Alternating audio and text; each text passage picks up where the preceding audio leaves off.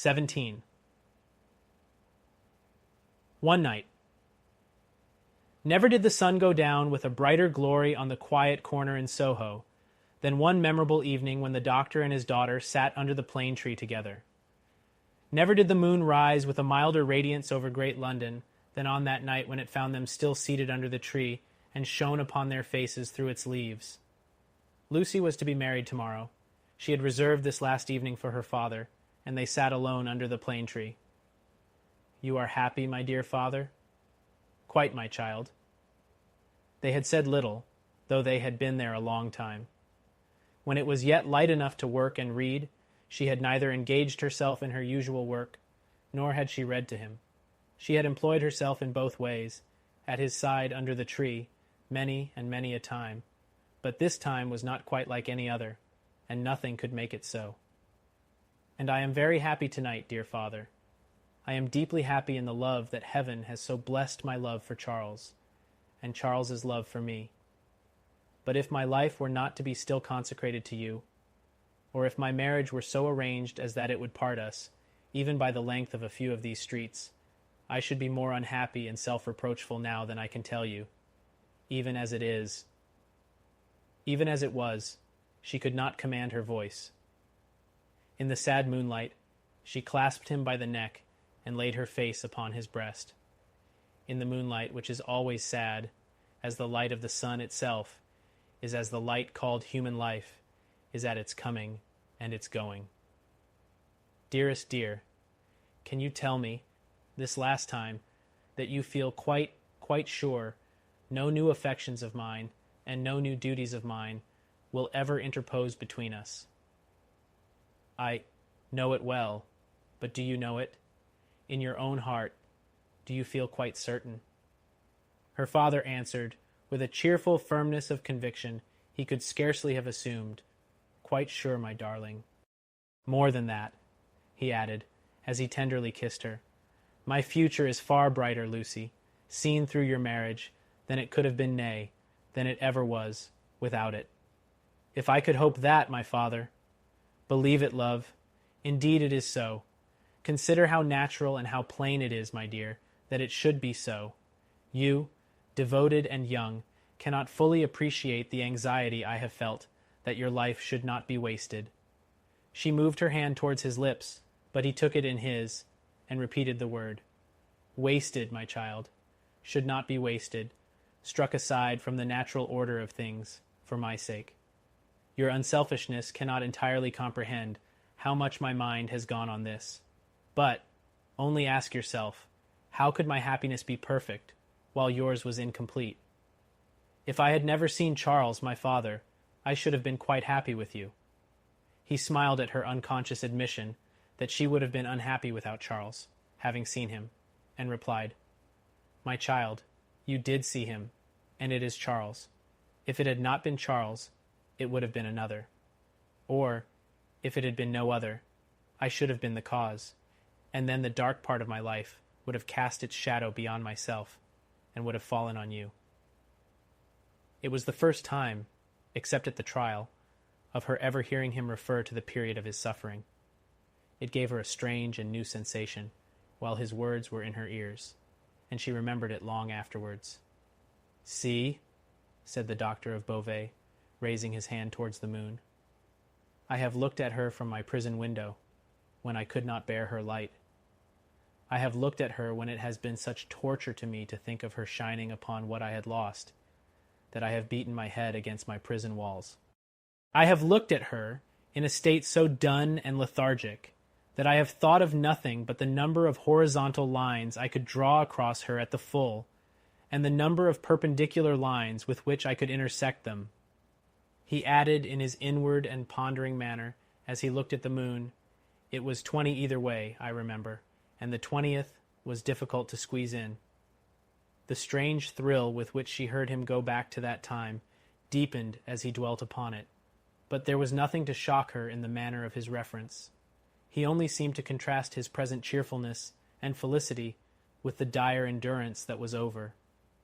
"I have looked at her, speculating thousands of times upon the unborn child from whom I had been rent, whether it was alive whether it had been born alive or the poor mother's shock had killed it, whether it was a son who would someday avenge his father. There was a time in my imprisonment when my desire for vengeance was unbearable. Whether it was a son who would never know his father's story, who might even live to weigh the possibility of his father's having disappeared of his own will and act. Whether it was a daughter who would grow to be a woman. She drew closer to him and kissed his cheek and his hand. I have pictured my daughter to myself as perfectly forgetful of me, rather, altogether ignorant of me and unconscious of me. I have cast up the years of her age, year after year. I have seen her married to a man who knew nothing of my fate. I have altogether perished from the remembrance of the living, and in the next generation, my place was a blank. My father, even to hear that you had such thoughts of a daughter who never existed, strikes to my heart as if I had been that child. You, Lucy, it is out of the consolation and restoration you have brought to me that these remembrances arise and pass between us and the moon on this last night. What did I say just now? She knew nothing of you. She cared nothing for you. So, but on other moonlight nights, when the sadness and the silence have touched me in a different way, have affected me with something as like a sorrowful sense of peace, as any emotion that had pain for its foundations, could I have imagined her as coming to me in my cell and leading me out into the freedom beyond the fortress. I have seen her image in the moonlight often, as I now see you, except that I never held her in my arms. It stood between the little grated window and the door. But you understand that that was not the child I am speaking of? The figure was not. The image. The fancy. No. That was another thing. It stood before my disturbed sense of sight, but it never moved. The phantom that my mind pursued was another and more real child. Of her outward appearance, I know no more than that she was like her mother. The other had that likeness too, as you have, but was not the same. Can you follow me, Lucy? Hardly, I think. I doubt you must have been a solitary prisoner to understand these perplexed distinctions. His collected and calm manner could not prevent her blood from running cold, as he thus tried to anatomize his old condition. In that more peaceful state, I have imagined her, in the moonlight, coming to me and taking me out to show me that the home of her married life was full of her loving remembrance of her lost father. My picture was in her room, and I was in her prayers.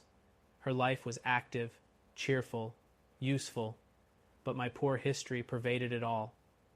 I was that child, my father. I was not half so good, but in my love, that was I. And she showed me her children, said the doctor of Beauvais, and they had heard of me, and had been taught to pity me.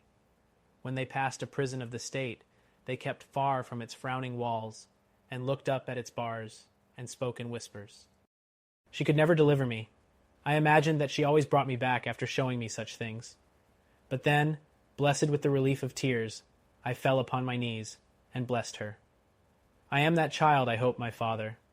Oh, my dear, will you bless me as fervently tomorrow? Lucy, I recall these old troubles, in the reason that I have tonight for loving you better than words can tell, and thanking God for my great happiness. My thoughts, when they were wildest, never rose near the happiness that I have known with you, and that we have before us. He embraced her, solemnly commended her to heaven, and humbly thanked heaven for having bestowed her on him. By and by, they went into the house. There was no one bidden to the marriage but Mr. Lorry. There was even to be no bridesmaid, but the gaunt Miss Pross. The marriage was to make no change in their place of residence. They had been able to extend it, by taking to themselves the upper rooms formerly belonging to the apocryphal invisible lodger, and they desired nothing more. Dr. Manette was very cheerful at the little supper.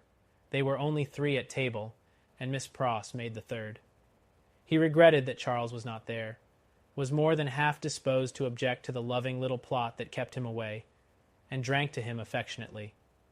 So, the time came for him to bid Lucy good night, and they separated. But, in the stillness of the 3rd hour of the morning, Lucy came downstairs again, and stole into his room, not free from unshaped fears, beforehand.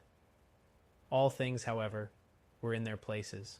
All was quiet, and he lay asleep, his white hair picturesque on the untroubled pillow, and his hands lying quiet on the coverlet. She put her needless candle in the shadow at a distance, crept up to his bed, and put her lips to his, then leaned over him and looked at him. Into his handsome face the bitter waters of captivity had worn, but he covered up their tracks with a determination so strong that he held the mastery of them even in his sleep. A more remarkable face in its quiet, resolute, and guarded struggle with an unseen assailant was not to be beheld in all the wide dominions of sleep that night. She timidly laid her hand on his dear breast, and put up a prayer that she might ever be as true to him as her love aspired to be, and as his sorrows deserved. Then she withdrew her hand, and kissed his lips once more, and went away. So the sunrise came, and the shadows of the leaves of the plane tree moved upon his face, as softly as her lips had moved in praying for him. 9 days. The marriage day was shining brightly, and they were ready outside the closed door of the doctor's room, where he was speaking with Charles Darnay. They were ready to go to church, the beautiful bride, Mr. Lorry, and Miss Pross, to whom the event, through a gradual process of reconcilement to the inevitable, would have been one of absolute bliss, but for the yet lingering consideration that her brother Solomon should have been the bridegroom. "And so," said Mr. Lorry, who could not sufficiently admire the bride, and who had been moving round her to take in every point of her quiet, pretty dress. "And so it was for this, my sweet Lucy, that I brought you across the channel, such a baby, Lord bless me.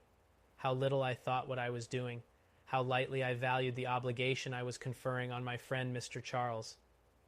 "You didn't mean it," remarked the matter-of-fact Miss Pross. "And therefore, how could you know it?" "Nonsense." "Really? Well, but don't cry," said the gentle Mr. Lorry. "I am not crying," said Miss Pross. "You are." "I, my Pross?" By this time, Mr. Lorry dared to be pleasant with her on occasion. "You were just now. I saw you do it, and I don't wonder at it." "Such a present of plate as you have made 'em is enough to bring tears into anybody's eyes. There's not a fork or a spoon in the collection," said Miss Pross, "that I didn't cry over last night after the box came, till I couldn't see it."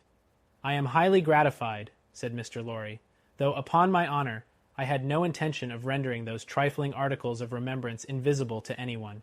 Dear me, this is an occasion that makes a man speculate on all he has lost. Dear, dear, dear, to think that there might have been a Mrs. Lorry, any time these 50 years almost." "Not at all," from Miss Pross. "You think there never might have been a Mrs. Lorry?" asked the gentleman of that name. "Pooh," rejoined Miss Pross. "You were a bachelor in your cradle." "Well," observed Mr. Lorry, beamingly adjusting his little wig, "that seems probable, too." "And you were cut out for a bachelor," pursued Miss Pross, "before you were put in your cradle." "Then I think," said Mr. Lorry, "that I was very unhandsomely dealt with, and that I ought to have had a voice in the selection of my pattern. Enough. Now, my dear Lucy," drawing his arm soothingly round her waist, "I hear them moving in the next room, and Miss Pross and I, as two formal folks of business, are anxious not to lose the final opportunity of saying something to you that you wish to hear. You leave your good father, my dear, in hands as earnest and as loving as your own. He shall be taken every conceivable care of. During the next fortnight, while you are in Warwickshire and thereabouts, even Tellson's shall go to the wall, comparatively speaking, before him. And when, at the fortnight's end, he comes to join you and your beloved husband on your other fortnight's trip in Wales, you shall say that we have sent him to you in the best health and in the happiest frame. Now, I hear somebody's step coming to the door. Let me kiss my dear girl with an old-fashioned bachelor blessing before somebody comes to claim his own." For a moment, he held the fair face from him to look at the well-remembered expression on the forehead, and then laid the bright golden hair against his little brown wig. with a genuine tenderness and delicacy, which, if such things be old-fashioned, were as old as Adam. The door of the doctor's room opened, and he came out with Charles Darnay. He was so deadly pale, which had not been the case when they went in together, that no vestige of color was to be seen in his face. But, in the composure of his manner, he was unaltered, except that to the shrewd glance of Mr. Lorry it disclosed some shadowy indication that the old air of avoidance and dread had lately passed over him, like a cold wind. He gave his arm to his daughter, and took her downstairs to the chariot which Mr. Lorry had hired in honor of the day. The rest followed in another carriage, and soon, in a neighboring church, where no strange eyes looked on, Charles Darnay and Lucy Manette were happily married. Besides the glancing tears that shone among the smiles of the little group when it was done, some diamonds, very bright and sparkling, glanced on the bride's hand, which were newly released from the dark obscurity of one of Mr. Lorry's pockets.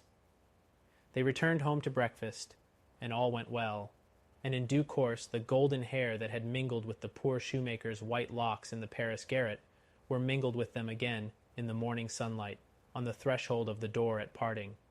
It was a hard parting, though it was not for long, but her father cheered her, and said at last, gently disengaging himself from her enfolding arms, "Take her, Charles. She is yours." And her agitated hand waved to them from a chaise window, and she was gone. The corner being out of the way of the idle and curious, and the preparations having been very simple and few, the doctor, Mr. Lorry, and Miss Pross were left quite alone. It was when they turned into the welcome shade of the cool old hall that Mr. Lorry observed a great change to have come over the doctor, as if the golden arm uplifted there had struck him a poisoned blow. He had naturally repressed much, and some revulsion might have been expected in him when the occasion for repression was gone. But it was the old, scared, lost look that troubled Mr. Lorry, and through his absent manner of clasping his head and drearily wandering away into his own room when they got upstairs, Mr. Lorry was reminded of Defarge, the wine-shop keeper, and the starlight ride. "I think," he whispered to Miss Pross, after anxious consideration, "I think we had best not speak to him just now, or at all disturb him. I must look in at Tellson's, so I will go there at once and come back presently. Then we will take him a ride into the country, and dine there, and all will be well." It was easier for Mr. Lorry to look in at Tellson's than to look out of Tellson's. He was detained 2 hours. When he came back, he ascended the old staircase alone, having asked no question of the servant. Going thus into the doctor's rooms, he was stopped by a low sound of knocking. "Good God," he said with a start. "What's that?" Miss Pross, with a terrified face, was at his ear. "Oh me, oh me, all is lost," cried she, wringing her hands. "What is to be told to Ladybird? He doesn't know me, and is making shoes." Mr. Lorry said what he could to calm her, and went himself into the doctor's room. The bench was turned towards the light, as it had been when he had seen the shoemaker at his work before, and his head was bent down, and he was very busy.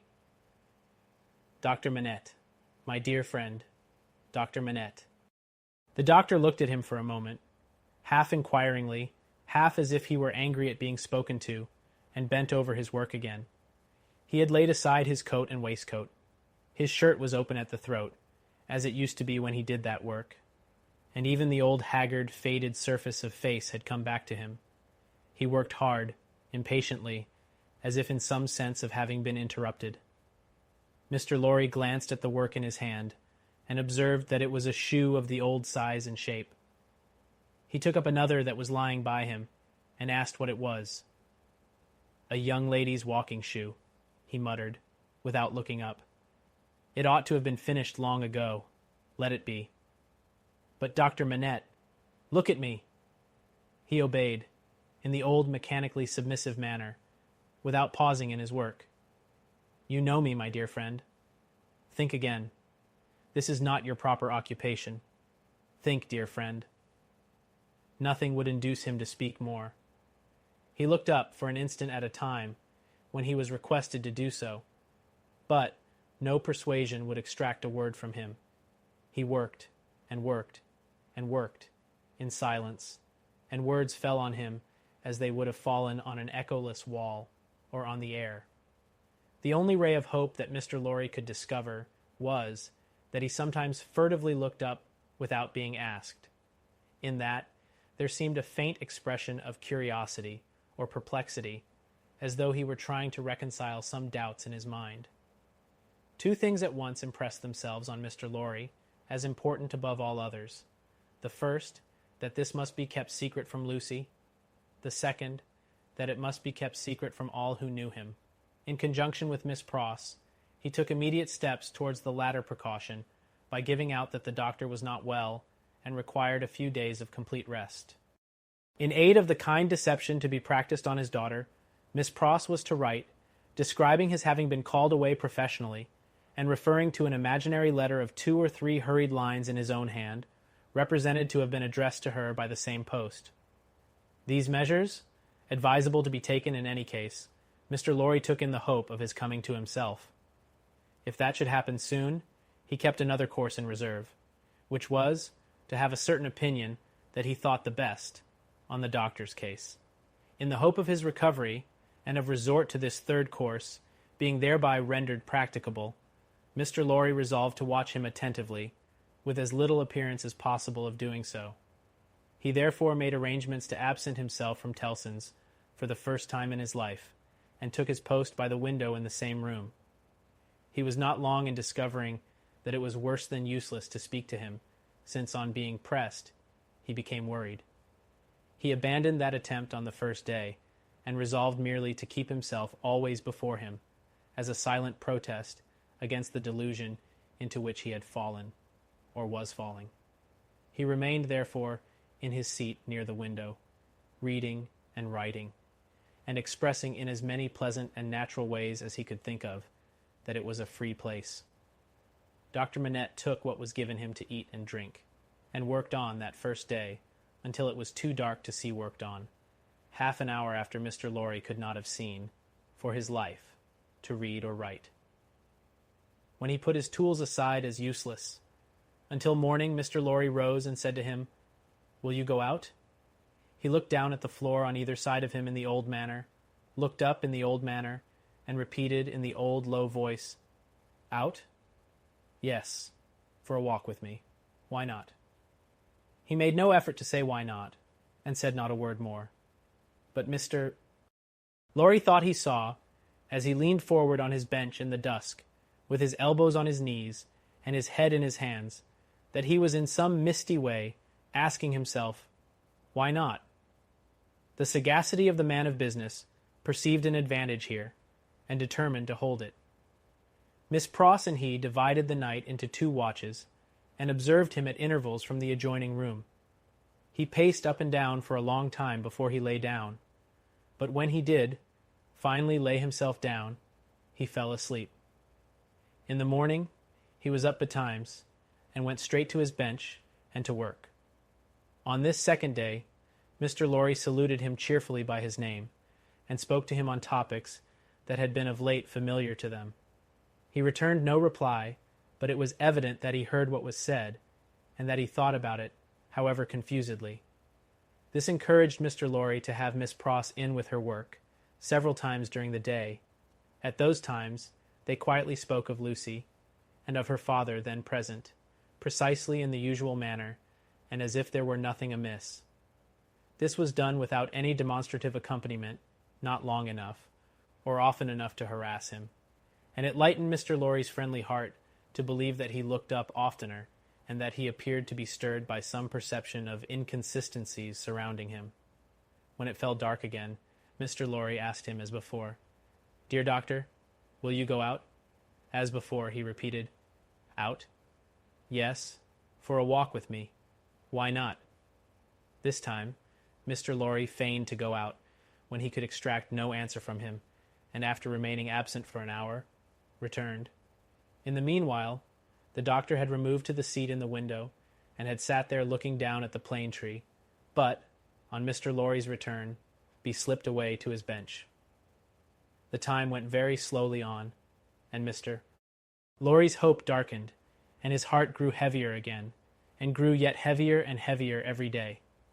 The third day came and went, the 4th, the 5th. 5 days, 6 days, 7 days, 8 days, 9 days. With a hope ever darkening, and with a heart always growing heavier and heavier, Mr. Lorry passed through this anxious time.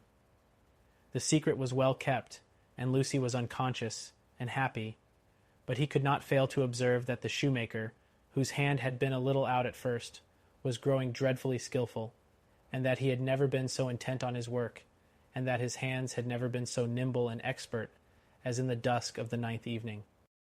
19. An opinion. Worn out by anxious watching, Mr. Lorry fell asleep at his post. On the 10th morning of his suspense, he was startled by the shining of the sun into the room, where a heavy slumber had overtaken him when it was dark night. He rubbed his eyes and roused himself, but he doubted when he had done so whether he was not still asleep. For going to the door of the doctor's room and looking in, he perceived that the shoemaker's bench and tools were put aside again, and that the doctor himself sat reading at the window. He was in his usual morning dress, and his face, which Mr. Lorry could distinctly see, though still very pale, was calmly studious and attentive. Even when he had satisfied himself that he was awake, Mr. Lorry felt giddily uncertain for some few moments whether the late shoemaking might not be a disturbed dream of his own. For did not his eyes show him his friend before him in his accustomed clothing and aspect, and employed as usual? And was there any sign within their range that the change of which he had so strong an impression had actually happened?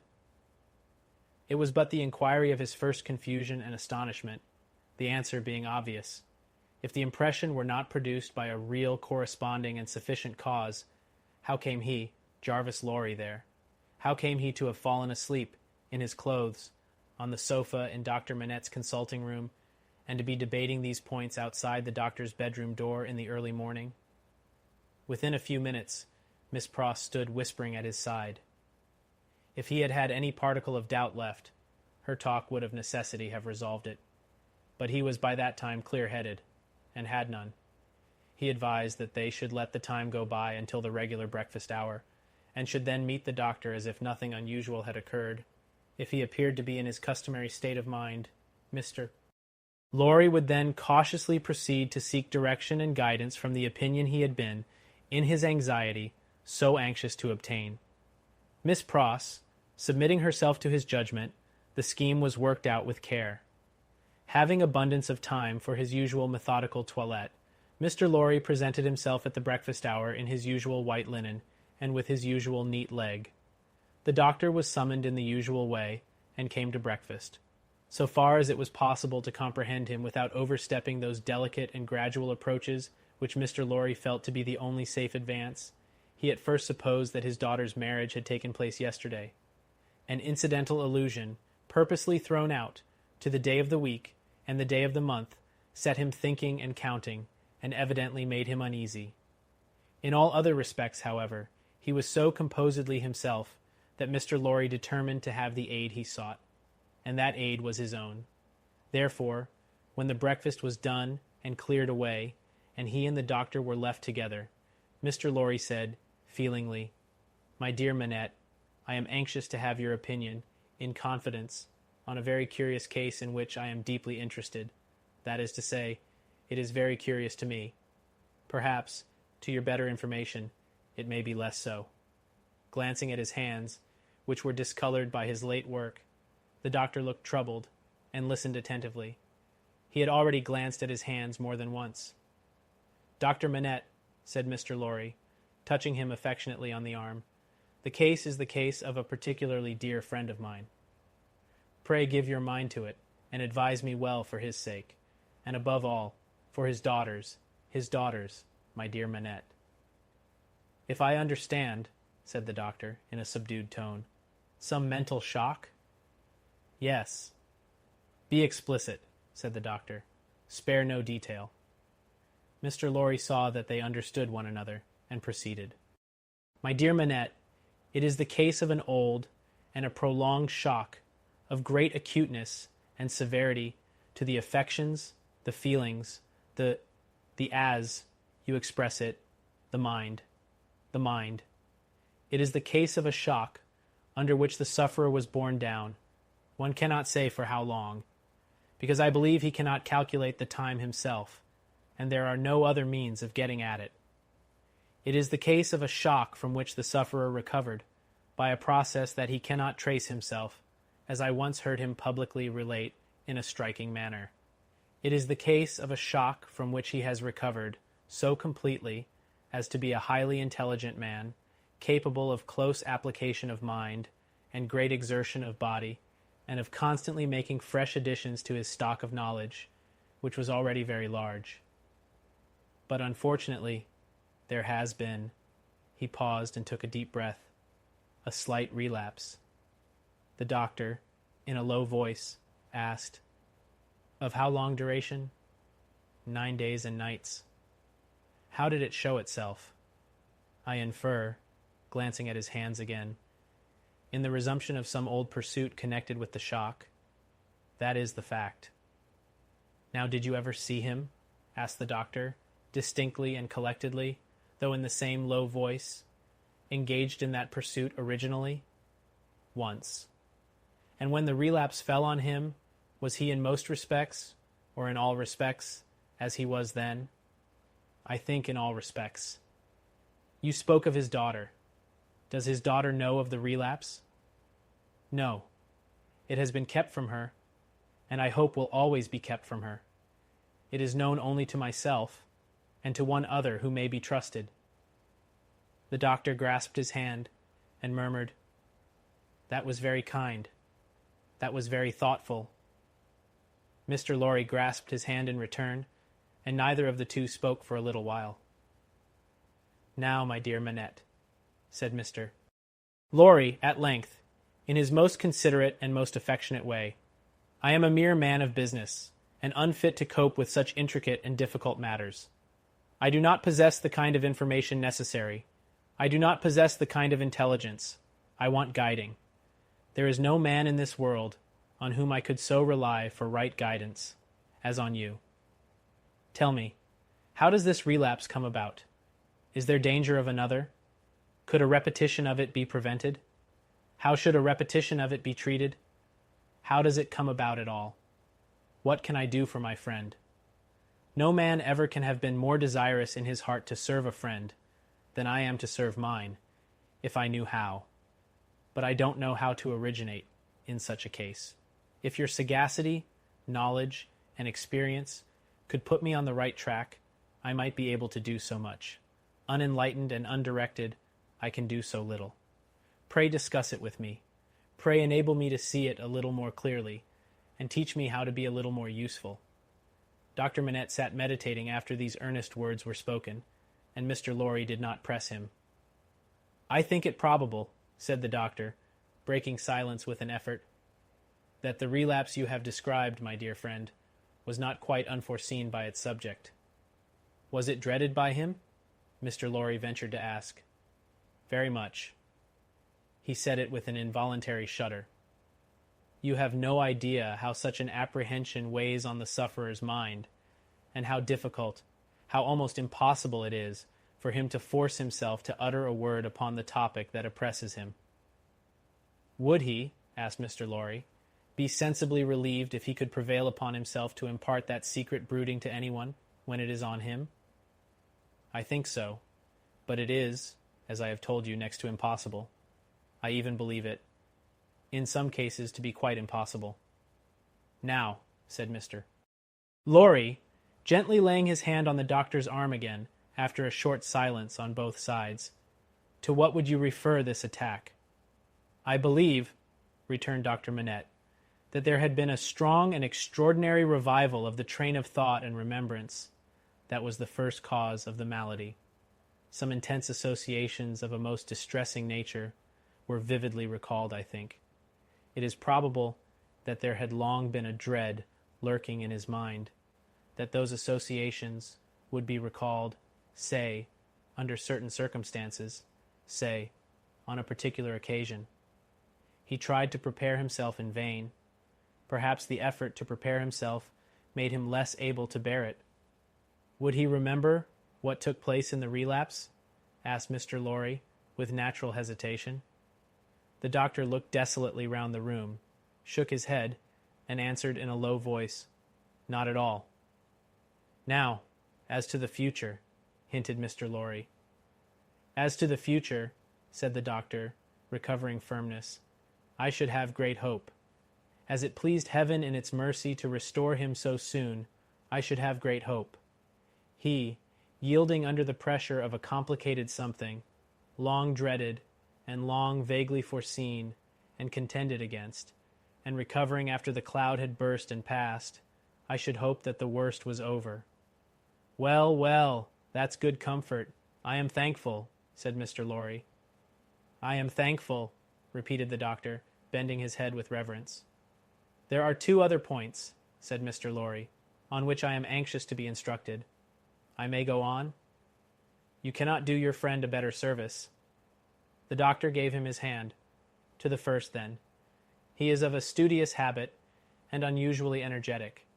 He applies himself with great ardor to the acquisition of professional knowledge, to the conducting of experiments, to many things. Now, does he do too much? I think not.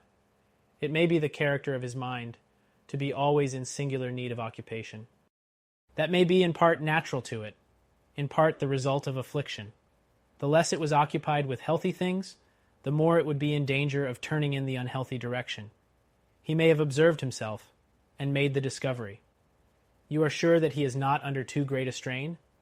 I think I am quite sure of it.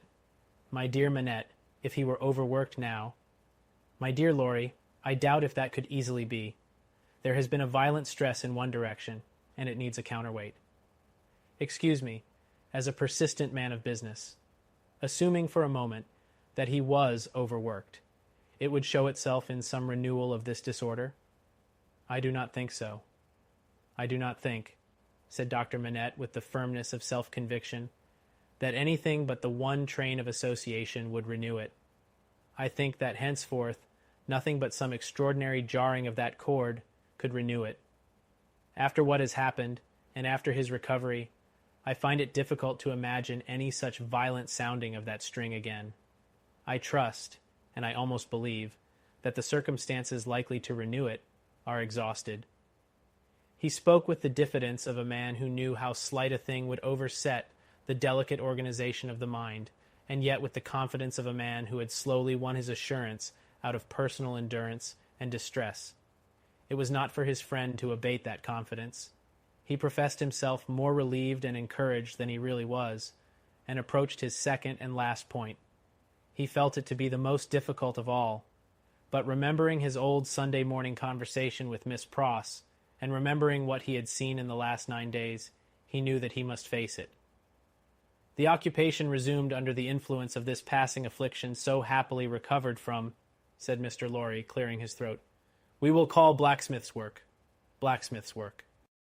We will say, to put a case, and for the sake of illustration, that he had been used, in his bad time, to work at a little forge. We will say that he was unexpectedly found at his forge again. Is it not a pity that he should keep it by him? The doctor shaded his forehead with his hand and beat his foot nervously on the ground. He has always kept it by him, said Mr. Lorry, with an anxious look at his friend. Now, would it not be better that he should let it go? Still, the doctor, with shaded forehead, beat his foot nervously on the ground. You do not find it easy to advise me? Said Mr. Lorry. I quite understand it to be a nice question, and yet I think— And there he shook his head and stopped.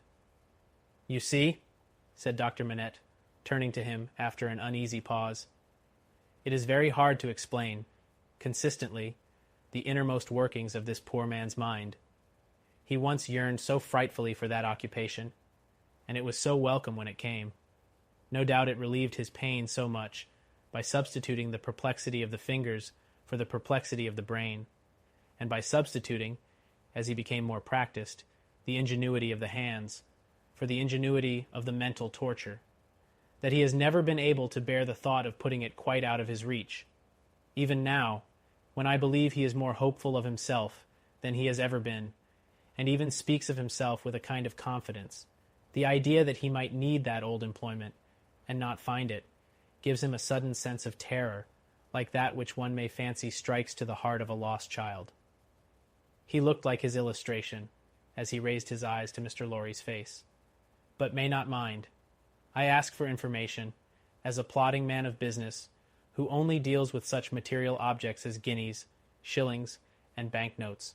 May not the retention of the thing involve the retention of the idea?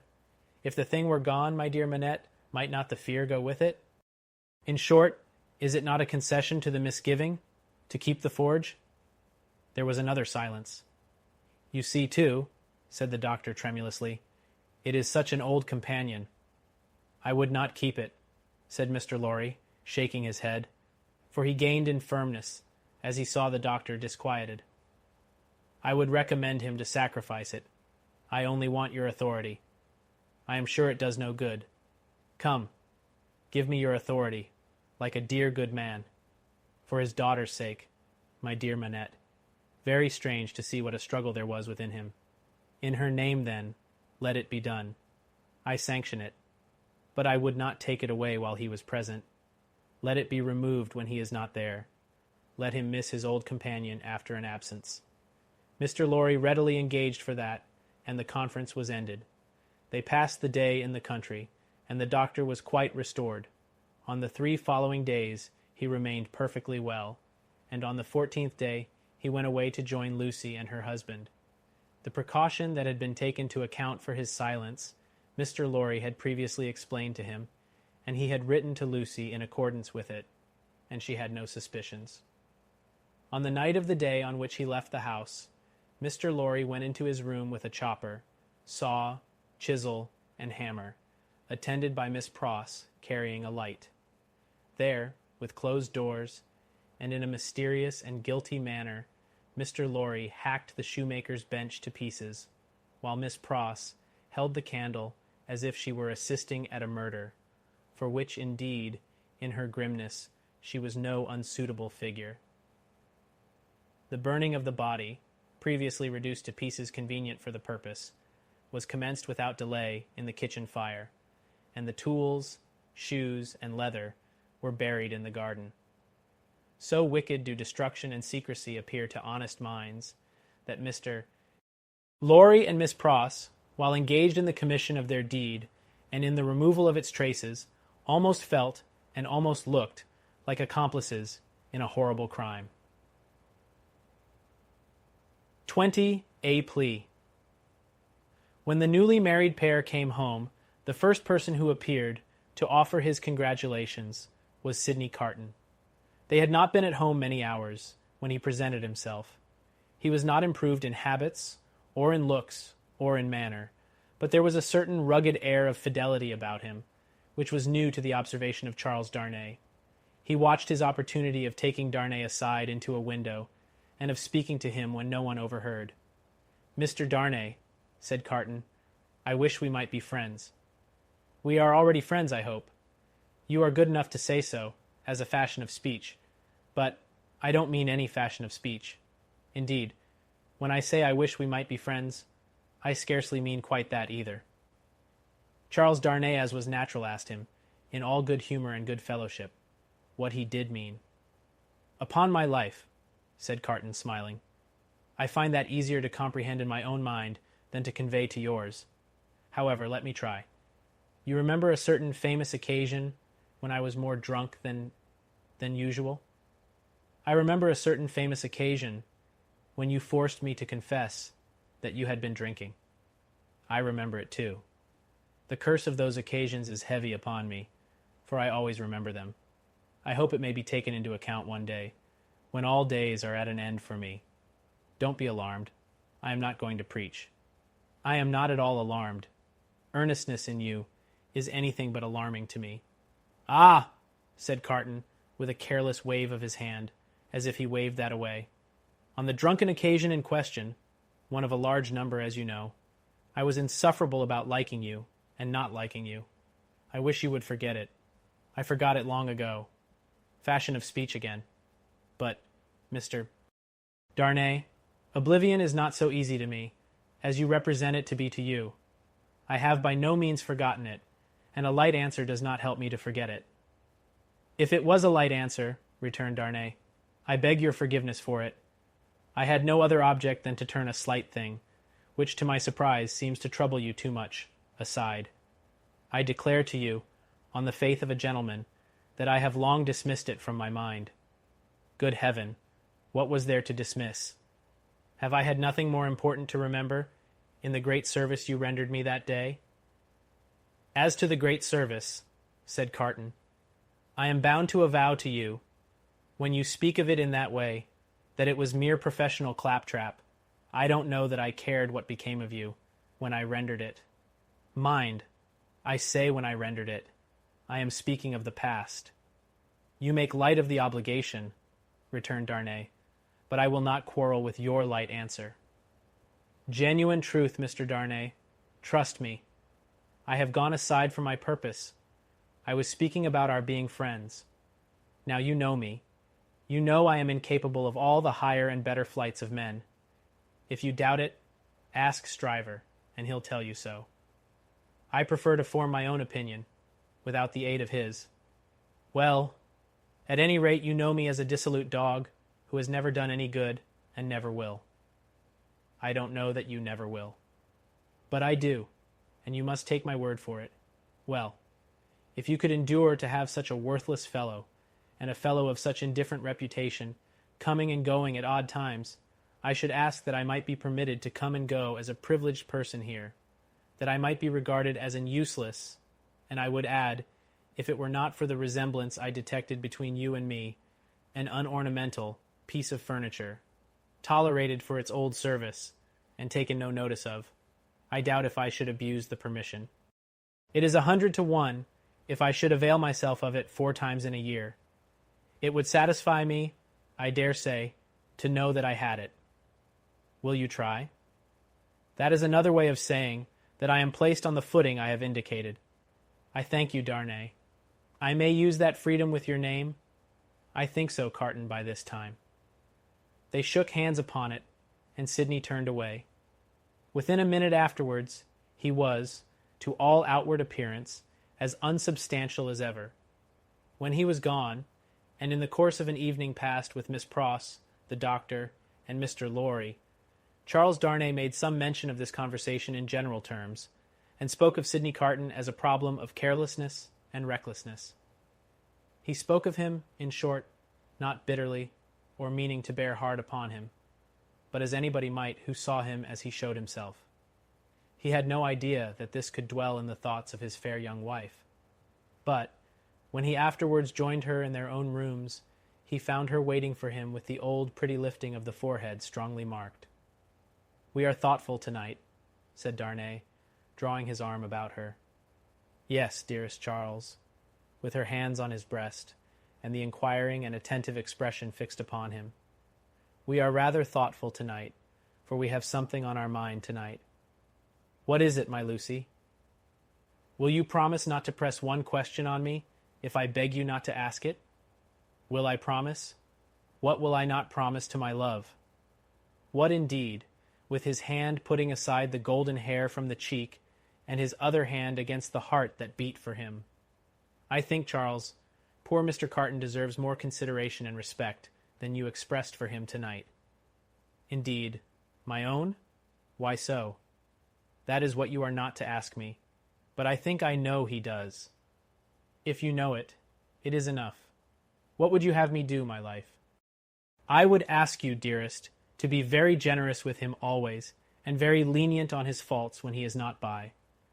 I would ask you to believe that he has a heart he very, very seldom reveals, and that there are deep wounds in it. My dear, I have seen it bleeding. It is a painful reflection to me, said Charles Darnay, quite astounded, that I should have done him any wrong. I never thought this of him. My husband, it is so. I fear he is not to be reclaimed. There is scarcely a hope that anything in his character or fortunes is reparable now. But I am sure that he is capable of good things, gentle things, even magnanimous things. She looked so beautiful in the purity of her faith in this lost man, that her husband could have looked at her as she was for hours. And oh, my dearest love, she urged, clinging nearer to him, laying her head upon his breast, and raising her eyes to his. remember how strong we are in our happiness, and how weak he is in his misery." The supplication touched him home. "I will always remember it, dear heart. I will remember it as long as I live." He bent over the golden head, and put the rosy lips to his, and folded her in his arms. If one forlorn wanderer, then pacing the dark streets, could have heard her innocent disclosure, and could have seen the drops of pity kissed away by her husband from the soft blue eyes, so loving of that husband, he might have cried to the night, and the words would not have parted from his lips for the first time. God bless her for her sweet compassion. 21. Echoing footsteps. A wonderful corner for echoes, it has been remarked, that corner where the doctor lived. Ever busily winding the golden thread which bound her husband, and her father, and herself, and her old directress and companion, in a life of quiet bliss, Lucy sat in the still house, in the tranquilly resounding corner, listening to the echoing footsteps of years. At first there were times, though she was a perfectly happy young wife, when her work would slowly fall from her hands, and her eyes would be dimmed, for there was something coming in the echoes, something light, afar off, and scarcely audible yet, that stirred her heart too much. Fluttering hopes and doubts hopes, of a love as yet unknown to her, doubts of her remaining upon earth, to enjoy that new delight, divided her breast.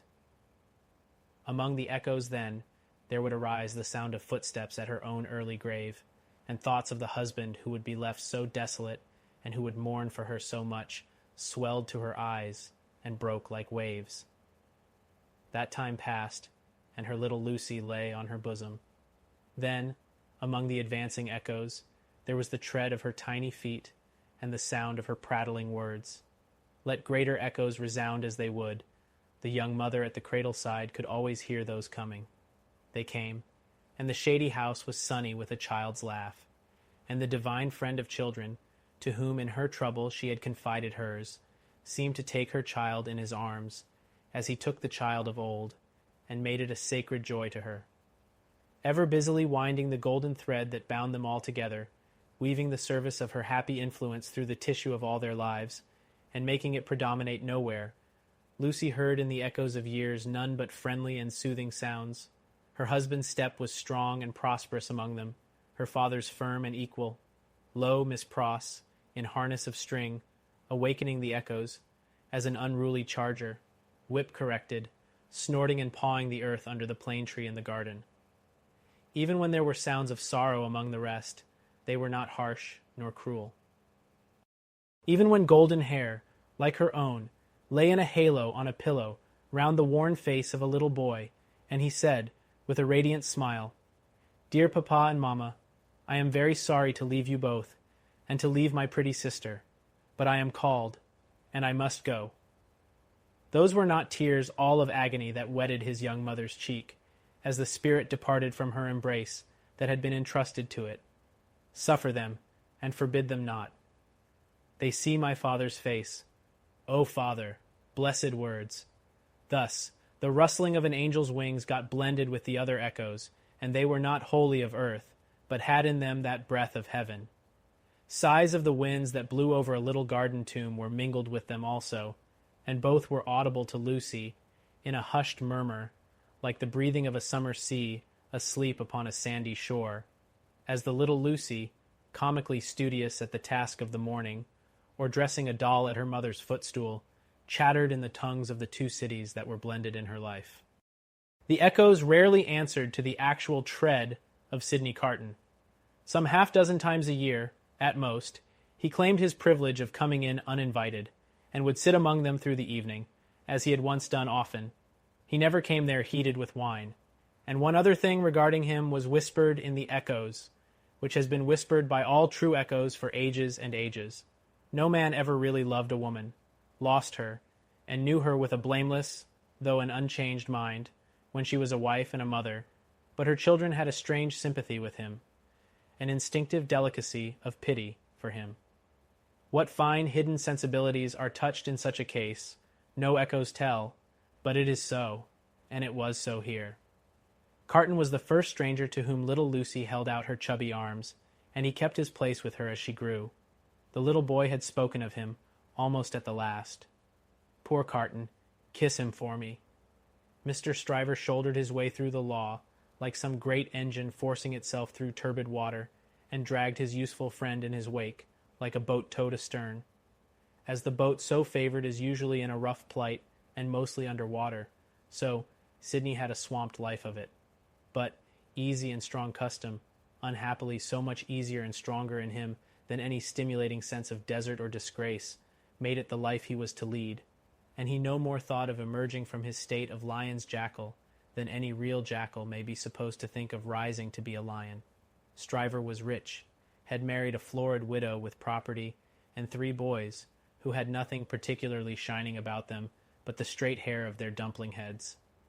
These 3 young gentlemen, Mr. Stryver, exuding patronage of the most offensive quality from every pore, had walked before him like 3 sheep to the quiet corner in Soho, and had offered as pupils to Lucy's husband, delicately saying, "Hallo, here are 3 lumps of bread and cheese towards your matrimonial picnic, Darnay." The polite rejection of the 3 lumps of bread and cheese had quite bloated Mr. Stryver with indignation, which he afterwards turned to account in the training of the young gentlemen, by directing them to beware of the pride of beggars, like that tutor fellow. He was also in the habit of declaiming to Mrs. Stryver, over his full-bodied wine, on the arts Mrs. Darnay had once put in practice to catch him, and on the diamond-cut diamond arts in himself, madam, which had rendered him not to be caught.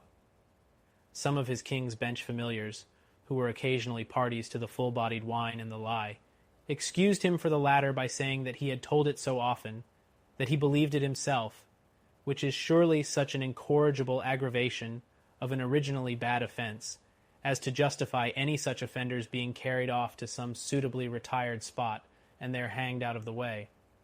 These were among the echoes to which Lucy, sometimes pensive, sometimes amused and laughing, listened in the echoing corner, until her little daughter was 6 years old. How near to her heart the echoes of her child's tread came, and those of her own dear father's, always active and self-possessed, and those of her dear husband's, need not be told. Nor how the lightest echo of their united home, directed by herself with such a wise and elegant thrift that it was more abundant than any waste, was music to her.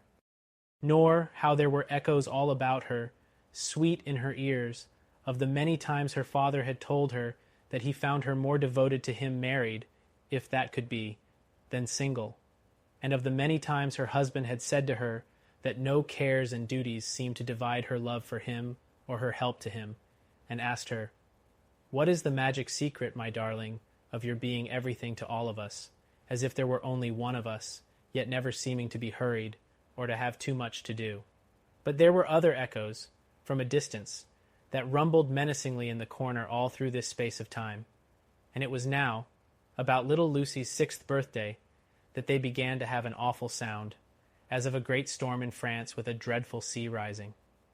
On a night in mid-July, 1789, Mr. Lorry came in late, from Tellson's, and sat himself down by Lucy and her husband in the dark window.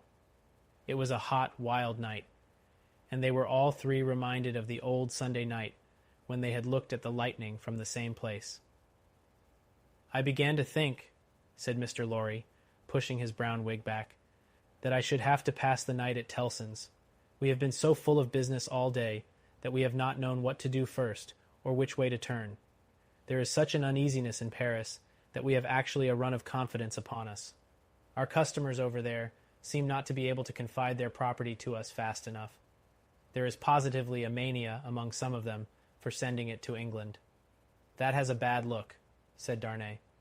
"A bad look, you say, my dear Darnay? Yes, but we don't know what reason there is in it. People are so unreasonable. Some of us at Tellson's are getting old, and we really can't be troubled out of the ordinary course without due occasion." "Still," said Darnay, "you know how gloomy and threatening the sky is." "I know that, to be sure," assented Mr. Lorry, trying to persuade himself that his sweet temper was soured, and that he grumbled, "But I am determined to be peevish after my long day's botheration. Where is Manette?" "Here he is," said the doctor, entering the dark room at the moment. "I am quite glad you are at home. For these hurries and forebodings, by which I have been surrounded all day long, have made me nervous without reason. You are not going out, I hope.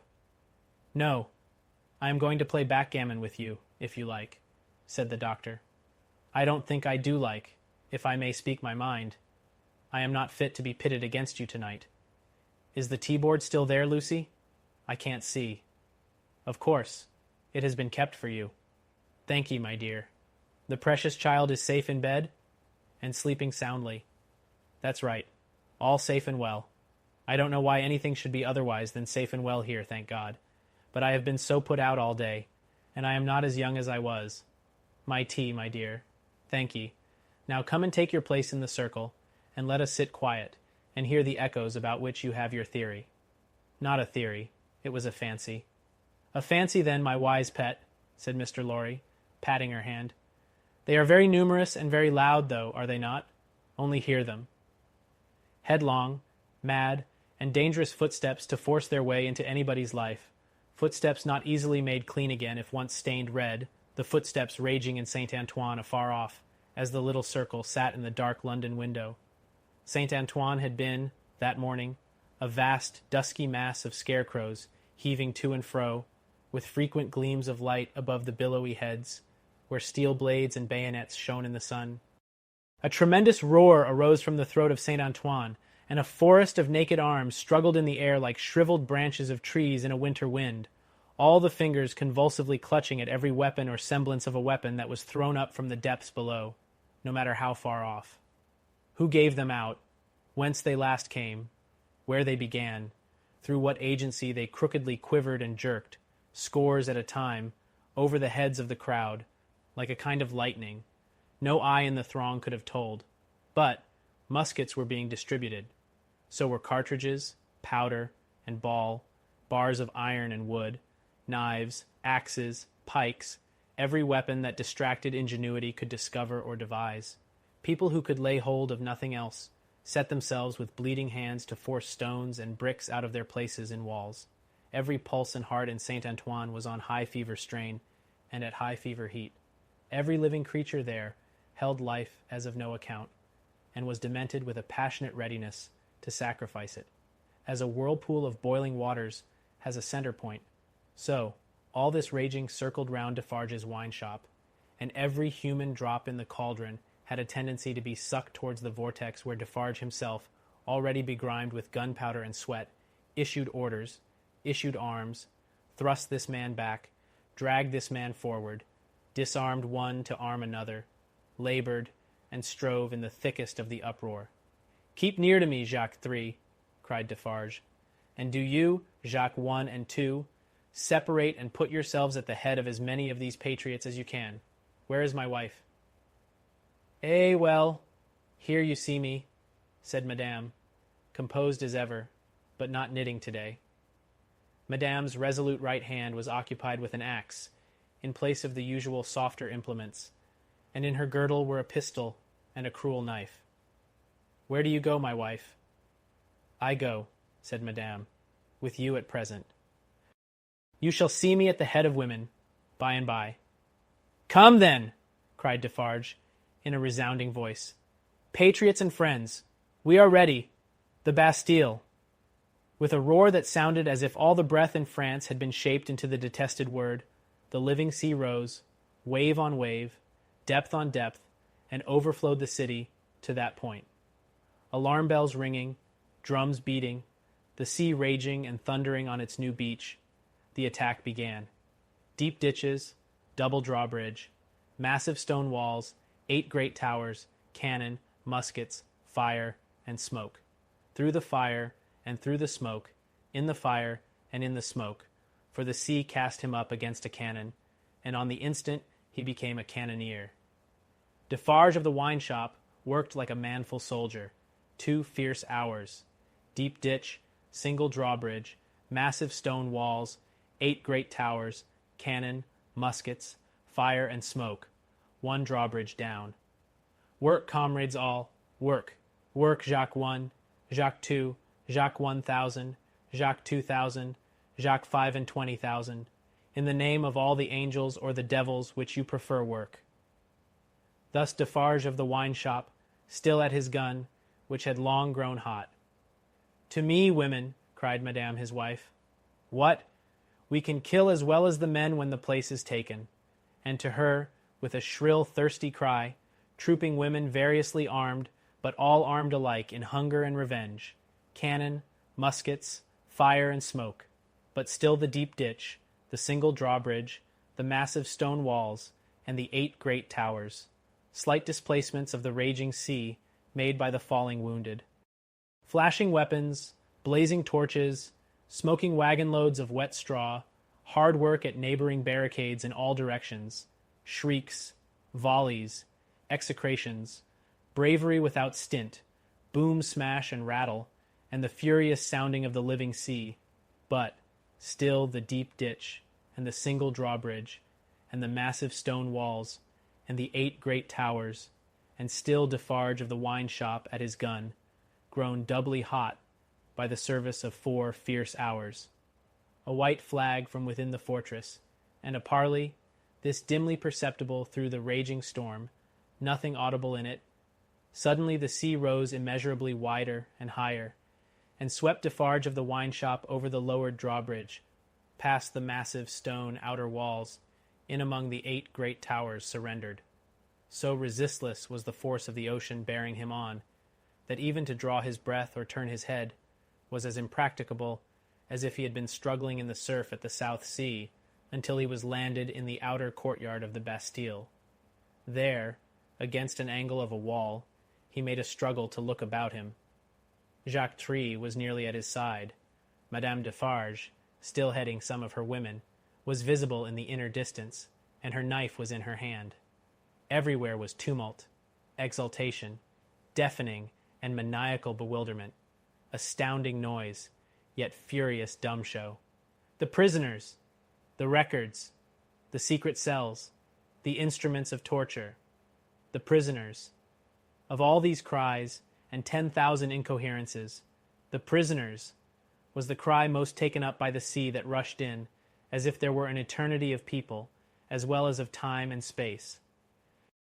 When the foremost billows rolled past, bearing the prison officers with them, and threatening them all with instant death, if any secret nook remained undisclosed, Defarge laid his strong hand on the breast of one of these men, a man with a grey head, who had a lighted torch in his hand, separated him from the rest, and got him between himself and the wall. "Show me the north tower," said Defarge. "Quick." "I will faithfully," replied the man, "if you will come with me. But there is no one there." "What is the meaning of 105, North Tower?" asked Defarge. "Quick." "The meaning, monsieur? Does it mean a captive, or a place of captivity? Or do you mean that I shall strike you dead?" "Kill him," croaked Jacques Three, who had come close up. "Monsieur, it is a cell." "Show it me." "Pass this way, then." Jacques Three, with his usual craving on him, and evidently disappointed by the dialogue taking a turn that did not seem to promise bloodshed, held by Defarge's arm as he held by the turnkey's. Their 3 heads had been close together during this brief discourse, and it had been as much as they could do to hear one another, even then. So tremendous was the noise of the living ocean, in its eruption into the fortress, and its inundation of the courts and passages and staircases. All around outside, too, it beat the walls with a deep, hoarse roar, from which, occasionally, some partial shouts of tumult broke and leaped into the air like spray.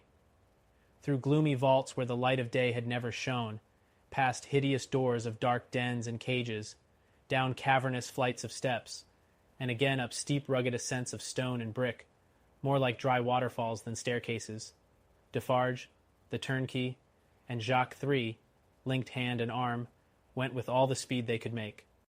Here and there, especially at first, the inundation started on them, and swept by. But when they had done descending, and were winding and climbing up a tower, they were alone. Hemmed in here by the massive thickness of walls and arches, the storm within the fortress and without was only audible to them in a dull, subdued way, as if the noise out of which they had come had almost destroyed their sense of hearing. The turnkey stopped at a low door, put a key in a clashing lock, swung the door slowly open, and said, as they all bent their heads and passed in, 105 North Tower. There was a small, heavily grated, unglazed window high in the wall, with a stone screen before it, so that the sky could be only seen by stooping low and looking up. There was a small chimney, heavily barred across, a few feet within. There was a heap of old feathery wood ashes on the hearth. There was a stool and table and a straw bed.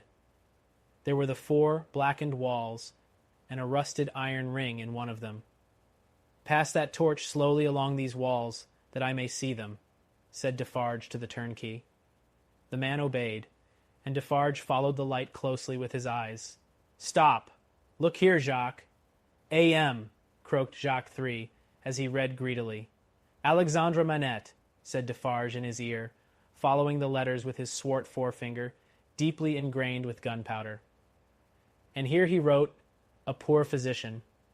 And it was he, without doubt, who scratched a calendar on this stone. What is that in your hand? A crowbar? Give it me.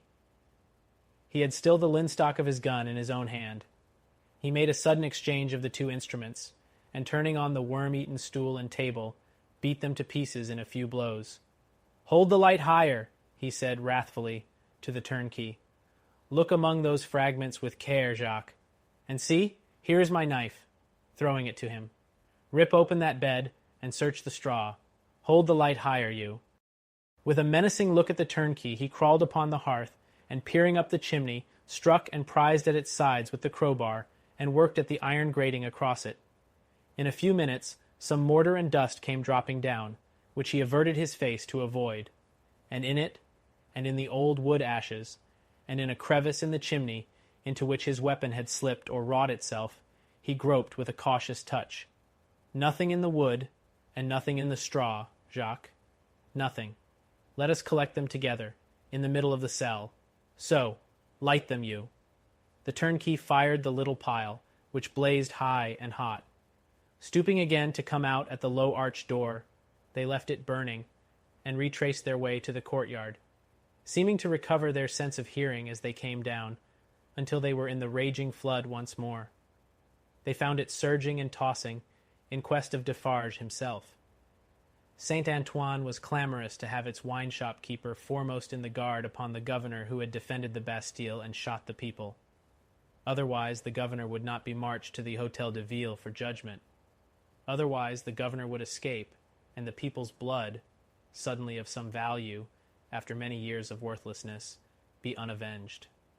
In the howling universe of passion and contention that seemed to encompass this grim old officer, conspicuous in his gray coat and red decoration, there was but one quite steady figure, and that was a woman's. See, there is my husband, she cried, pointing him out. See Defarge. She stood immovable close to the grim old officer, and remained immovable close to him through the streets, as Defarge and the rest bore him along, remained immovable close to him when he was got near his destination, and began to be struck at from behind, remained immovable close to him when the long gathering rain of stabs and blows fell heavy, was so close to him when he dropped dead under it, that suddenly animated, she put her foot upon his neck, and with her cruel knife-long ready-hewed off his head. The hour was come, when Saint Antoine was to execute his horrible idea of hoisting up men for lamps to show what he could be and do. Saint Antoine's blood was up, and the blood of tyranny and domination by the iron hand was down on the steps of the Hôtel de Ville, where the governor's body lay, down on the sole of the shoe of Madame Defarge, where she had trodden on the body to steady it from mutilation. "Lower the lamp yonder," cried Saint Antoine, after glaring round for a new means of death. "Here is one of his soldiers to be left on guard." The swinging sentinel was posted, and the sea rushed on, the sea of black and threatening waters, and of destructive upheaving of wave against wave, whose depths were yet unfathomed, and whose forces were yet unknown. The remorseless sea of turbulently swaying shapes, voices of vengeance, and faces hardened in the furnaces of suffering until the touch of pity could make no mark on them. But, in the ocean of faces where every fierce and furious expression was in vivid life, there were two groups of faces, each 7 in number, so fixedly contrasting with the rest that never did sea roll, which bore more memorable wrecks with it. 7 faces of prisoners, suddenly released by the storm that had burst their tomb, were carried high overhead, all scared, all lost, all wondering and amazed, as if the last day were come, and those who rejoiced around them were lost spirits. Other 7 faces there were, carried higher, 7 dead faces, whose drooping eyelids and half-seen eyes awaited the last day. Impassive faces, yet with a suspended not and abolished expression on them. Faces, rather, in a fearful pause, as having yet to raise the dropped lids of the eyes, and bear witness with the bloodless lips, "Thou didst it."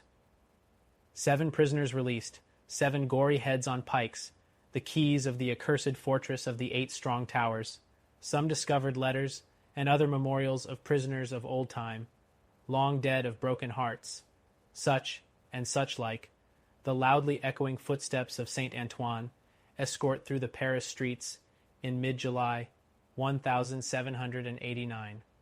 Now, heaven defeat the fancy of Lucy Darnay, and keep these feet far out of her life, for they are headlong, mad, and dangerous, and in the years so long after the breaking of the cask at Defarge's wine-shop door, they are not easily purified when once stained red. 22. The Sea Still Rises. Haggard Saint Antoine had had only one exultant week, in which to soften his modicum of hard and bitter bread to such extent as he could, with the relish of fraternal embraces and congratulations, when Madame Defarge sat at her counter, as usual, presiding over the customers.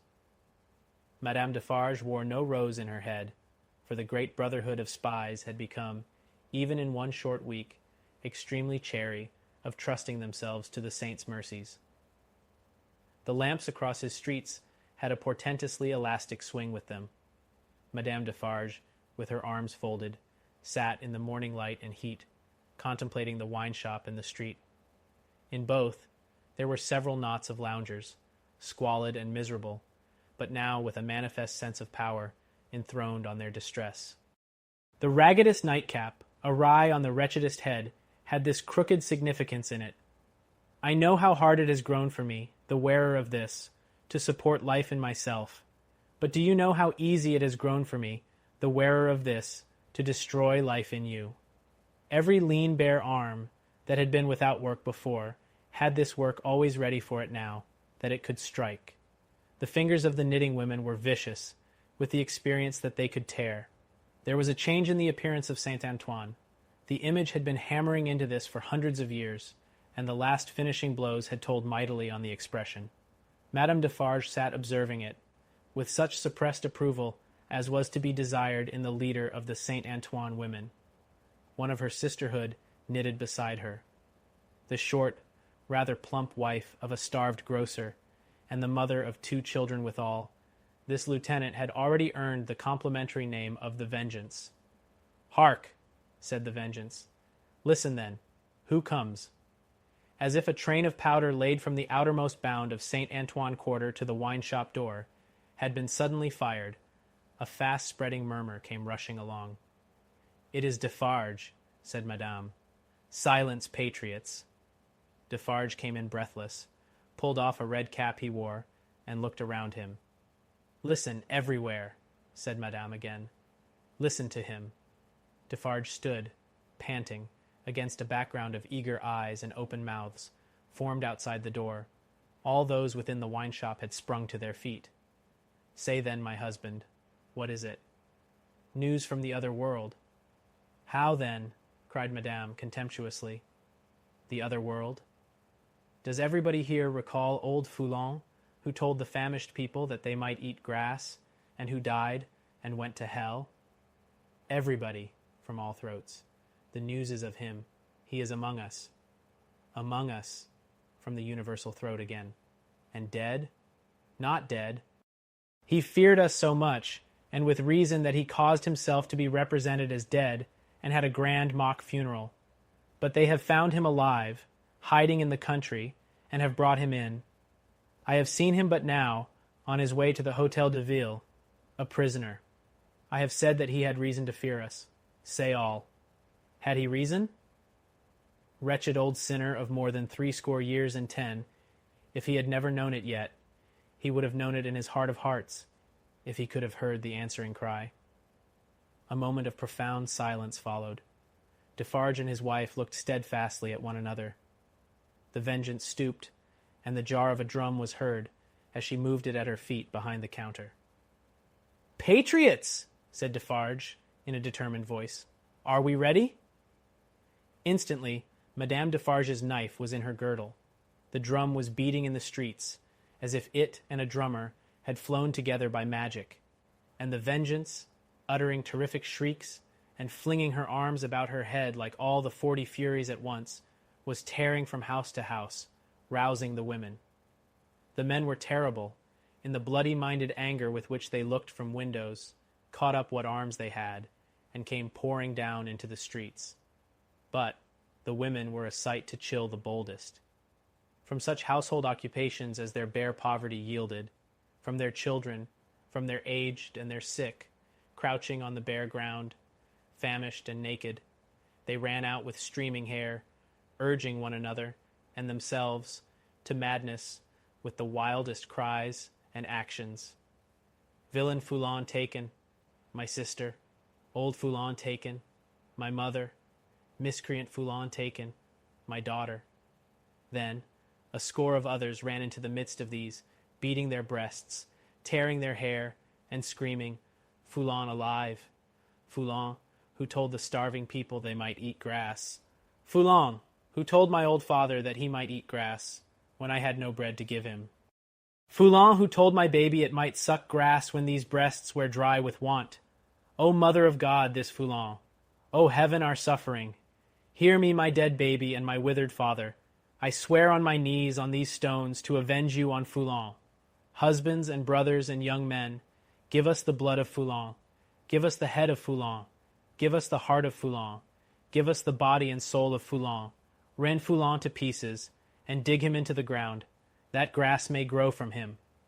With these cries, numbers of the women, lashed into blind frenzy, whirled about, striking and tearing at their own friends until they dropped into a passionate swoon, and were only saved by the men belonging to them from being trampled under foot.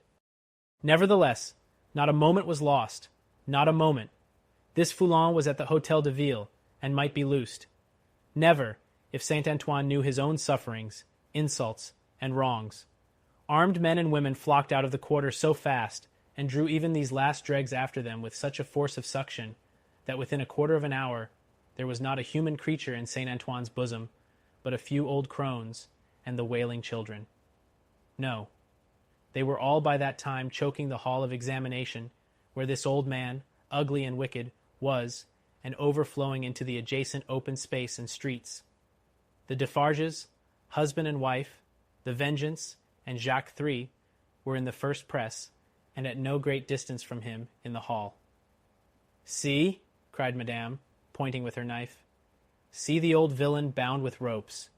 That was well done to tie a bunch of grass upon his back. Ha, ha! That was well done. Let him eat it now." Madame put her knife under her arm, and clapped her hands, as at a play.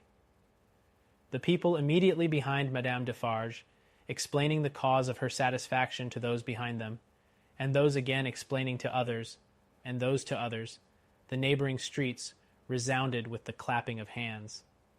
Similarly, during 2 or 3 hours of drawl, and the winnowing of many bushels of words, Madame Defarge's frequent expressions of impatience were taken up, with marvelous quickness, at a distance, the more readily, because certain men who had by some wonderful exercise of agility climbed up the external architecture to look in from the windows, knew Madame Defarge well, and acted as a telegraph between her and the crowd outside the building.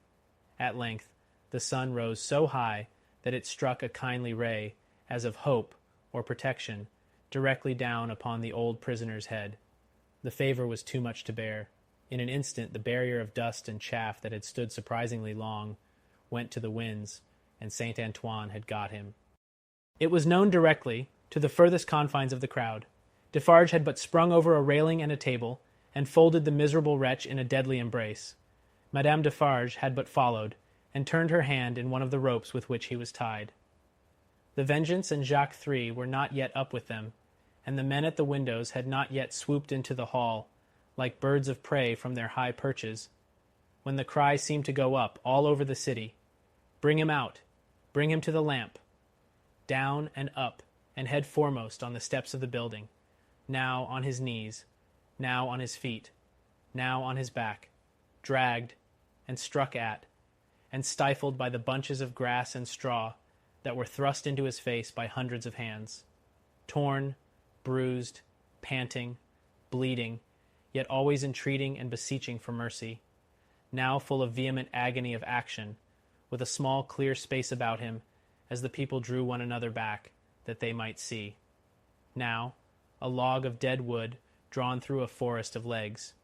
He was hauled to the nearest street corner, where one of the fatal lamps swung, and there Madame Defarge let him go, as a cat might have done to a mouse, and silently and composedly looked at him while they made ready, and while he besought her, the women passionately screeching at him all the time, and the men sternly calling out to have him killed with grass in his mouth. Once he went aloft, and the rope broke, and they caught him shrieking. Twice he went aloft, and the rope broke, and they caught him shrieking. Then the rope was merciful, and held him, and his head was soon upon a pike, with grass enough in the mouth for all Saint Antoine to dance at the sight of. Nor was this the end of the day's bad work, for Saint Antoine so shouted and danced his angry blood up that it boiled again, on hearing when the day closed in, that the son-in-law of the dispatched, another of the people's enemies and insulters, was coming into Paris under a guard 500 strong, in cavalry alone. Saint Antoine wrote his crimes on flaring sheets of paper, seized him, would have torn him out of the breast of an army to bear Foulon company, set his head and heart on pikes, and carried the 3 spoils of the day, in wolf procession through the streets. Not before dark night did the men and women come back to the children, wailing and breadless. Then the miserable bakers' shops were beset by long files of them, patiently waiting to buy bad bread, and while they waited with stomachs faint and empty, they beguiled the time by embracing one another on the triumphs of the day and achieving them again in gossip. Gradually, these strings of ragged people shortened and frayed away, and then poor lights began to shine in high windows, and slender fires were made in the streets, at which neighbors cooked in common, afterwards supping at their doors. Scanty and insufficient suppers those, and innocent of meat, as of most other sauce to wretched bread. Yet human fellowship infused some nourishment into the flinty viands, and struck some sparks of cheerfulness out of them. Fathers and mothers who had had their full share in the worst of the day played gently with their meager children, and lovers, with such a world around them and before them, loved and hoped. It was almost morning, when Defarge's wine shop parted with its last knot of customers, and Monsieur Defarge said to Madame his wife, in husky tones, while fastening the door, "At last it is come, my dear." "Eh well," returned Madame. "Almost." Saint Antoine slept. The Defarges slept. Even the Vengeance slept with her starved grocer, and the drum was at rest. The drums was the only voice in Saint Antoine that blood and hurry had not changed. The Vengeance, as custodian of the drum, could have wakened him up and had the same speech out of him as before the Bastille fell, or old Foulon was seized. Not so with the hoarse tones of the men and women in Saint Antoine's bosom. 23 Fire Rises. There was a change on the village where the fountain fell, and where the mender of roads went forth daily to hammer out of the stones on the highway such morsels of bread as might serve for patches to hold his poor ignorant soul and his poor reduced body together. The prison on the crag was not so dominant as of yore. There were soldiers to guard it, but not many. There were officers to guard the soldiers, but not one of them knew what his men would do. Beyond this, that it would probably not be what he was ordered. Far and wide lay a ruined country, yielding nothing but desolation. Every green leaf, every blade of grass and blade of grain, was as shriveled and poor as the miserable people. Everything was bowed down, dejected, oppressed, and broken. Habitations, fences, domesticated animals, men, women, children, and the soil that bore them, all worn out. Monseigneur, often a most worthy individual gentleman, was a national blessing, gave a chivalrous tone to things, was a polite example of luxurious and shining fief, and a great deal more to equal purpose. Nevertheless, Monseigneur as a class had, somehow or other, brought things to this. Strange that creation, designed expressly for Monseigneur, should be so soon wrung dry and squeezed out. There must be something short-sighted in the eternal arrangements, surely. Thus it was, however, and the last drop of blood having been extracted from the flints, and the last screw of the rack having been turned so often that its purchase crumbled, and it now turned and turned with nothing to bite, Monseigneur began to run away from a phenomenon so low and unaccountable. But this was not the change on the village, and on many a village like it. For scores of years gone by, Monseigneur had squeezed it and wrung it, and had seldom graced it with his presence except for the pleasures of the chase now, found in hunting the people, now, found in hunting the beasts, for whose preservation Monseigneur made edifying spaces of barbarous and barren wilderness. No. The change consisted in the appearance of strange faces of low caste, rather than in the disappearance of the high caste, chiseled, and otherwise beautified and beautifying features of Monseigneur. For in these times, as the mender of roads worked, solitary, in the dust, not often troubling himself to reflect that dust he was, and to dust he must return, being for the most part too much occupied in thinking how little he had for supper, and how much more he would eat if he had it. In these times, as he raised his eyes from his lonely labor, and viewed the prospect, he would see some rough figure approaching on foot, the like of which was once a rarity in those parts, but was now a frequent presence.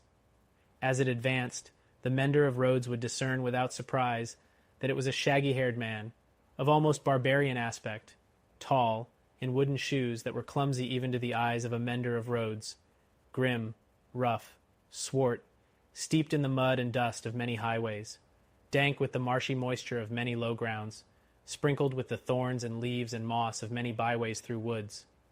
Such a man came upon him, like a ghost, at noon in the July weather, as he sat on his heap of stones under a bank, taking such shelter as he could get from a shower of hail. The man looked at him, looked at the village in the hollow, at the mill, and at the prison on the crag. When he had identified these objects in what benighted mind he had, he said, in a dialect that was just intelligible, "How goes it, Jacques?" "All well, Jacques." "Touch, then." They joined hands, and the man sat down on the heap of stones. "No dinner?" "Nothing but supper now," said the mender of roads, with a hungry face. "It is the fashion," growled the man. "I meet no dinner anywhere."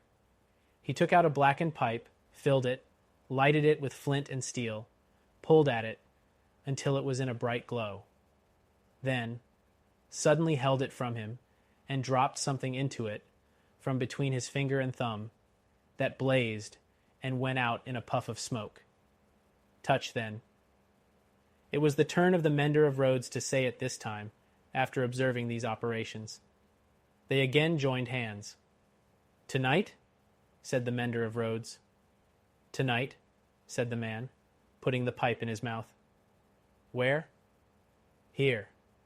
He and the mender of roads sat on the heap of stones, looking silently at one another, with the hail driving in between them like a pygmy charge of bayonets, until the sky began to clear over the village.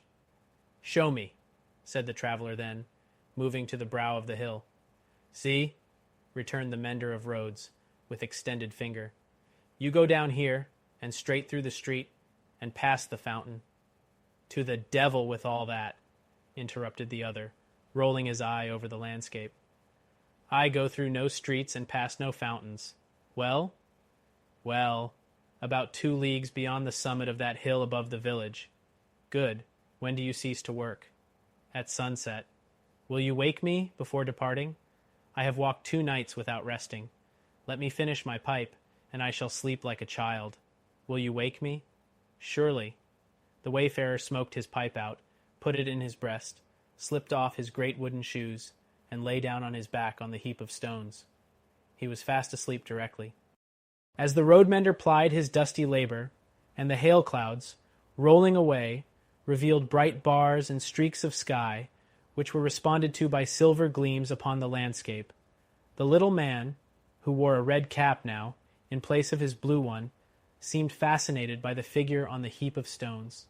His eyes were so often turned towards it that he used his tools mechanically, and, one would have said, to very poor account. The bronze face, the shaggy black hair and beard, the coarse woolen red cap, the rough medley dress of homespun stuff and hairy skins of beasts, the powerful frame attenuated by spare living, and the sullen and desperate compression of the lips in sleep, inspired the mender of roads with awe. The traveler had traveled far, and his feet were footsore, and his ankles chafed and bleeding. His great shoes, stuffed with leaves and grass, had been heavy to drag over the many long leagues, and his clothes were chafed into holes, as he himself was into sores. Stooping down beside him, the road-mender tried to get a peep at secret weapons in his breast, or where not, but in vain, for he slept with his arms crossed upon him, and set as resolutely as his lips.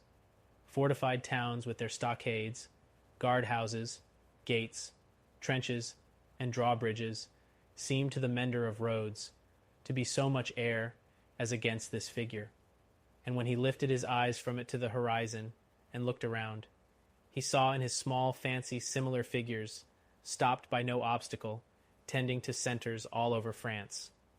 The man slept on, indifferent to showers of hail and intervals of brightness, to sunshine on his face and shadow, to the paltering lumps of dull ice on his body, and the diamonds into which the sun changed them, until the sun was low in the west, and the sky was glowing. Then, the mender of roads, having got his tools together, and all things ready to go down into the village, roused him. "Good," said the sleeper, rising on his elbow. 2 leagues beyond the summit of the hill? About. Good. The mender of roads went home, with the dust going on before him according to the set of the wind, and was soon at the fountain, squeezing himself in among the lean kine brought there to drink, and appearing even to whisper to them in his whispering to all the village. When the village had taken its poor supper, it did not creep to bed, as it usually did, but came out of doors again, and remained there. A curious contagion of whispering was upon it, and also, when it gathered together at the fountain in the dark, another curious contagion of looking expectantly at the sky, in one direction only. Monsieur Gabelle, chief functionary of the place, became uneasy, went out on his housetop alone, and looked in that direction too, glanced down from behind his chimneys at the darkening faces by the fountain below, and sent word to the sacristan who kept the keys of the church, that there might be need to ring the tocsin by and by. The night deepened. The trees environing the old chateau, keeping its solitary state apart, moved in a rising wind, as though they threatened the pile of building massive and dark in the gloom. Up the 2 terrace flights of steps the rain ran wildly, and beat at the great door, like a swift messenger rousing those within. Uneasy rushes of wind went through the hall, among the old spears and knives, and passed lamenting up the stairs, and shook the curtains of the bed where the last marquis had slept. East, west, north, and south, through the woods, 4 heavy-treading, unkempt figures crushed the high grass and cracked the branches, striding on cautiously to come together in the courtyard. 4 lights broke out there and moved away in different directions, and all was black again. But not for long. Presently, the chateau began to make itself strangely visible by some light of its own, as though it were growing luminous. Then, a flickering streak played behind the architecture of the front, picking out transparent places, and showing where balustrades, arches, and windows were. Then it soared higher, and grew broader and brighter.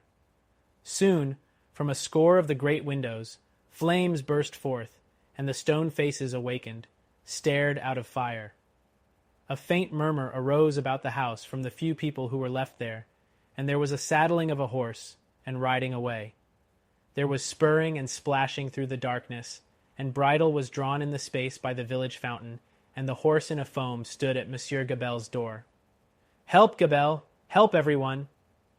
The tocsin rang impatiently, but other help, if that were any, there was none. The mender of roads, and 250 particular friends, stood with folded arms at the fountain, looking at the pillar of fire in the sky. "It must be 40 feet high," said they grimly, and never moved. The rider from the chateau, and the horse in a foam, clattered away through the village, and galloped up the stony steep, to the prison on the crag. At the gate, a group of officers were looking at the fire. Removed from them, a group of soldiers. "Help, gentlemen! Officers! The chateau is on fire. Valuable objects may be saved from the flames by timely aid. Help! Help!" The officers looked towards the soldiers who looked at the fire, gave no orders, and answered, with shrugs and biting of lips, "It must burn." As the rider rattled down the hill again and through the street, the village was illuminating. The mender of roads and the 250 particular friends, inspired as one man and woman by the idea of lighting up, had darted into their houses and were putting candles in every dull little pane of glass. The general scarcity of everything occasioned candles to be borrowed in a rather peremptory manner of Monsieur Gabelle, and in a moment of reluctance and hesitation on that functionary's part, the mender of roads, once so submissive to authority, had remarked that carriages were good to make bonfires with, and that post-horses would roast. The chateau was left to itself to flame and burn. In the roaring and raging of the conflagration, a red-hot wind, driving straight from the infernal regions, seemed to be blowing the edifice away. With the rising and falling of the blaze, the stone faces showed as if they were in torment. When great masses of stone and timber fell, the face with the two dints in the nose became obscured. Anon struggled out of the smoke again, as if it were the face of the cruel marquis, burning at the stake and contending with the fire. The chateau burned. The nearest trees, laid hold of by the fire, scorched and shriveled. Trees at a distance, fired by the 4 fierce figures, begirt the blazing edifice with a new forest of smoke. Molten lead and iron boiled in the marble basin of the fountain. The water ran dry. The extinguisher tops of the towers vanished like ice before the heat, and trickled down into 4 rugged wells of flame. Great rents and splits branched out in the solid walls, like crystallization. Stupefied birds wheeled about and dropped into the furnace. 4 fierce figures trudged away, east, west, north, and south, along the night-enshrouded roads, guided by the beacon they had lighted, towards their next destination. The illuminated village had seized hold of the tocsin, and abolishing the lawful ringer, rang for joy.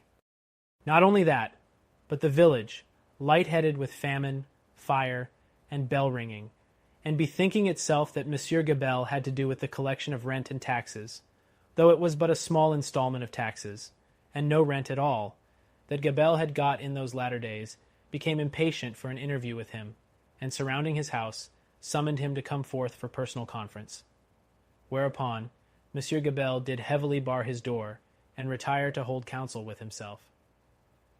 The result of that conference was, that Gabelle again withdrew himself to his housetop behind his stack of chimneys. This time resolved, if his door were broken in, he was a small southern man of retaliative temperament, to pitch himself head foremost over the parapet, and crush a man or two below. Probably, Monsieur Gabelle passed a long night up there, with the distant chateau for fire and candle, and the beating at his door, combined with the joy-ringing for music, not to mention his having an ill-omened lamp slung across the road before his posting-house gate, which the village showed a lively inclination to displace in his favor. A trying suspense, to be passing a whole summer night on the brink of the black ocean, ready to take that plunge into it upon which Monsieur Gabelle had resolved. But the friendly dawn appearing at last, and the rush candles of the village guttering out, the people happily dispersed, and Monsieur Gabelle came down bringing his life with him for that while. Within 100 miles, and in the light of other fires, there were other functionaries less fortunate, that night, and other nights, whom the rising sun found hanging across once peaceful streets, where they had been born and bred. Also, there were other villagers and townspeople less fortunate than the mender of roads and his fellows, upon whom the functionaries and soldiery turned with success, and whom they strung up in their turn. But The fierce figures were steadily wending east, west, north, and south, be that as it would, and whosoever hung, fire burned. The altitude of the gallows that would turn to water and quench it, no functionary, by any stretch of mathematics, was able to calculate successfully. 24. Drawn to the Loadstone rock. In such risings of fire and risings of sea, the firm earth shaken by the rushes of an angry ocean, which had now no ebb, but was always on the flow, higher and higher, to the terror and wonder of the beholders on the shore. 3 years of tempest were consumed. 3 more birthdays of little Lucy had been woven by the golden thread into the peaceful tissue of the life of her home. Many a night and many a day had its inmates listened to the echoes in the corner, with hearts that failed them when they heard the thronging feet. For the footsteps had become to their minds as the footsteps of a people, tumultuous under a red flag and with their country declared in danger, changed into wild beasts by terrible enchantment long persisted in. Monseigneur, as a class, had dissociated himself from the phenomenon of his not being appreciated, of his being so little wanted in France as to incur considerable danger of receiving his dismissal from it and this life together. Like the fabled rustic who raised the devil with infinite pains, and was so terrified at the sight of him that he could ask the enemy no question, but immediately fled. So, Monseigneur, after boldly reading the Lord's Prayer backwards for a great number of years, and performing many other potent spells for compelling the evil one, no sooner beheld him in his terrors than he took to his noble heels. The shining bull's-eye of the court was gone, or it would have been the mark for a hurricane of national bullets. It had never been a good eye to see, with had long had the mote in it of Lucifer's pride, Sardana Palace's luxury, and a mole's blindness, but it had dropped out and was gone. The court, from that exclusive inner circle to its outermost rotten ring of intrigue, corruption, and dissimulation, was all gone together. Royalty was gone, had been besieged in its palace and suspended, when the last tidings came over. The August of the year 1792 was come, and Monseigneur was by this time scattered far and wide. As was natural, the headquarters and great gathering place of Monseigneur, in London, was Tellson's Bank. Spirits are supposed to haunt the places where their bodies most resorted, and Monseigneur without a guinea haunted the spot where his guineas used to be. Moreover, it was the spot to which such French intelligence as was most to be relied upon came quickest. Again, Tellson's was a munificent house, and extended great liberality to old customers who had fallen from their high estate. Again, those nobles who had seen the coming storm in time, and anticipating plunder or confiscation, had made provident remittances to Tellson's, were always to be heard of there by their needy brethren, to which it must be added that every newcomer from France reported himself and his tidings at Tellson's, almost as a matter of course. For such variety of reasons, Tellson's was at that time, as to French intelligence, a kind of high exchange, and this was so well known to the public, and the inquiries made there were in consequence so numerous, that Tellson's sometimes wrote the latest news out in a line or so, and posted it in the bank windows, for all who ran through Temple Bar to read. On a steaming, misty afternoon, Mr. Lorry sat at his desk, and Charles Darnay stood leaning on it, talking with him in a low voice. The penitential den, once set apart for interviews with the House, was now the news exchange, and was filled to overflowing. It was within half an hour or so of the time of closing. But, although you are the youngest man that ever lived, said Charles Darnay, rather hesitating, I must still suggest to you— I understand. That I am too old? Said Mr. Lorry. Unsettled weather, a long journey, uncertain means of traveling, a disorganized country, a city that may not be even safe for you.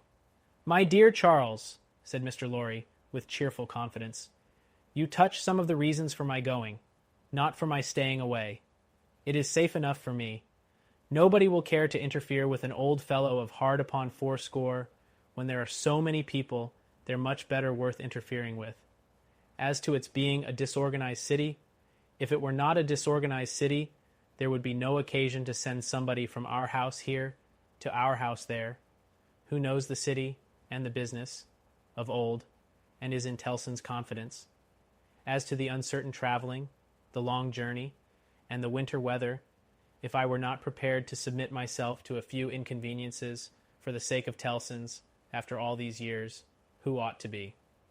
I wish I were going myself, said Charles Darnay, somewhat restlessly, and like one thinking aloud. Indeed, you are a pretty fellow to object and advise, exclaimed Mr. Lorry. You wish you were going yourself? And you a Frenchman born? You are a wise counselor.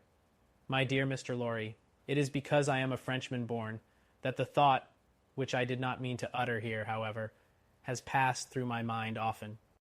One cannot help thinking, having had some sympathy for the miserable people, and having abandoned something to them, he spoke here in his former thoughtful manner, that one might be listened to, and might have the power to persuade to some restraint.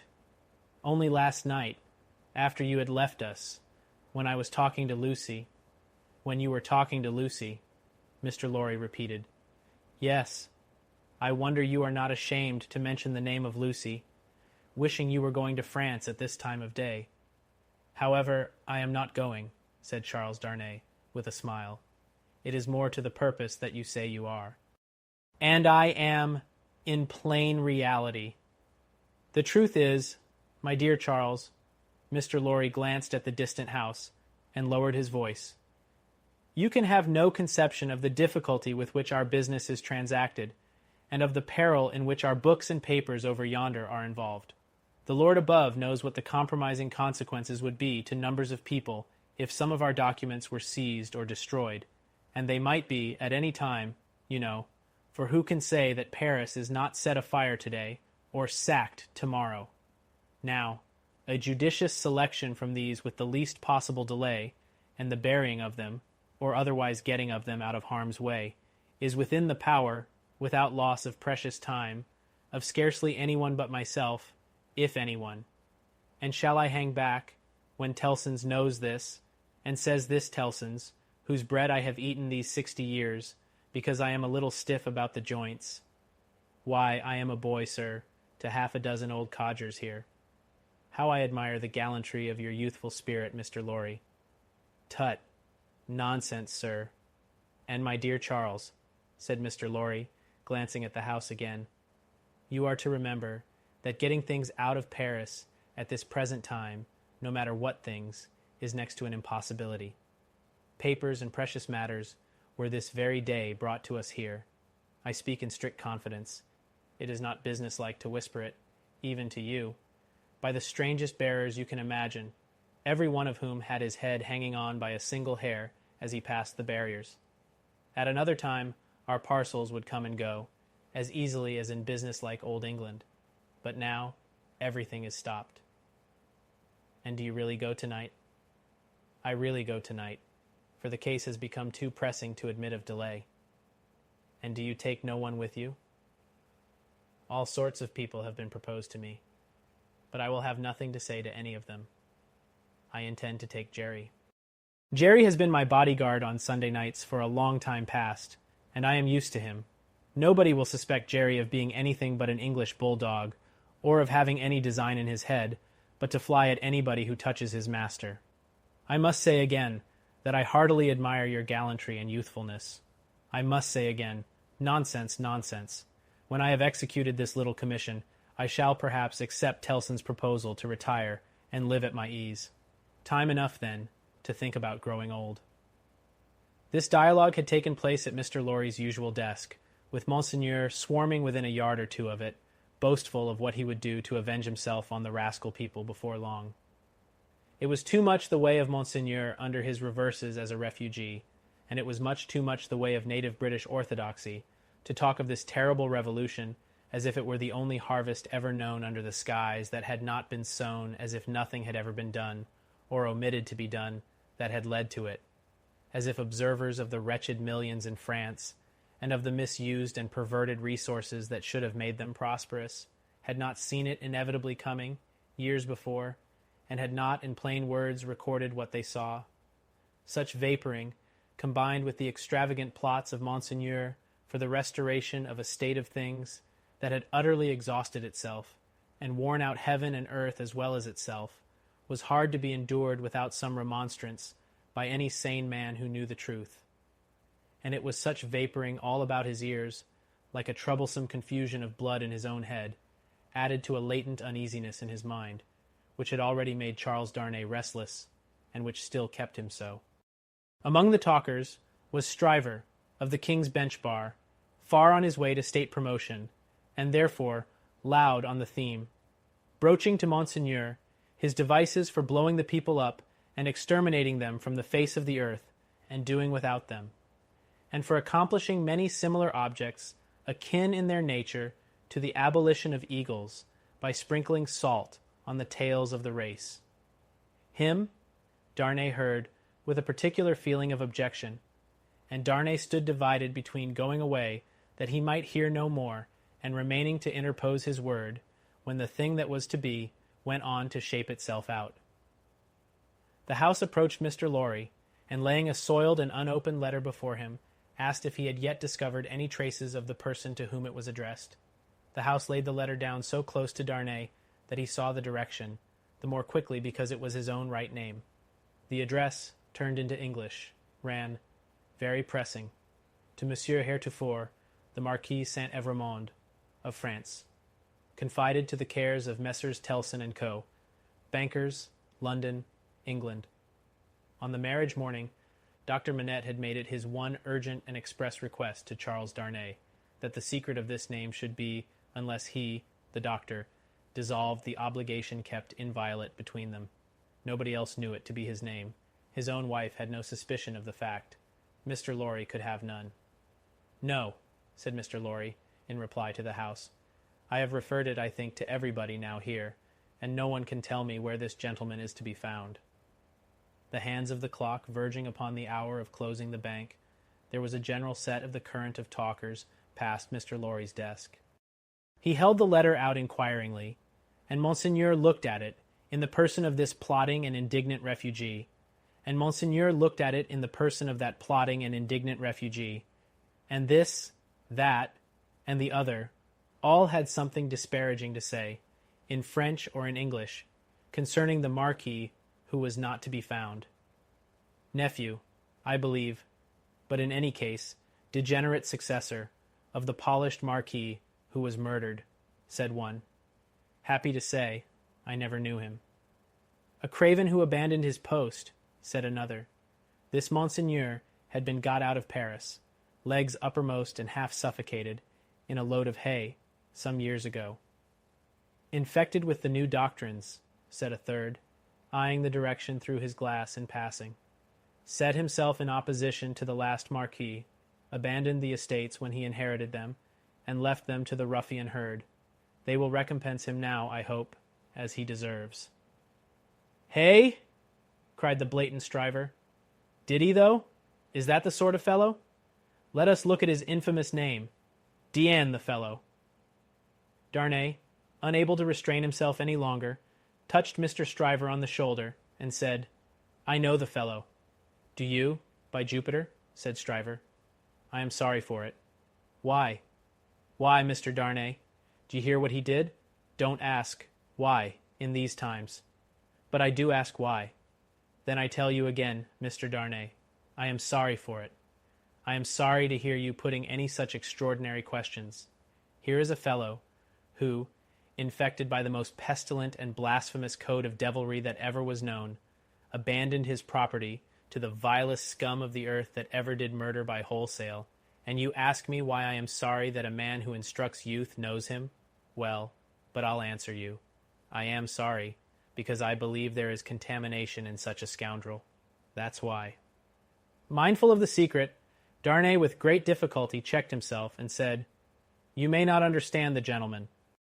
I understand how to put you in a corner, Mr. Darnay, said Bully Stryver, and I'll do it. If this fellow is a gentleman, I don't understand him.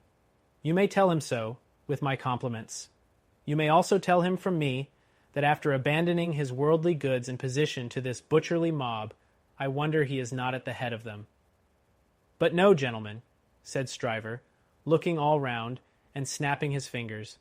I know something of human nature, and I tell you that you'll never find a fellow like this fellow, trusting himself to the mercies of such precious proteges. No, gentlemen, he'll always show him a clean pair of heels very early in the scuffle and sneak away. With those words, and a final snap of his fingers, Mr. Stryver shouldered himself into Fleet Street, amidst the general approbation of his hearers.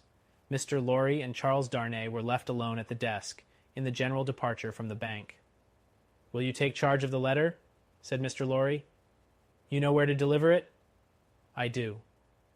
"Will you undertake to explain that we suppose it to have been addressed here, on the chance of our knowing where to forward it, and that it has been here some time?" "I will do so. Do you start for Paris from here?" "From here at 8. I will come back to see you off." Very ill at ease with himself, and with Stryver and most other men, Darnay made the best of his way into the quiet of the Temple, opened the letter, and read it. These were its contents. Prison of the Abbaye, Paris, June 21st, 1792. Monsieur Heretofort, the Marquis. After having long been in danger of my life at the hands of the village, I have been seized with great violence and indignity, and brought a long journey on foot to Paris. On the road I have suffered a great deal, nor is that all. My house has been destroyed, razed to the ground.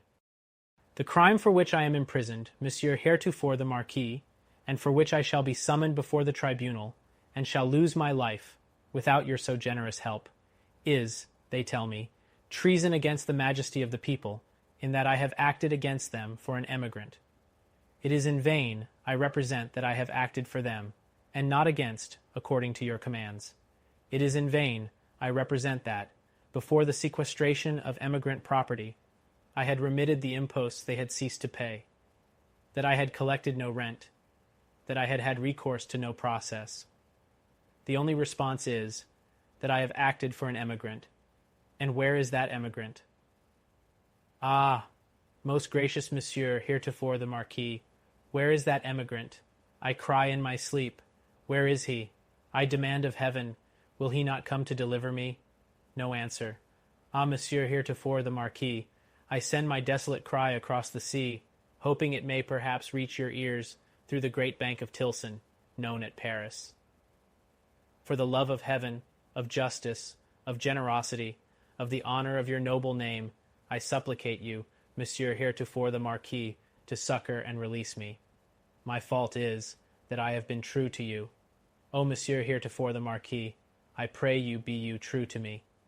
From this prison here of horror, whence I every hour tend nearer and nearer to destruction, I send you, Monsieur Heretofort the Marquis, the assurance of my dolorous and unhappy service. Your afflicted Gabelle. The latent uneasiness in Darnay's mind was roused to vigorous life by this letter. The peril of an old servant and a good one, whose only crime was fidelity to himself and his family, stared him so reproachfully in the face that as he walked to and fro in the temple considering what to do, he almost hid his face from the passers-by. He knew very well that in his horror of the deed which had culminated the bad deeds and bad reputation of the old family house, in his resentful suspicions of his uncle, and in the aversion with which his conscience regarded the crumbling fabric that he was supposed to uphold, he had acted imperfectly. He knew very well that in his love for Lucy, his renunciation of his social place, though by no means new to his own mind, had been hurried and incomplete. He knew that he ought to have systematically worked it out and supervised it, and that he had meant to do it, and that it had never been done. The happiness of his own chosen English home, the necessity of being always actively employed, the swift changes and troubles of the time which had followed on one another so fast that the events of this week annihilated the immature plans of last week, and the events of the week following made all new again. He knew very well that to the force of these circumstances he had yielded, not without disquiet, but still without continuous and accumulating resistance. That he had watched the times for a time of action, and that they had shifted and struggled until the time had gone by, and the nobility were trooping from France by every highway and byway, and their property was in course of confiscation and destruction, and their very names were blotting out, was as well known to himself as it could be to any new authority in France that might impeach him for it. But he had oppressed no man, he had imprisoned No man. He was so far from having harshly exacted payment of his dues that he had relinquished them of his own will, thrown himself on a world with no favor in it, won his own private place there, and earned his own bread.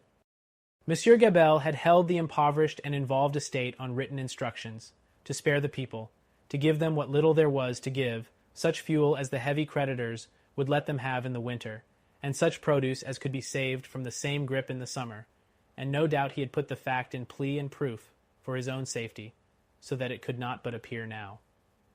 This favored the desperate resolution Charles Darnay had begun to make, that he would go to Paris. Yes. Like the mariner in the old story, the winds and streams had driven him within the influence of the Loadstone rock, and it was drawing him to itself, and he must go. Everything that arose before his mind drifted him on, faster and faster, more and more steadily, to the terrible attraction. His latent uneasiness had been that bad aims were being worked out in his own unhappy land by bad instruments, and that he who could not fail to know that he was better than they was not there, trying to do something to stay bloodshed and assert the claims of mercy and humanity. With this uneasiness, half stifled and half reproaching him, he had been brought to the pointed comparison of himself with the brave old gentleman in whom duty was so strong. Upon that comparison, injurious to himself, had instantly followed the sneers of Monseigneur, which had stung him bitterly, and those of Stryver, which above all were coarse and galling, for old reasons. Upon those had followed Gabelle's letter, the appeal of an innocent prisoner in danger of death to his justice, honor, and good name. His resolution was made. He must go to Paris. Yes, the Loadstone rock was drawing him, and he must sail on until he struck. He knew of no rock. He saw hardly any danger. The intention with which he had done what he had done, even although he had left it incomplete, presented it before him in an aspect that would be gratefully acknowledged in France on his presenting himself to assert it. Then, that glorious vision of doing good, which is so often the sanguine mirage of so many good minds, arose before him, and he even saw himself in the illusion, with some influence to guide this raging revolution that was running so fearfully wild. As he walked to and fro with his resolution made, he considered that neither Lucy nor her father must know of it until he was gone. Lucy should be spared the pain of separation, and her father, always reluctant to turn his thoughts towards the dangerous ground of old, should come to the knowledge of the step, as a step taken, and not in the balance of suspense and doubt. How much of the incompleteness of his situation was referable to her father, through the painful anxiety to avoid reviving old associations of France in his mind, he did not discuss with himself. But that circumstance, too, had had its influence in his course. He walked to and fro, with thoughts very busy, until it was time to return to Tellson's and take leave of Mr. Lorry. As soon as he arrived in Paris, he would present himself to this old friend, but he must say nothing of his intention now. A carriage with post-horses was ready at the bank door, and Jerry was booted and equipped. "I have delivered that letter," said Charles Darnay to Mr. Lorry. "I would not consent to your being charged with any written answer, but perhaps you will take a verbal one?" "That I will, and readily," said Mr. Lorry, "if it is not dangerous." "Not at all, though it is to a prisoner in the Abbaye." "What is his name?" said Mr. Lorry, with his open pocket-book in his hand. "Gabelle. Gabelle. And what is the message to the unfortunate Gabelle in prison?" "Simply, that he has received the letter, and will come." "Any time mentioned?" "He will start upon his journey tomorrow night." "Any person mentioned?" "No." He helped Mr. Lorry to wrap himself in a number of coats and cloaks, and went out with him from the warm atmosphere of the old bank into the misty air of Fleet Street. "My love to Lucy, and to little Lucy," said Mr. Lorry at parting, "and take precious care of them till I come back." Charles Darnay shook his head, and doubtfully smiled, as the carriage rolled away. That night, it was the 14th of August, he sat up late, and wrote 2 fervent letters. One was to Lucy, explaining the strong obligation he was under to go to Paris, and showing her at length the reasons that he had for feeling confident that he could become involved in no personal danger there. The other was to the doctor, confiding Lucy and their dear child to his care, and dwelling on the same topics with the strongest assurances. To both, he wrote that he would dispatch letters in proof of his safety immediately after his arrival. It was a hard day, that day of being among them, with the first reservation of their joint lives on his mind. It was a hard matter to preserve the innocent deceit of which they were profoundly unsuspicious. But an affectionate glance at his wife, so happy and busy, made him resolute not to tell her what impended. He had been half moved to do it, so strange it was to him to act in anything without her quiet aid, and the day passed quickly. Early in the evening he embraced her, and her scarcely less dear namesake, pretending that he would return by and by. An imaginary engagement took him out, and he had secreted a valise of clothes ready, and so he emerged into the heavy mist of the heavy streets with a heavier heart. The unseen force was drawing him fast to itself now, and all the tides and winds were setting straight and strong towards it. He left his 2 letters with a trusty porter, to be delivered half an hour before midnight, and no sooner, took horse for Dover, and began his journey. For the love of heaven, of justice, of generosity, of the honor of your noble name, was the poor prisoner's cry with which he strengthened his sinking heart, as he left all that was dear on earth behind him, and floated away for the Loadstone rock.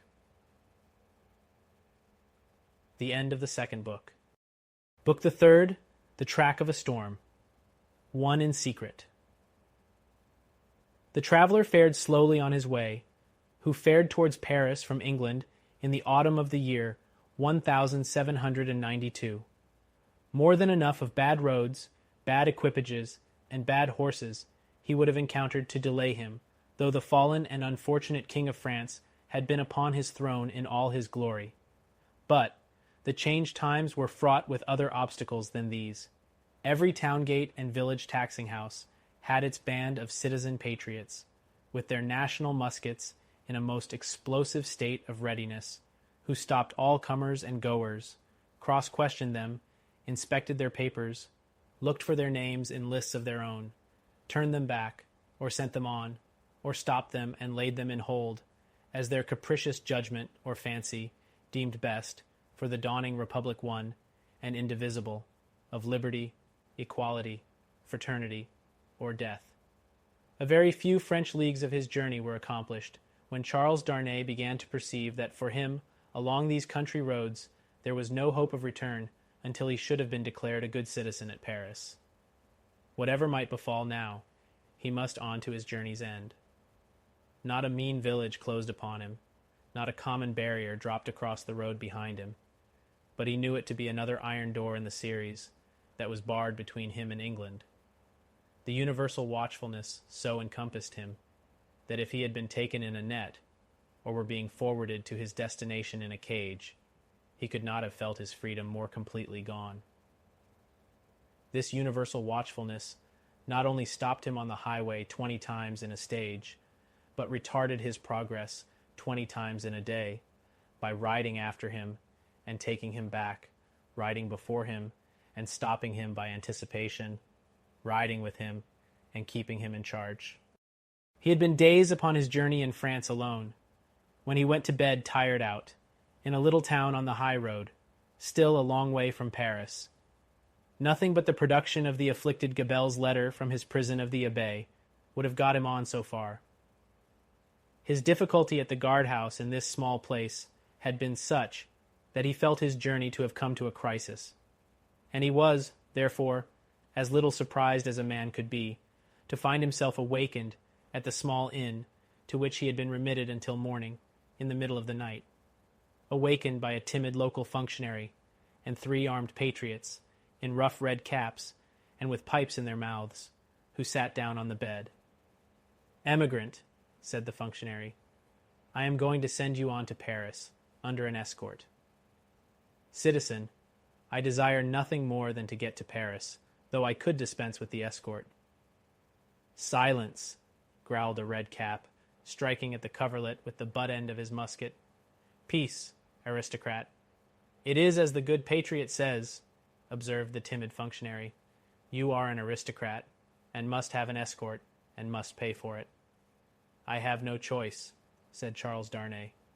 Choice! Listen to him, cried the same scowling redcap, as if it was not a favor to be protected from the lamp iron. It is always as the good patriot says, observed the functionary. Rise and dress yourself, emigrant. Darnay complied, and was taken back to the guardhouse, where other patriots in rough red caps were smoking, drinking, and sleeping by a watch-fire. Here he paid a heavy price for his escort, and hence he started with it on the wet roads at 3 o'clock in the morning. The escort were 2 mounted patriots in red caps and tricolored cockades, armed with national muskets and sabres, who rode one on either side of him. The escorted governed his own horse, but a loose line was attached to his bridle, the end of which one of the patriots kept girded round his wrist. In this state they set forth with the sharp rain driving in their faces, clattering at a heavy dragoon trot over the uneven town pavement and out upon the mire-deep roads. In this state they traversed without change, except of horses and pace, all the mire-deep leagues that lay between them and the capital. They travelled in the night, halting an hour or two after daybreak, and lying by until the twilight fell. The escort were so wretchedly clothed that they twisted straw round their bare legs and thatched their ragged shoulders to keep the wet off. Apart from the personal discomfort of being so attended, and apart from such considerations of present danger as arose from one of the patriots being chronically drunk, and carrying his musket very recklessly, Charles Darnay did not allow the restraint that was laid upon him to awaken any serious fears in his breast. For he reasoned with himself that it could have no reference to the merits of an individual case that was not yet stated, and of representations, confirmable by the prisoner in the Abbaye, that were not yet made. But when they came to the town of Beauvais, which they did at eventide, when the streets were filled with people, he could not conceal from himself that the aspect of affairs was very alarming. An ominous crowd gathered to see him dismount of the posting-yard, and many voices called out loudly, "Down with the emigrant!" He stopped in the act of swinging himself out of his saddle, and resuming it as his safest place, said, "Emigrant, my friends, do you not see me here in France of my own will?" "You are a cursed emigrant," cried a farrier, making at him in a furious manner through the press, hammer in hand, "and you are a cursed aristocrat." The postmaster interposed himself between this man and the rider's bridle, at which he was evidently making, and soothingly said, "Let him be, let him be. He will be judged at Paris." "Judged," repeated the farrier, swinging his hammer. "Aye, and condemned as a traitor." At this the crowd roared approval. Checking the postmaster, who was for turning his horse's head to the yard, the drunken patriot sat composedly in his saddle looking on, with the line round his wrist. Darnay said, as soon as he could make his voice heard, "Friends, you deceive yourselves, or you are deceived. I am not a traitor." "He lies," cried the smith. "He is a traitor since the decree. His life is forfeit to the people. His cursed life is not his own." At the instant when Darnay saw a rush in the eyes of the crowd, which another instant would have brought upon him, the postmaster turned his horse into the yard. The escort rode in close upon his horse's flanks, and the postmaster shut and barred the crazy double gates. The farrier struck a blow upon them with his hammer, and the crowd groaned, but no more was done. "What is this decree that the smith spoke of?" Darnay asked the postmaster, when he had thanked him, and stood beside him in the yard. "Truly, a decree for selling the property of emigrants." "When passed?" "On the 14th, the day I left England. Everybody says it is but one of several, and that there will be others, if there are not already banishing all emigrants and condemning all to death who return. That is what he meant when he said your life was not your own. But there are no such decrees yet?" "What do I know?" said the postmaster, shrugging his shoulders. "There may be, or there will be. It is all the same. What would you have?" They rested on some straw in a loft until the middle of the night, and then rode forward again when all the town was asleep. Among the many wild changes observable on familiar things which made this wild ride unreal, not the least was the seeming rarity of sleep. After long and lonely spurring over dreary roads, they would come to a cluster of poor cottages, not steeped in darkness, but all glittering with lights, and would find the people, in a ghostly manner in the dead of the night, circling hand in hand round a shriveled tree of liberty, or all drawn up together singing a liberty song. Happily, however, there was sleep in Beauvais that night to help them out of it, and they passed on once more into solitude and loneliness, jingling through the untimely cold and wet among impoverished fields that had yielded no fruits of the earth that year, diversified by the blackened remains of burnt houses, and by the sudden emergence from ambuscade and sharp reining up across their way of patriot patrols on the watch on all the roads. Daylight at last found them before the wall of Paris. The barrier was closed and strongly guarded when they rode up to it. "Where are the papers of this prisoner?" demanded a resolute-looking man in authority, who was summoned out by the guard.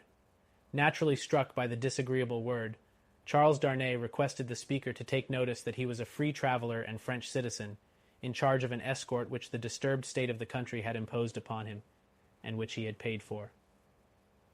"Where," repeated the same personage, without taking any heed of him whatever, "are the papers of this prisoner?" The drunken patriot had them in his cap, and produced them.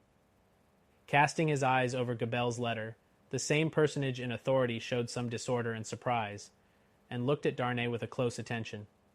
He left escort, and escorted without saying a word, however, and went into the guard-room. Meanwhile they sat upon their horses outside the gate. Looking about him while in this state of suspense, Charles Darnay observed that the gate was held by a mixed guard of soldiers and patriots, the latter far outnumbering the former, and that while ingress into the city for peasants' carts bringing in supplies, and for similar traffic and traffickers, was easy enough, egress, even for the homeliest people, was very difficult. A numerous medley of men and women, not to mention beasts and vehicles of various sorts, was waiting to issue forth, but the previous identification was so strict that they filtered through the barrier very slowly. Some of these people knew their turn for examination to be so far off that they lay down on the ground to sleep or smoke, while others talked together or loitered about. The red cap and tricolor cockade were universal, both among men and women. When he had sat in his saddle some half hour, taking note of these things, Darnay found himself confronted by the same man in authority, who directed the guard to open the barrier. Then he delivered to the escort, drunk and sober, a receipt for the escorted, and requested him to dismount. He did so, and the two patriots, leading his tired horse, turned and rode away without entering the city. He accompanied his conductor into a guard-room, smelling of common wine and tobacco, where certain soldiers and patriots, asleep and awake, drunk and sober, and in various neutral states between sleeping and waking, drunkenness and sobriety, were standing and lying about. The light in the guardhouse, half derived from the waning oil lamps of the night, and half from the overcast day, was in a correspondingly uncertain condition. Some registers were lying open on a desk, and an officer of a coarse, dark aspect presided over these. "Citizen Defarge," said he to Darnay's conductor, as he took a slip of paper to write on. "Is this the emigrant Evrémonde?" "This is the man." "Your age, Evrémonde?" 37. "Married, Evrémonde?" "Yes." "Where married?" "In England." "Without doubt." "Where is your wife, Evrémonde?" "In England." "Without doubt." "You are consigned, Evrémonde, to the prison of La Force." "Just heaven!" exclaimed Darnay. "Under what law, and for what offense?" The officer looked up from his slip of paper for a moment. "We have new laws, Evrémonde, and new offenses, since you were here." He said it with a hard smile, and went on writing. "I entreat you to observe that I have come here voluntarily, in response to that written appeal of a fellow countryman which lies before you. I demand no more than the opportunity to do so without delay. Is not that my right?" "Emigrants have no rights, Evrémonde," was the stolid reply. The officer wrote, until he had finished, read over to himself what he had written, sanded it, and handed it to Defarge, with the words, "In secret." Defarge motioned with the paper to the prisoner that he must accompany him. The prisoner obeyed, and a guard of 2 armed patriots attended them. "Is it you?" said Defarge, in a low voice, as they went down the guardhouse steps, and turned into Paris, who married the daughter of Dr. Manette, once a prisoner in the Bastille that is no more. Yes, replied Darnay, looking at him with surprise. My name is Defarge, and I keep a wine shop in the quarter Saint-Antoine. Possibly you have heard of me. My wife came to your house to reclaim her father? Yes. The word wife seemed to serve as a gloomy reminder to Defarge, to say with sudden impatience, in the name of that sharp female newly born, and called La Guillotine, why did you come to France? You heard me say why, a minute ago. Do you not believe it is the truth? A bad truth for you, said Defarge, speaking with knitted brows, and looking straight before him. Indeed I am lost here. All here is so unprecedented, so changed, so sudden and unfair, that I am absolutely lost. Will you render me a little help? None. Defarge spoke, always looking straight before him. Will you answer me a single question? Perhaps. According to its nature. You can say what it is. In this prison that I am going to so unjustly, shall I have some free communication with the world outside? You will see. I am not to be buried there, prejudged, and without any means of presenting my case? You will see. But what then? Other people have been similarly buried in worse prisons before now. But never by me, Citizen Defarge. Defarge glanced darkly at him for answer, and walked on in a steady and set silence. The deeper he sank into this silence, the fainter hope there was, or so Darnay thought of his softening in any slight degree. He, therefore, made haste to say, It is of the utmost importance to me, you know, citizen, even better than I, of how much importance, that I should be able to communicate to Mr. Lorry, of Tellson's Bank, an English gentleman who is now in Paris, the simple fact, without comment, that I have been thrown into the prison of La Force. Will you cause that to be done for me? I will do, Defarge doggedly rejoined. Nothing for you. My duty is to my country and the people. I am the sworn servant of both, against you. I will do nothing for you. Charles Darnay felt it hopeless to entreat him further, and his pride was touched besides. As they walked on in silence, he could not but see how used the people were to the spectacle of prisoners passing along the streets. The very children scarcely noticed him. A few passers turned their heads, and a few shook their fingers at him as an aristocrat. Otherwise, that a man in good clothes should be going to prison was no more remarkable than that a laborer in working clothes should be going to work. In one narrow, dark, and dirty street through which they passed, an excited orator, mounted on a stool, was addressing an excited audience on the crimes against the people, of the king and the royal family. The few words that he caught from this man's lips first made it known to Charles Darnay that the king was in prison, and that the foreign ambassadors had one and all left Paris. On the road, except at Beauvais, he had heard absolutely nothing. The escort and the universal watchfulness had completely isolated him. That he had fallen among far greater dangers than those which had developed themselves when he left England, he of course knew now. That perils had thickened about him fast, and might thicken faster and faster yet, he of course knew now. He could not but admit to himself that he might not have made this journey if he could have foreseen the events of a few days. And yet his misgivings were not so dark as, imagined by the light of this later time, they would appear. Troubled as the future was, it was the unknown future, and in its obscurity there was ignorant hope. The horrible massacre, days and nights long, which, within a few rounds of the clock, was to set a great mark of blood upon the blessed garnering time of harvest, was as far out of his knowledge as if it had been 100,000 years away. The sharp female newly born, and called La Guillotine, was hardly known to him, or to the generality of people, by name. The frightful deeds that were to be soon done were probably unimagined at that time in the brains of the doers. How could they have a place in the shadowy conceptions of a gentle mind? Of unjust treatment in detention and hardship, and in cruel separation from his wife and child, he foreshadowed the likelihood, or the certainty, but beyond this, he dreaded nothing distinctly. With this on his mind, which was enough to carry into a dreary prison courtyard, he arrived at the prison of La Force. A man with a bloated face opened the strong wicket, to whom Defarge presented the emigrant Evrémonde. "What the devil! How many more of them?" exclaimed the man with the bloated face. Defarge took his receipt without noticing the exclamation, and withdrew, with his two fellow patriots. "What the devil, I say again!" exclaimed the jailer, left with his wife. "How many more?" The jailer's wife, being provided with no answer to the question, merely replied, "One must have patience, my dear." 3 turnkeys who entered responsive to a bell she rang, echoed the sentiment, and one added, "For the love of liberty," which sounded in that place like an inappropriate conclusion. The prison of La Force was a gloomy prison, dark and filthy, and with a horrible smell of foul sleep in it. Extraordinary how soon the noisome flavor of imprisoned sleep becomes manifest in all such places that are ill cared for. "In secret, too," grumbled the jailer, looking at the written paper. "As if I was not already full to bursting."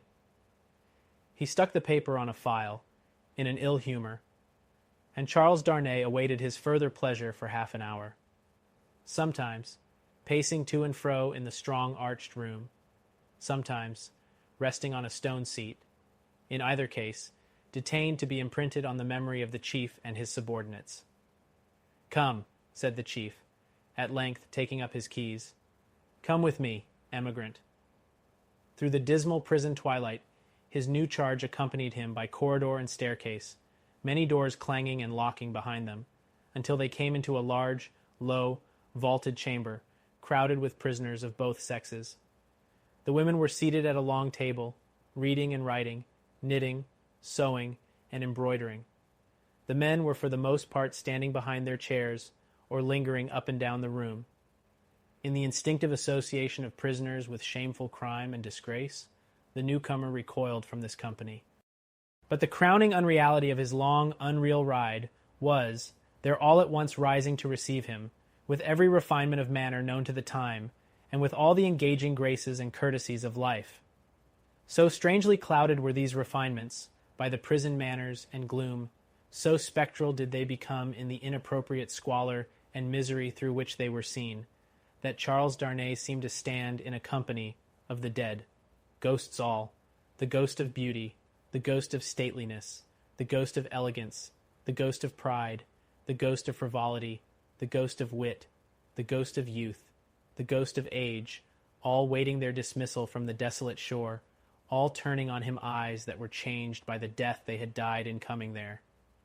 It struck him motionless.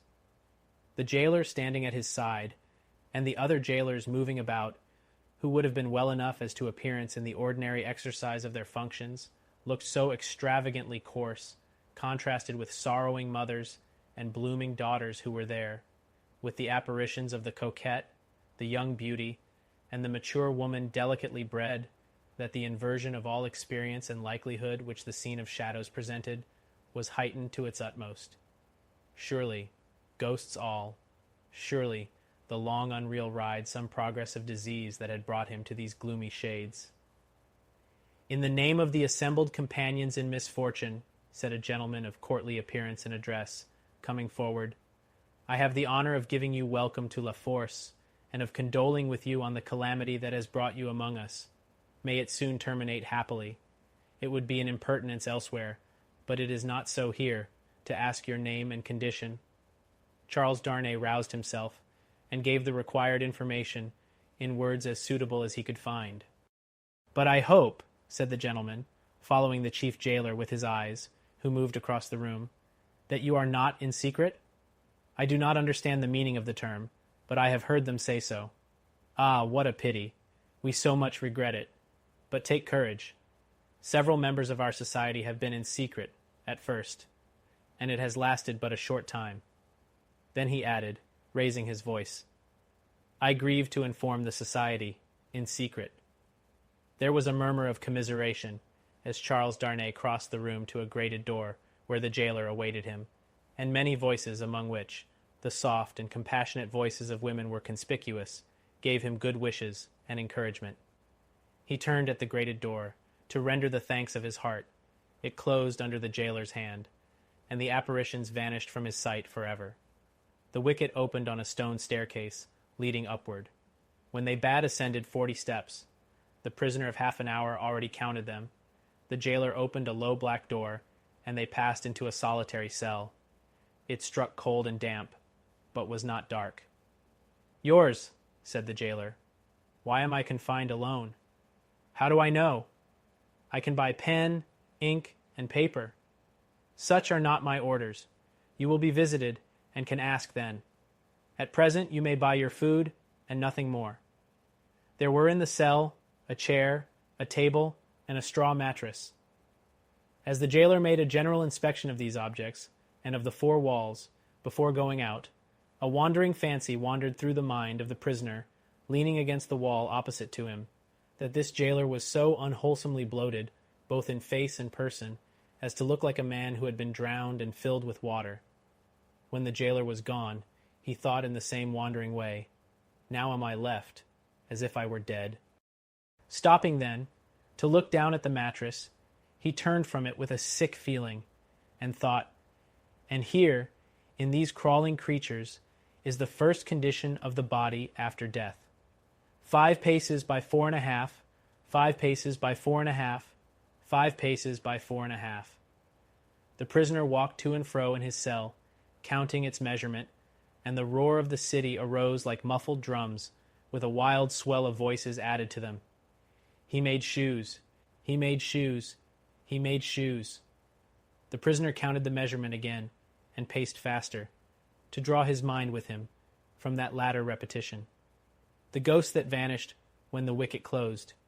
There was one among them, the appearance of a lady dressed in black, who was leaning in the embrasure of a window, and she had a light shining upon her golden hair, and she looked like— Let us ride on again, for God's sake, through the illuminated villages with the people all awake. He made shoes, he made shoes, he made shoes. 5 paces by 4.5. With such scraps tossing and rolling upward from the depths of his mind, the prisoner walked faster and faster, obstinately counting and counting, and the roar of the city changed to this extent, that it still rolled in like muffled drums, but with the wail of voices that he knew, in the swell that rose above them. 2.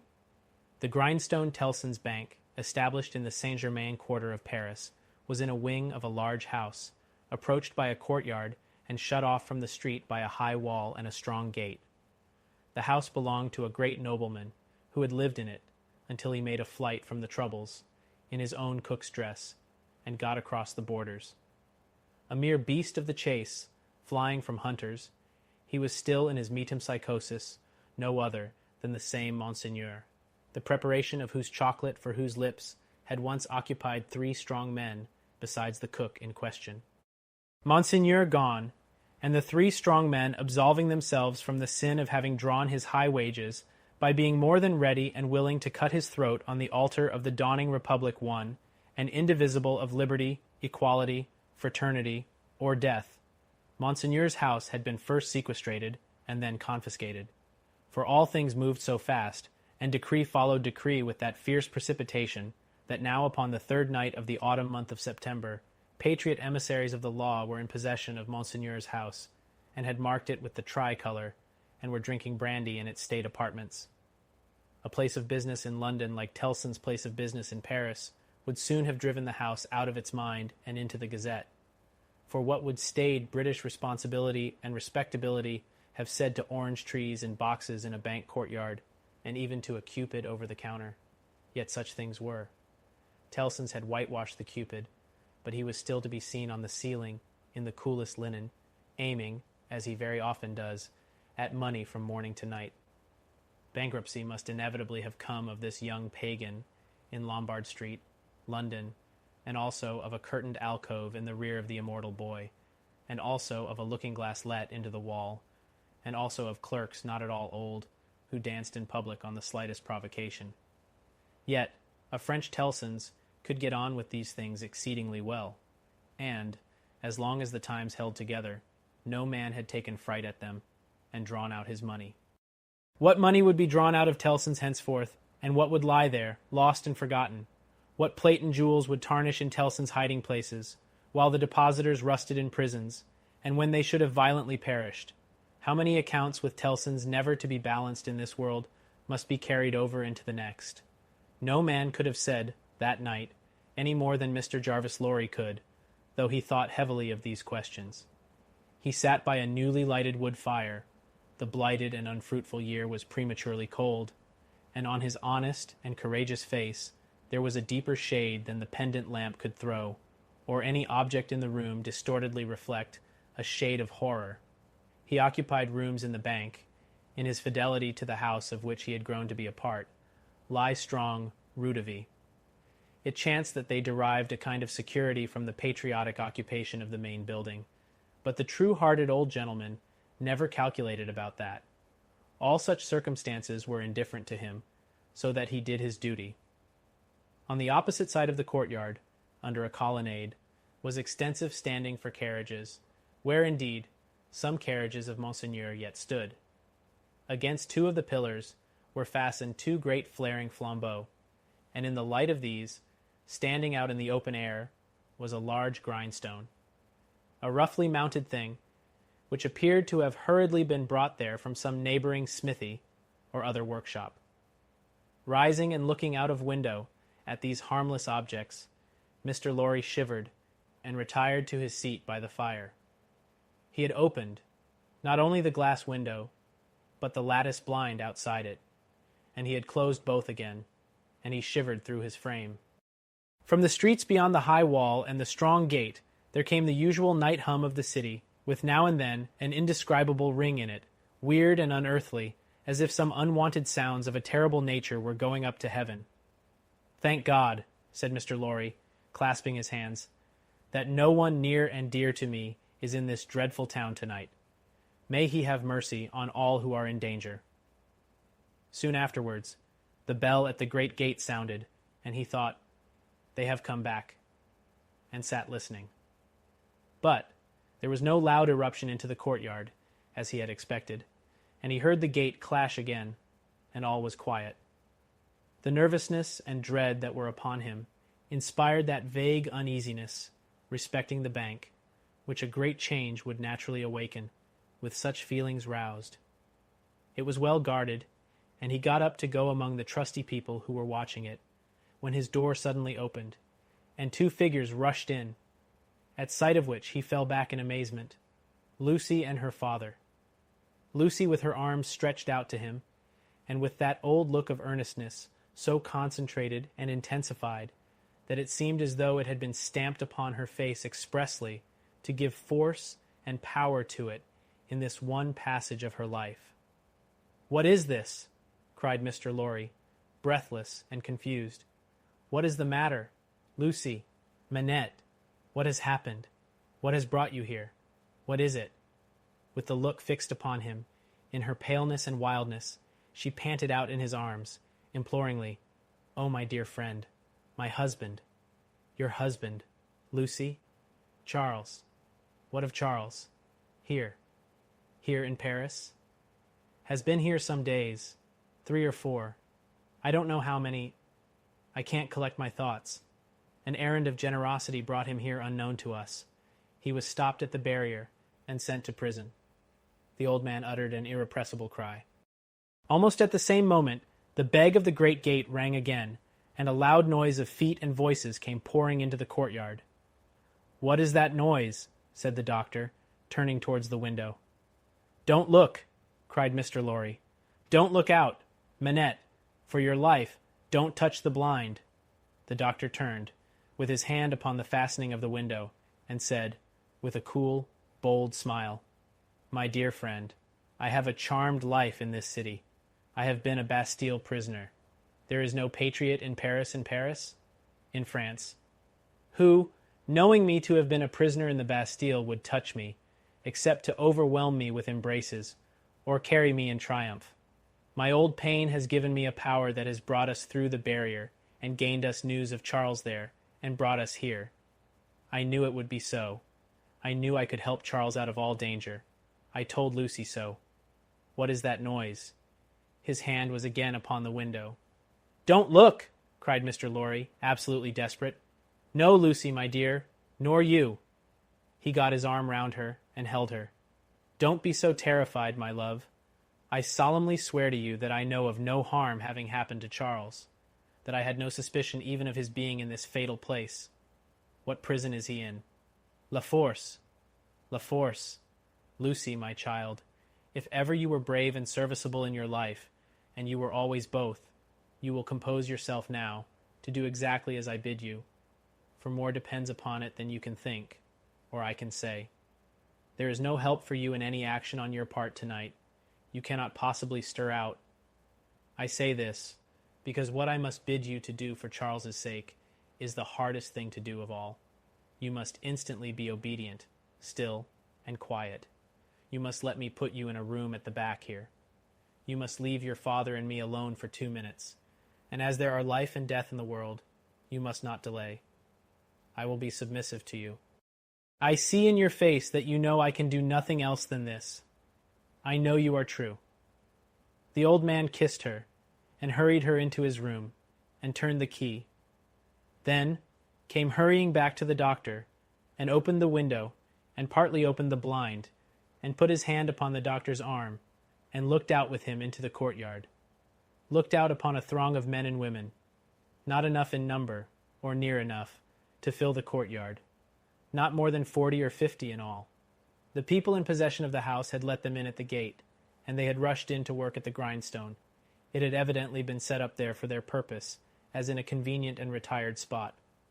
But such awful workers, and such awful work. The grindstone had a double handle, and turning at it madly were 2 men, whose faces, as their long hair wrapped back when the whirlings of the grindstone brought their faces up, were more horrible and cruel than the visages of the wildest savages in their most barbarous disguise. False eyebrows and false mustaches were stuck upon them, and their hideous countenances were all bloody and sweaty, and all awry with howling, and all staring and glaring with beastly excitement and want of sleep. As these ruffians turned and turned, their matted locks now flung forward over their eyes, now flung backward over their necks, some women held wine to their mouths that they might drink, and what with dropping blood, and what with dropping wine, and what with the stream of sparks struck out of the stone, all their wicked atmosphere seemed gore and fire. The eye could not detect one creature in the group free from the smear of blood. Shouldering one another to get next at the sharpening stone were men stripped to the waist, with the stain all over their limbs and bodies. Men in all sorts of rags, with the stain upon those rags. Men devilishly set off with spoils of women's lace and silk and ribbon, with the stain dyeing those trifles through and through. Hatchets, knives, bayonets, swords, all brought to be sharpened, were all red with it. Some of the hacked swords were tied to the wrists of those who carried them with strips of linen and fragments of dress, ligatures, various in kind, but all deep of the one color. And as the frantic wielders of these weapons snatched them from the stream of sparks and tore away into the streets, the same red hue was red in their frenzied eyes, eyes which any unbrutalized beholder would have given 20 years of life to petrify with a well-directed gun. All this was seen in a moment as the vision of a drowning man or of any human creature at any very great pass could see a world if it were there. They drew back from the window, and the doctor looked for explanation in his friend's ashy face. "They are," Mr. Lorry whispered the words, glancing fearfully round at the locked room. "Murdering the prisoners. If you are sure of what you say, if you really have the power you think you have, as I believe you have, make yourself known to these devils, and get taken to La Force. It may be too late, I don't know, but let it not be a minute later." Dr. Manette pressed his hand, hastened bareheaded out of the room, and was in the courtyard when Mr. Lorry regained the blind. His streaming white hair, his remarkable face, and the impetuous confidence of his manner, as he put the weapons aside like water, carried him in an instant to the heart of the concourse at the stone. For a few moments there was a pause, and a hurry, and a murmur, and the unintelligible sound of his voice. And then Mr. Laurie saw him, surrounded by all, and in the midst of a line of 20 men long, all linked shoulder to shoulder and hand to shoulder, hurried out with cries of, "Live the Bastille prisoner! Help for the Bastille prisoner's kindred in La Force! Room for the Bastille prisoner in front there! Save the prisoner Evrémonde at La Force!" and 1,000 answering shouts. He closed the lattice again with a fluttering heart, closed the window and the curtain, hastened to Lucy, and told her that her father was assisted by the people, and gone in search of her husband. He found her child and Miss Pross with her, but it never occurred to him to be surprised by their appearance until a long time afterwards, when he sat watching them in such quiet as the night knew. Lucy had, by that time, fallen into a stupor on the floor at his feet, clinging to his hand. Miss Pross had laid the child down on his own bed, and her head had gradually fallen on the pillow beside her pretty charge. Oh, the long, long night with the moans of the poor wife, and oh, the long, long night with no return of her father and no tidings. Twice more in the darkness, the bell at the great gate sounded, and the eruption was repeated, and the grindstone whirled and spluttered. "What is it?" cried Lucy, affrighted. "Hush! The soldiers' swords are sharpened there," said Mr. Lorry. "The place is national property now, and used as a kind of armory, my love. Twice more in all, but the last spell of work was feeble and fitful. Soon afterwards the day began to dawn, and he softly detached himself from the clasping hand, and cautiously looked out again. A man, so besmeared that he might have been a sorely wounded soldier, creeping back to consciousness on a field of slain, was rising from the pavement by the side of the grindstone, and looking about him with a vacant air. Shortly, this worn-out murderer descried in the imperfect light one of the carriages of Monseigneur, and staggering to that gorgeous vehicle, climbed in at the door, and shut himself up to take his rest on its dainty cushions. The great grindstone, earth, had turned when Mr. Lorry looked out again, and the sun was red on the courtyard. But the lesser grindstone stood alone there in the calm morning air, with a red upon it that the sun had never given, and would never take away. 3. The shadow 1 of the first considerations which arose in the business mind of Mr. Lorry when business hours came round, was this, that he had no right to imperil Tellson's by sheltering the wife of an emigrant prisoner under the bank roof. His own possessions, safety, life, he would have hazarded for Lucy and her child, without a moment's demur. But the great trust he held was not his own, and as to that business charge, he was a strict man of business. At first, his mind reverted to Defarge, and he thought of finding out the wine shop again, and taking counsel with its master, in reference to the safest dwelling place in the distracted state of the city. But the same consideration that suggested him repudiated him. He lived in the most violent quarter, and doubtless was influential there, and deep in its dangerous workings. Noon coming, and the doctor not returning, and every minute's delay tending to compromise Tellson's, Mr. Lorry advised with Lucy. She said that her father had spoken of hiring a lodging for a short term in that quarter near the banking house, as there was no business objection to this, and as he foresaw that even if it were all well with Charles, and he were to be released, he could not hope to leave the city. Mr. Lorry went out in quest of such a lodging, and found a suitable one, high up in a removed by-street where the closed blinds and all the other windows of a high, melancholy square of buildings marked deserted homes. To this lodging he at once removed Lucy and her child, and Miss Pross, giving them what comfort he could, and much more than he had himself. He left Jerry with them, as a figure to fill a doorway that would bear considerable knocking on the head, and retain to his own occupations. A disturbed and doleful mind he brought to bear upon them, and slowly and heavily the day lagged on with him.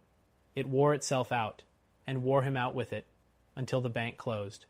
He was again alone in his room of the previous night, considering what to do next, when he heard a foot upon the stair.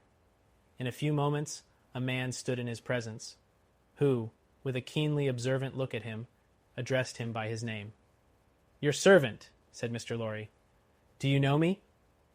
He was a strongly made man with dark curling hair, from 45 to 50 years of age. For answer he repeated, without any change of emphasis, the words, Do you know me? I have seen you somewhere. Perhaps at my wine shop? Much interested and agitated, Mr. Lorry said, You come from Dr. Manette? Yes, I come from Dr. Manette. And what says he? What does he send me? Defarge gave into his anxious hand an open scrap of paper. It bore the words in the doctor's writing, Charles is safe, but I cannot safely leave this place yet. I have obtained the favor that the bearer has a short note from Charles to his wife. Let the bearer see his wife. It was dated from La Force, within an hour. Will you accompany me? Said Mr. Lorry, joyfully relieved after reading this note aloud. To where his wife resides? Yes, returned Defarge, scarcely noticing as yet in what a curiously reserved and mechanical way Defarge spoke. Mr. Lorry put on his hat, and they went down into the courtyard. There they found two women, one knitting. Madame Defarge, surely, said Mr. Lorry, who had left her in exactly the same attitude some 17 years ago. It is she, observed her husband. Does Madame go with us? Inquired Mr. Lorry, seeing that she moved as they moved. Yes, that she may be able to recognize the faces and know the persons. It is for their safety. Beginning to be struck by Defarge's manner, Mr. Lorry looked dubiously at him and led the way. Both the women followed, the second woman being the Vengeance. They passed through the intervening streets as quickly as they might, ascended the staircase of the new domicile, were admitted by Jerry, and found Lucy weeping alone. She was thrown into a transport by the tidings Mr. Lorry gave her of her husband, and clasped the hand that delivered his note, little thinking what it had been doing near him in the night, and might, but for a chance, have done to him.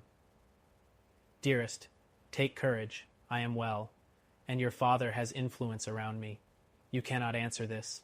Kiss our child for me. That was all the writing. It was so much, however, to her who received it, that she turned from Defarge to his wife, and kissed one of the hands that knitted. It was a passionate, loving, thankful, womanly action, but the hand made no response, dropped cold and heavy, and took to its knitting again. There was something in its touch that gave Lucy a check. She stopped in the act of putting the note in her bosom, and with her hands yet at her neck, looked terrified at Madame Defarge. Madame Defarge met the lifted eyebrows and forehead with a cold, impassive stare. My dear, said Mr. Lorry, striking in to explain, there are frequent risings in the streets, and although it is not likely they will ever trouble you, Madame Defarge wishes to see those whom she has the power to protect at such times, to the end that she may know them, that she may identify them. I believe, said Mr. Lorry, rather halting in his reassuring words, as the stony manner of all the three impressed itself upon him more and more. I state the case, Citizen Defarge? Defarge looked gloomily at his wife, and gave no other answer than a gruff sound of acquiescence. You had better, Lucy, said Mr. Lorry, doing all he could to propitiate by tone and manner. Have the dear child here, and our good Pross, Defarge, is an English lady, and knows no French.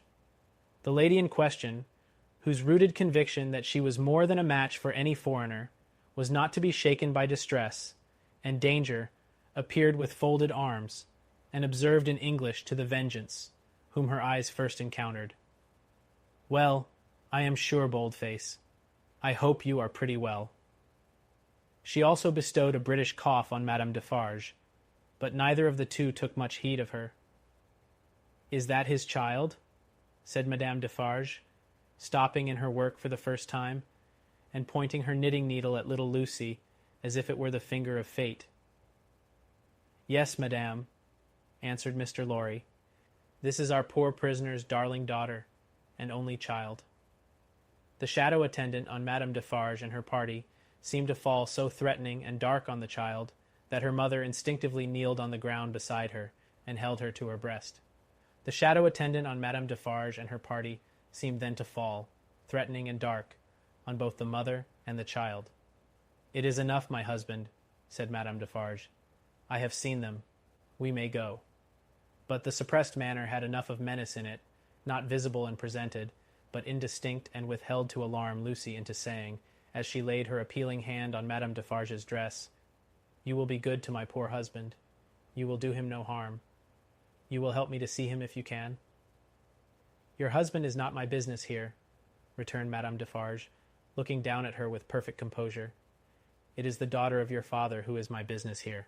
For my sake, then, be merciful to my husband, for my child's sake. She will put her hands together and pray you to be merciful. We are more afraid of you than of these others." Madame Defarge received it as a compliment, and looked at her husband. Defarge, who had been uneasily biting his thumbnail, and looking at her, collected his face into a sterner expression. "What is it that your husband says in that little letter?" asked Madame Defarge, with a lowering smile. "Influence. He says something touching influence?" "That my father," said Lucy, hurriedly taking the paper from her breast, but with her alarmed eyes on her questioner, and not on it, "has much influence around him." "Surely it will release him," said Madame Defarge. "Let it do so." "As a wife and mother," cried Lucy, most earnestly, "I implore you to have pity on me, and not to exercise any power that you possess against my innocent husband, but to use it in his behalf. O sister woman, think of me, as a wife and mother." Madame Defarge looked, coldly as ever, at the suppliant, and said, turning to her friend the Vengeance, "The wives and mothers we have been used to see, since we were as little as this child, and much less, have not been greatly considered. We have known their husbands and fathers laid in prison and kept from them, often enough. All our lives we have seen our sister women suffer, in themselves and in their children, poverty, nakedness, hunger, thirst, sickness, misery, oppression, and neglect of all kinds. We have seen nothing else," returned the Vengeance. "We have borne this a long time," said Madame Defarge, turning her eyes again upon Lucy. "Judge you. Is it likely that the trouble of one wife and mother would be much to us now?" She resumed her knitting and went out. The Vengeance followed. Defarge went last, and closed the door. "Courage, my dear Lucy," said Mr. Lorry, as he raised her. "Courage, courage. So far all goes well with us, much, much better than it has of late gone with many poor souls. Cheer up, and have a thankful heart. I am not thankless, I hope, but that dreadful woman seems to throw a shadow on me, and on all my hopes." "Tut, tut," said Mr. Lorry. "What is this despondency in the brave little breast? A shadow indeed. No substance in it, Lucy." But the shadow of the manner of these Defarges was dark upon himself, for all that, and in his secret mind it troubled him greatly. 4. Calm in storm. Dr. Manette did not return until the morning of the 4th day of his absence. So much of what had happened in that dreadful time as could be kept from the knowledge of Lucy was so well concealed from her, that not until long afterwards, when France and she were far apart, did she know that 1,100 defenseless prisoners of both sexes and all ages had been killed by the populace, that 4 days and nights had been darkened by this deed of horror, and that the air around her had been tainted by the slain. She only knew that there had been an attack upon the prisons, that all political prisoners had been in danger, and that some had been dragged out by the crowd and murdered. To Mr. Lorry, the doctor communicated under an injunction of secrecy on which he had no need to dwell, that the crowd had taken him through a scene of carnage to the prison of La Force, that, in the prison, he had found a self-appointed tribunal sitting, before which the prisoners were brought singly, and by which they were rapidly ordered to be put forth to be massacred, or to be released, or, in a few cases, to be sent back to their cells. That, presented by his conductors to this tribunal, he had announced himself by name and profession as having been for 18 years a secret and unaccused prisoner in the Bastille. That, one of the body so sitting in judgment had risen and identified him, and that this man was Defarge. That, hereupon, he had ascertained, through the registers on the table, that his son-in-law was among the living prisoners, and had pleaded hard to the tribunal, of whom some members were asleep and some awake, some dirty with murder, and some clean, some sober, and some not, for his life and liberty. That, in the first frantic greetings lavished on himself as a notable sufferer under the overthrown system, it had been accorded to him to have Charles Darnay brought before the lawless court and examined. That he seemed on the point of being at once released, when the tide in his favor met with some unexplained check, not intelligible to the doctor, which led to a few words of secret conference. That the man sitting as president had then informed Dr. Manette that the prisoner must remain in custody, but should, for his sake, be held inviolate in safe custody. That, immediately, on a signal, the prisoner was removed to the interior of the prison again. But that he, the doctor, had then so strongly pleaded for permission to remain and assure himself that his son-in-law was, through no malice or mischance, delivered to the concourse whose murderous yells outside the gate had often drowned the proceedings, that he had obtained the permission, and had remained in that hall of blood until the danger was over. The sights he had seen there, with brief snatches of food and sleep by intervals, shall remain untold. The mad joy over the prisoners who were saved had astounded him scarcely less than the mad ferocity against those who were cut to pieces. One prisoner there was, he said, who had been discharged into the street free, but at whom a mistaken savage had thrust a pike as he passed out. Being besought to go to him and dress the wound, the doctor had passed out at the same gate, and had found him in the arms of a company of Samaritans, who were seated on the bodies of their victims. With an inconsistency as monstrous as anything in this awful nightmare, they had helped the healer, and tended the wounded man with the gentlest solicitude, had made a litter for him, and escorted him carefully from the spot, had then caught up their weapons, and plunged anew into a butchery so dreadful that the doctor had covered his eyes with his hands, and swooned away in the midst of it. As Mr. Laurie received these confidences, and as he watched the face of his friend, now 62 years of age, a misgiving arose within him that such dread experiences would revive the old danger. But he had never seen his friend in his present aspect.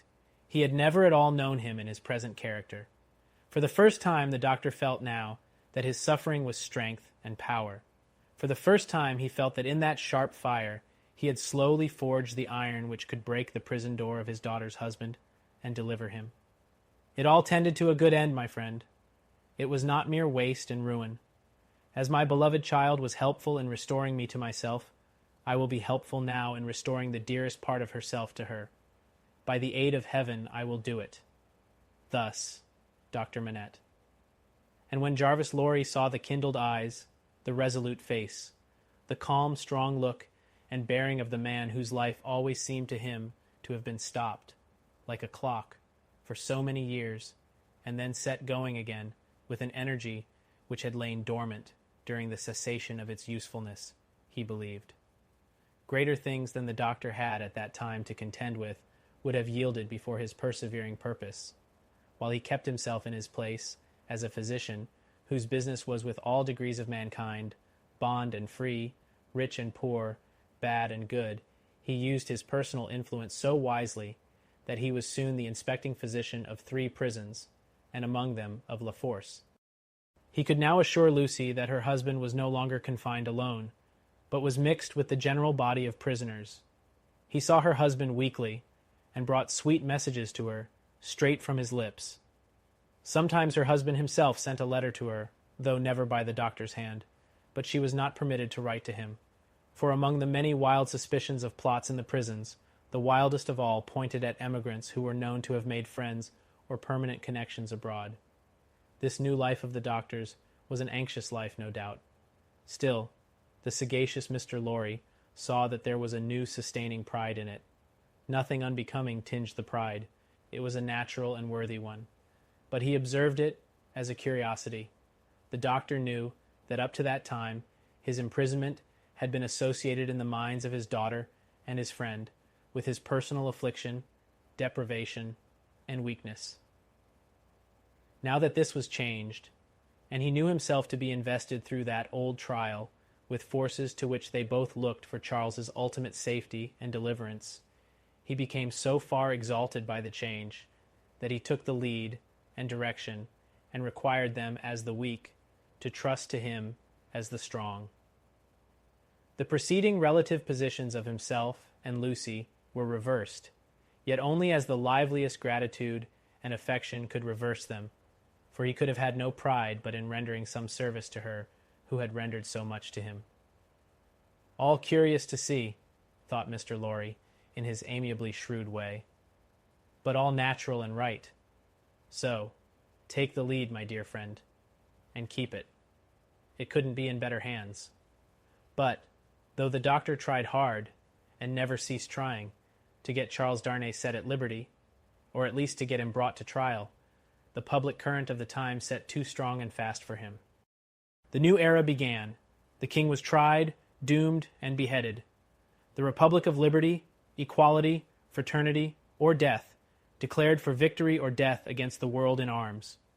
The black flag waved night and day from the great towers of Notre Dame. 300,000 men, summoned to rise against the tyrants of the earth, rose from all the varying soils of France, as if the dragon's teeth had been sown broadcast, and had yielded fruit equally on hill and plain, on rock, in gravel, and alluvial mud, under the bright sky of the south, and under the clouds of the north, in fell and forest, in the vineyards, and the olive grounds, and among the cropped grass, and the stubble of the corn, along the fruitful banks of the broad rivers, and in the sand of the seashore. What private solicitude could rear itself against the deluge of the year one of liberty?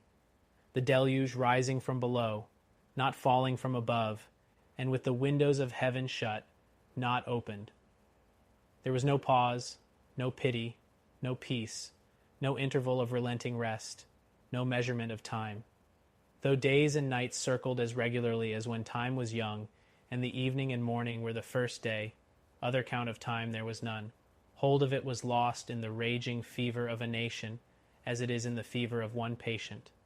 Now, breaking the unnatural silence of a whole city, the executioner showed the people the head of the king, and now, it seemed almost in the same breath, the head of his fair wife, which had had 8 weary months of imprisoned widowhood and misery, to turn it gray.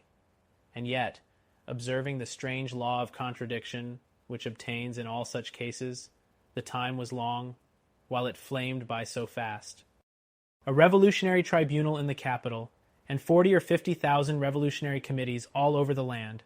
A law of the suspected, which struck away all security for liberty or life, and delivered over any good and innocent person to any bad and guilty one.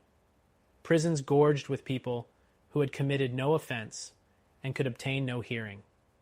These things became the established order and nature of appointed things, and seemed to be ancient usage before they were many weeks old. Above all, one hideous figure grew as familiar as if it had been before the general gaze from the foundations of the world, the figure of the sharp female called La Guillotine.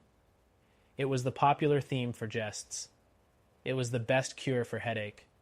It infallibly prevented the hair from turning gray. It imparted a peculiar delicacy to the complexion. It was the national razor, which shaved close. Who kissed La Guillotine, looked through the little window, and sneezed into the sack. It was the sign of the regeneration of the human race. It superseded the cross. Models of it were worn on breasts, from which the cross was discarded, and it was bowed down to and believed in where the cross was denied. It sheared off heads so many that it, and the ground it most polluted, were a rotten red. It was taken to pieces, like a toy puzzle for a young devil, and was put together again when the occasion wanted it. It hushed the eloquent, struck down the powerful, abolished the beautiful and good. 22 friends of high public mark, 21 living and 1 dead, it had lopped the heads off, in one morning, in as many minutes. The name of the strong man of old Scripture had descended to the chief functionary who worked it, but, so armed, he was stronger than his namesake, and blinder, and tore away the gates of God's own temple every day. Among these terrors, and the brood belonging to them, the doctor walked with a steady head, confident in his power, cautiously persistent in his end, never doubting that he would save Lucy's husband at last. Yet the current of the time swept by, so strong and deep, and carried the time away so fiercely, that Charles had lain in prison 1 year and 3 months, when the doctor was thus steady and confident. So much more wicked and distracted had the revolution grown in that December month, that the rivers of the South were encumbered with the bodies of the violently drowned by night, and prisoners were shot in lines and squares under the southern wintry sun. Still, the doctor walked among the terrors with a steady head. No man better known than he in Paris at that day, no man in a stranger situation, silent, humane, indispensable in hospital and prison, using his art equally among assassins and victims, he was a man apart. In the exercise of his skill, the appearance and the story of the Bastille captive removed him from all other men. He was not suspected or brought in question, any more than if he had indeed been recalled to life some 18 years before, or were a spirit moving among mortals.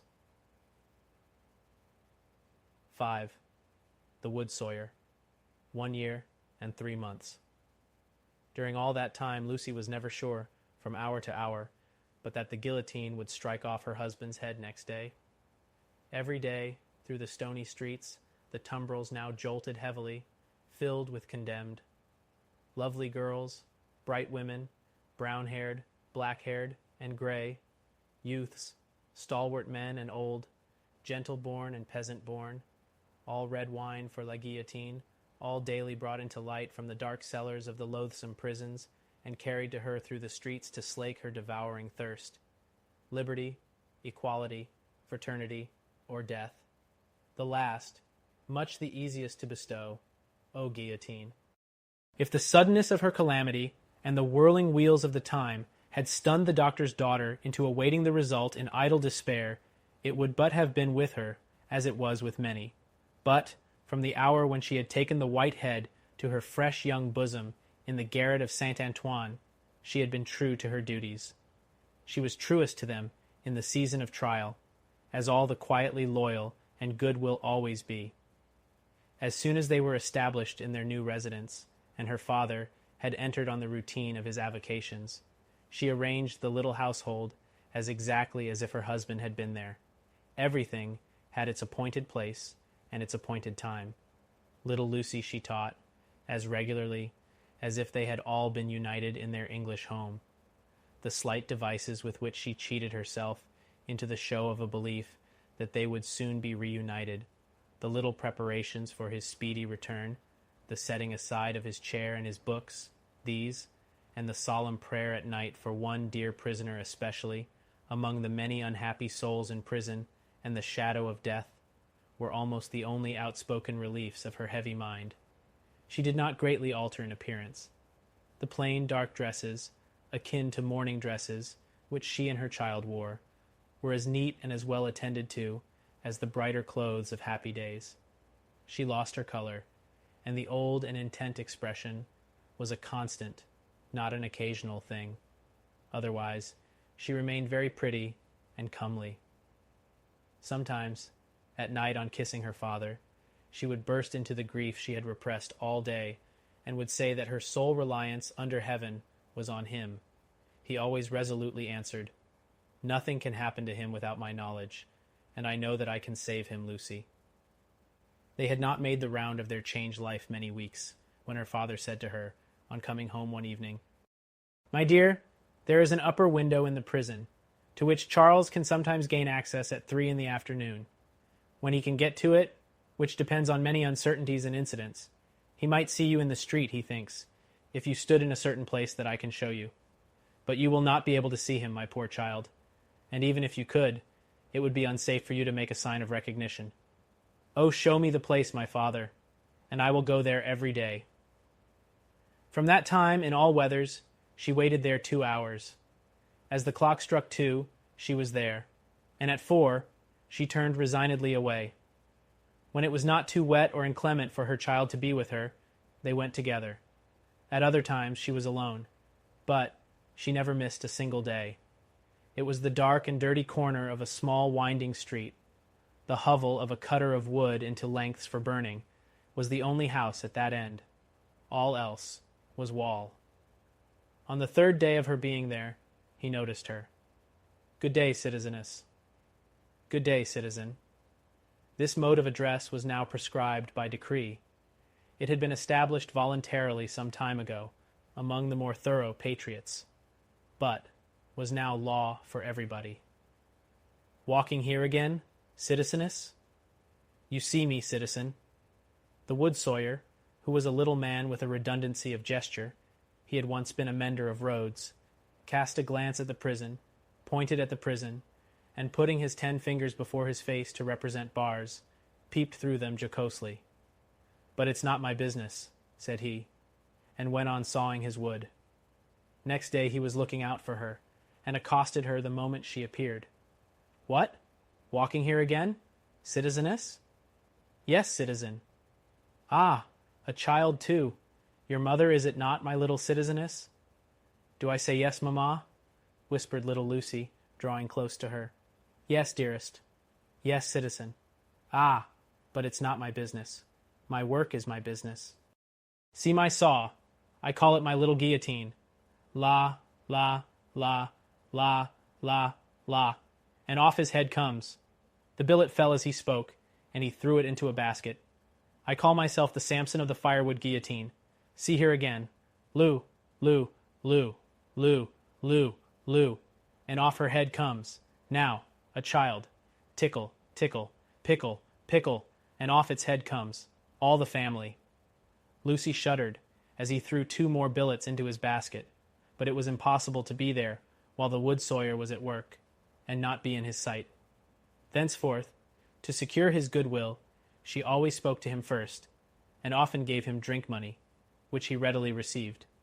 He was an inquisitive fellow, and sometimes, when she had quite forgotten him, in gazing at the prison roof and grates, and in lifting her heart up to her husband, she would come to herself to find him looking at her, with his knee on his bench, and his saw stopped in its work. But it's not my business, he would generally say at those times, and would briskly fall to his sawing again. In all weathers, in the snow and frost of winter, in the bitter winds of spring, in the hot sunshine of summer, in the rains of autumn, and again in the snow and frost of winter, Lucy passed 2 hours of every day at this place, and every day on leaving it, she kissed the prison wall. Her husband saw her, so she learned from her father. It might be once in 5 or 6 times. It might be twice or thrice running. It might be not for a week or a fortnight together.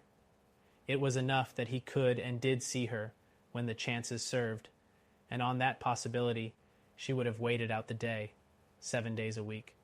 These occupations brought her round to the December month, wherein her father walked among the terrors with a steady head. On a lightly snowing afternoon, she arrived at the usual corner. It was a day of some wild rejoicing and a festival. She had seen the houses, as she came along, decorated with little pikes, and with little red caps stuck upon them, also with tricolored ribbons, also with the standard inscription, tricolored letters were the favorite, Republic One and Indivisible, Liberty, Equality, Fraternity, or Death. The miserable shop of the Wood-Sawyer was so small that its whole surface furnished very indifferent space for this legend. He had got somebody to scrawl it up for him, however, who had squeezed death in with most inappropriate difficulty. On his housetop, he displayed pike and cap, as a good citizen must, and in a window he had stationed his saw inscribed as his little Saint Guillotine, for the great sharp female was by that time popularly canonized. His shop was shut, and he was not there, which was a relief to Lucy, and left her quite alone. But he was not far off, for presently she heard a troubled movement and a shouting coming along, which filled her with fear. A moment afterwards, and a throng of people came pouring round the corner by the prison wall, in the midst of whom was the Wood-Sawyer hand in hand with the Vengeance. There could not be fewer than 500 people, and they were dancing like 5,000 demons. There was no other music than their own singing. They danced to the popular Revolution song, keeping a ferocious time that was like a gnashing of teeth in unison. Men and women danced together, women danced together, men danced together, as hazard had brought them together. At first, they were a mere storm of coarse red caps and coarse woolen rags. But, as they filled the place, and stopped to dance about Lucy, Some ghastly apparition of a dance figure gone raving mad arose among them. They advanced, retreated, struck at one another's hands, clutched at one another's heads, spun round alone, caught one another, and spun round in pairs, until many of them dropped. While those were down, the rest linked hand in hand, and all spun round together. Then the ring broke, and in separate rings of 2 and 4, they turned and turned, until they all stopped at once, began again, struck, clutched, and tore, and then reversed the spin, and all spun round another way. Suddenly they stopped again, paused, struck out the time afresh, formed into lines the width of the public way, and with their heads low down and their hands high up, swooped screaming off. No fight could have been half so terrible as this dance. It was so emphatically a fallen sport, a something, once innocent, delivered over to all devilry.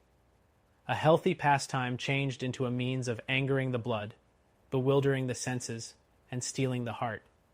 Such grace as was visible in it made it the uglier, showing how warped and perverted all things good by nature were become. The maidenly bosom bared to this, the pretty almost child's head thus distracted, the delicate foot mincing in this slough of blood and dirt, were types of the disjointed time. This was the Carmagnole. As it passed, leaving Lucy frightened and bewildered in the doorway of the Wood-Sawyer's house, the feathery snow fell as quietly and lay as white and soft as if it had never been. Oh, my father! For he stood before her when she lifted up the eyes she had momentarily darkened with her hand. Such a cruel bad sight. I know, my dear, I know, I have seen it many times. Don't be frightened. Not one of them would harm you. I am not frightened for myself, my father. But when I think of my husband and the mercies of these people, we will set him above their mercies very soon. I left him climbing to the window, and I came to tell you, there is no one here to see. You may kiss your hand towards that highest shelving roof. I do so, father, and I send him my soul with it. You cannot see him, my poor dear? No, father, said Lucy, yearning and weeping as she kissed her hand. No. A footstep in the snow. Madame Defarge. I salute you, citizeness, from the doctor. I salute you, citizen. This in passing. Nothing more. Madame Defarge gone, like a shadow over the white road. Give me your arm, my love. Pass from here with an air of cheerfulness and courage for his sake. That was well done. They had left the spot. It shall not be in vain. Charles is summoned for tomorrow. For tomorrow. There is no time to lose. I am well prepared, but there are precautions to be taken, that could not be taken until he was actually summoned before the tribunal.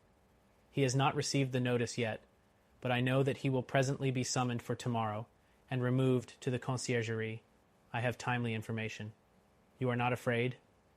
She could scarcely answer. I trust in you. Do so, implicitly. Your suspense is nearly ended, my darling. He shall be restored to you within a few hours. I have encompassed him with every protection. I must see Laurie. He stopped. There was a heavy lumbering of wheels within hearing. They both knew too well what it meant. 1, 2, 3. 3 tumbrils faring away with their dread loads over the hushing snow. I must see Laurie, the doctor repeated, turning her another way. The staunch old gentleman was still in his trust, had never left it. He and his books were in frequent requisition as to property confiscated and made national. What he could save for the owners, he saved. No better man living to hold fast by what Tellson's had in keeping, and to hold his peace.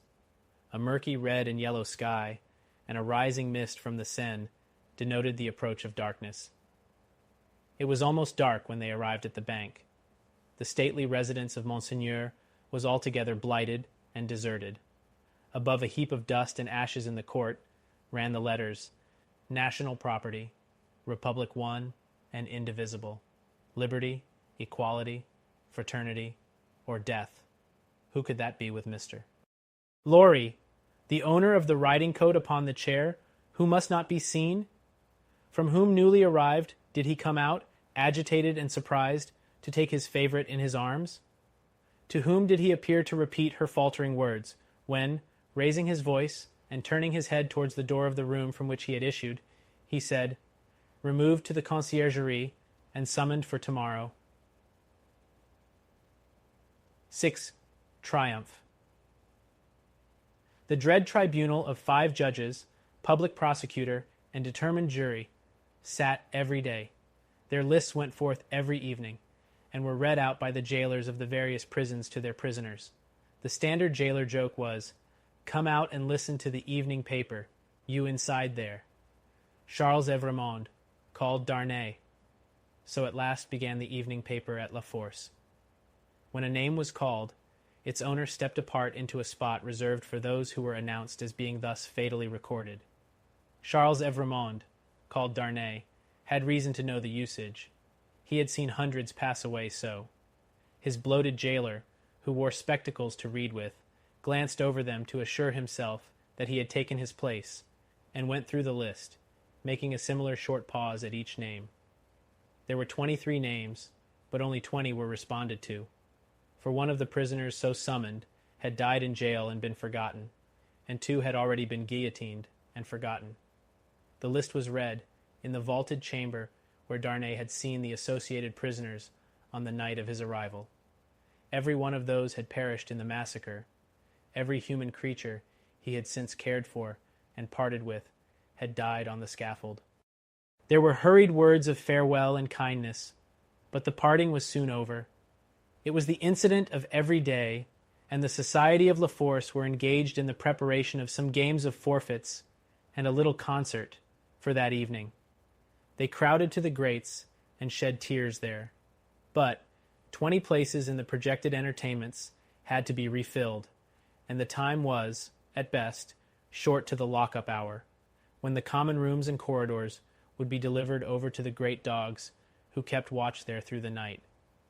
The prisoners were far from insensible or unfeeling. Their ways arose out of the condition of the time. Similarly, though with a subtle difference, a species of fervor or intoxication, known, without doubt, to have led some persons to brave the guillotine unnecessarily, and to die by it, was not mere boastfulness, but a wild infection of the wildly shaken public mind. In seasons of pestilence, some of us will have a secret attraction to the disease, a terrible passing inclination to die of it, and all of us have like wonders hidden in our breasts, only needing circumstances to evoke them. The passage to the conciergerie was short and dark.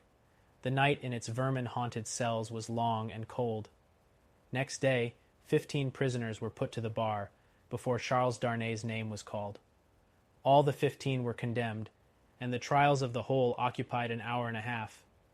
Charles Evremond, called Darnay, was at length arraigned.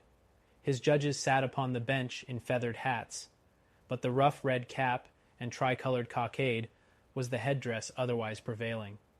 Looking at the jury and the turbulent audience, he might have thought that the usual order of things was reversed, and that the felons were trying the honest men.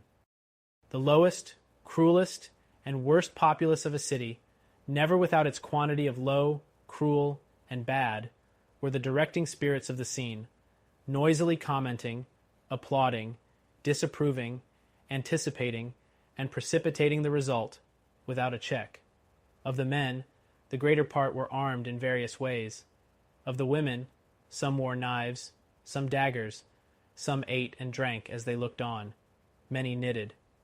Among these last was one, with a spare piece of knitting under her arm as she worked. She was in a front row, by the side of a man whom he had never seen since his arrival at the barrier, but whom he directly remembered as Defarge. He noticed that she once or twice whispered in his ear, and that she seemed to be his wife.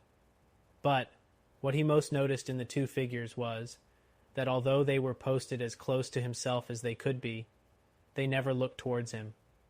They seemed to be waiting for something with a dogged determination, and they looked at the jury, but at nothing else. Under the president sat Dr. Manette, in his usual quiet dress. As well as the prisoner could see, he and Mr. Lorry were the only men there, unconnected with the tribunal, who wore their usual clothes, and had not assumed the coarse garb of the Carmagnole.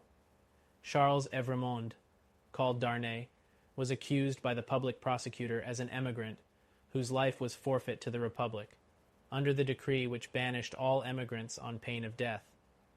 It was nothing that the decree bore date since his return to France. There he was, and there was the decree. He had been taken in France, and his head was demanded. "Take off his head," cried the audience. "An enemy to the Republic." The president rang his bell to silence those cries, and asked the prisoner whether it was not true that he had lived many years in England. Undoubtedly it was. Was he not an emigrant then? What did he call himself?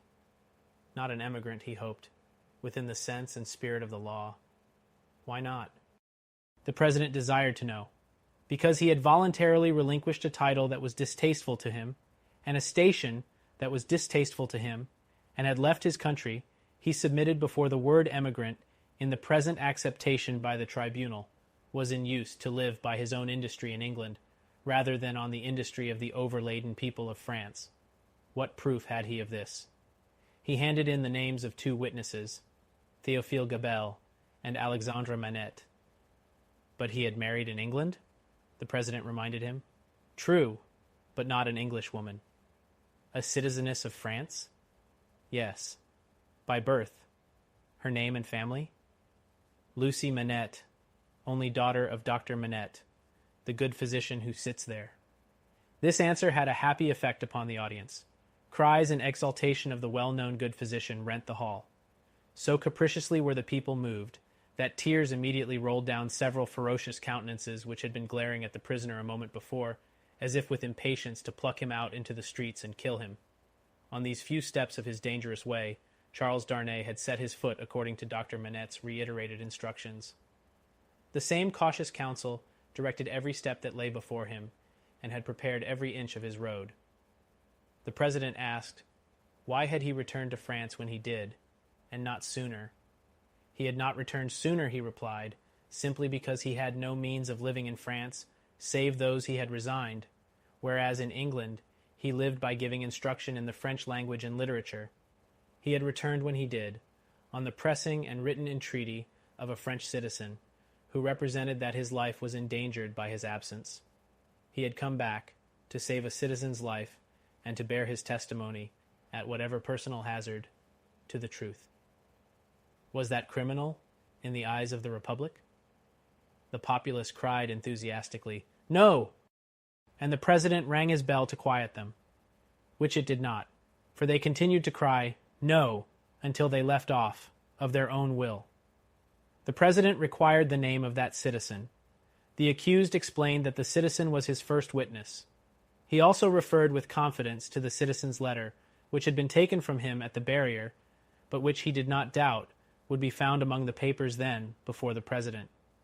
The doctor had taken care that it should be there, had assured him that it would be there, and at this stage of the proceedings it was produced and read. Citizen Gabelle was called to confirm it, and did so. Citizen Gabelle hinted, with infinite delicacy and politeness, that in the pressure of business imposed on the tribunal by the multitude of enemies of the Republic with which it had to deal, he had been slightly overlooked in his prison of the Abbaye.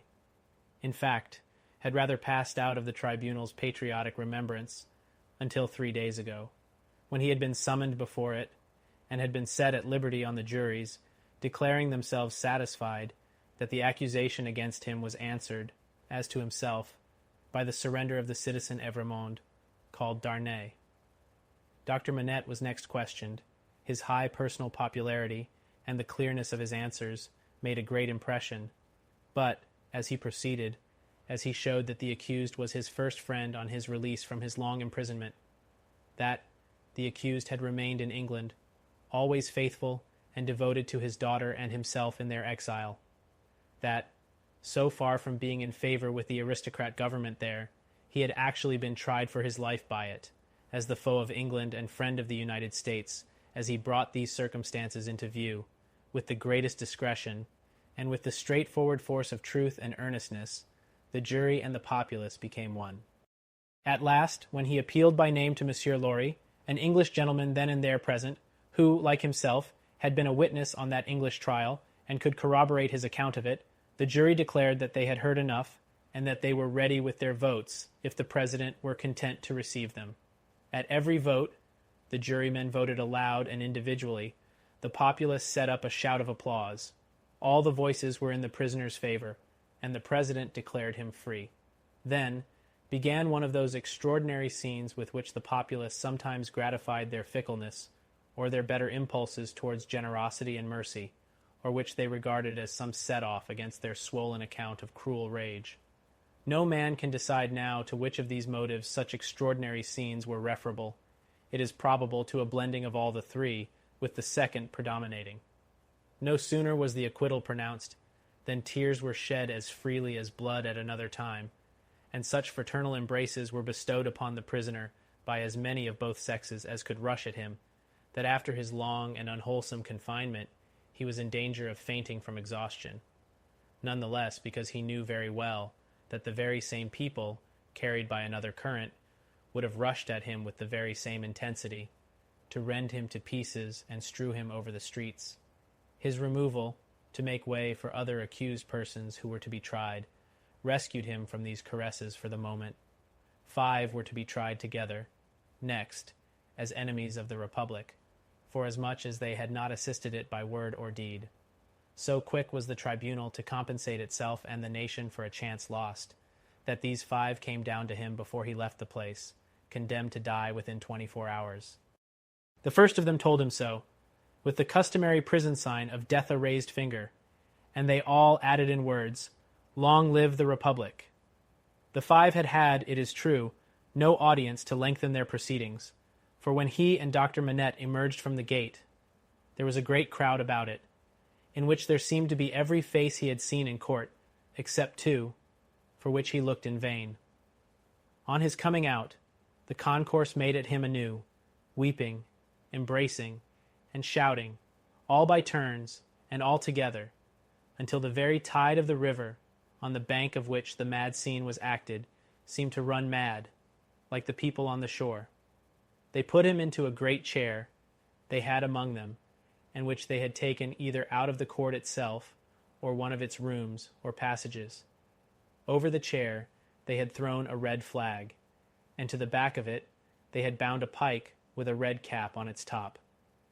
In this car of triumph, not even the doctor's entreaties could prevent his being carried to his home on men's shoulders, with a confused sea of red caps heaving about him, and casting up to sight from the stormy deep such wrecks of faces, that he more than once misdoubted his mind being in confusion, and that he was in the tumbril on his way to the guillotine. In wild dreamlike procession, embracing whom they met, and pointing him out, they carried him on. Reddening the snowy streets with the prevailing Republican color, in winding and tramping through them, as they had reddened them below the snow with a deeper dye, they carried him thus into the courtyard of the building where he lived. Her father had gone on before, to prepare her, and when her husband stood upon his feet, she dropped insensible in his arms. As he held her to his heart, and turned her beautiful head between his face and the brawling crowd, so that his tears and her lips might come together unseen, a few of the people fell to dancing. Instantly, all the rest fell to dancing, and the courtyard overflowed with the carmagnole. Then they elevated into the vacant chair a young woman from the crowd to be carried as the goddess of liberty, and then swelling and overflowing out into the adjacent streets, and along the river's bank, and over the bridge, the carmagnole absorbed them every one, and whirled them away. After grasping the doctor's hand, as he stood victorious and proud before him, after grasping the hand of Mr. Lorry, who came panting and breathless from his struggle against the waterspout of the carmagnole, after kissing little Lucy, who was lifted up to clasp her arms round his neck, and after embracing the ever-zealous and faithful Pross who lifted her, he took his wife in his arms and carried her up to their rooms. "Lucy, my own, I am safe. Oh, dearest Charles, let me thank God for this on my knees as I have prayed to him." They all reverently bowed their heads and hearts. When she was again in his arms, he said to her, "And now speak to your father, dearest. No other man in all this France could have done what he has done for me." She laid her head upon her father's breast, as she had laid his poor head on her own breast, long, long ago. He was happy in the return he had made her. He was recompensed for his suffering. He was proud of his strength. You must not be weak, my darling, he remonstrated. Don't tremble so. I have saved him. 7. A knock at the door. I have saved him. It was not another of the dreams in which he had often come back. He was really here. And yet his wife trembled, and a vague but heavy fear was upon her. All the air round was so thick and dark, the people were so passionately revengeful and fitful, the innocent were so constantly put to death on vague suspicion and black malice, it was so impossible to forget that many as blameless as her husband, and as dear to others as he was to her, every day shared the fate from which he had been clutched, that her heart could not be as lightened of its load as she felt it ought to be. The shadows of the wintry afternoon were beginning to fall, and even now the dreadful carts were rolling through the streets. Her mind pursued them, looking for him among the condemned, and then she clung closer to his real presence and trembled more. Her father, cheering her, showed a compassionate superiority to this woman's weakness, which was wonderful to see. No garret, no shoemaking, no 105, North Tower, now. He had accomplished the task he had set himself. His promise was redeemed. He had saved Charles. Let them all lean upon him. Their housekeeping was of a very frugal kind, not only because that was the safest way of life, involving the least offense to the people, but because they were not rich, and Charles, throughout his imprisonment, had had to pay heavily for his bad food, and for his guard, and towards the living of the poorer prisoners. Partly on this account, and partly to avoid a domestic spy, they kept no servant. The citizen and citizeness, who acted as porters at the courtyard gate, rendered them occasional service, and Jerry, almost wholly transferred to them by Mr. Lorry, had become their daily retainer, and had his bed there every night.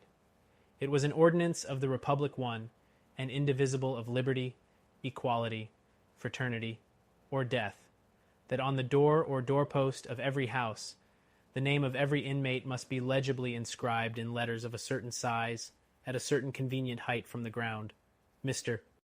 Jerry Cruncher's name, therefore, duly embellished the doorpost down below, and, as the afternoon shadows deepened, the owner of that name himself appeared, from overlooking a painter whom Dr. Manette had employed to add to the list the name of Charles Evremond, called Darnay. In the universal fear and distrust that darkened the time, all the usual harmless ways of life were changed. In the doctor's little household, as in very many others, the articles of daily consumption that were wanted were purchased every evening, in small quantities and at various small shops.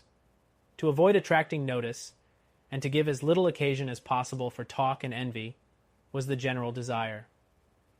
For some months past, Miss Pross and Mr. Cruncher had discharged the office of purveyors, the former carrying the money, the latter the basket. Every afternoon, at about the time when the public lamps were lighted, they fared forth on this duty, and made and brought home such purchases as were needful. Although Miss Pross, through her long association with a French family, might have known as much of their language as of her own, if she had had a mind, she had no mind in that direction. Consequently, she knew no more of that nonsense, as she was pleased to call it, than Mr. Cruncher did. So her manner of marketing was to plump a noun substantive at the head of a shopkeeper without any introduction in the nature of an article, and, if it happened not to be the name of the thing she wanted, to look round for that thing, lay hold of it, and hold on by it until the bargain was concluded.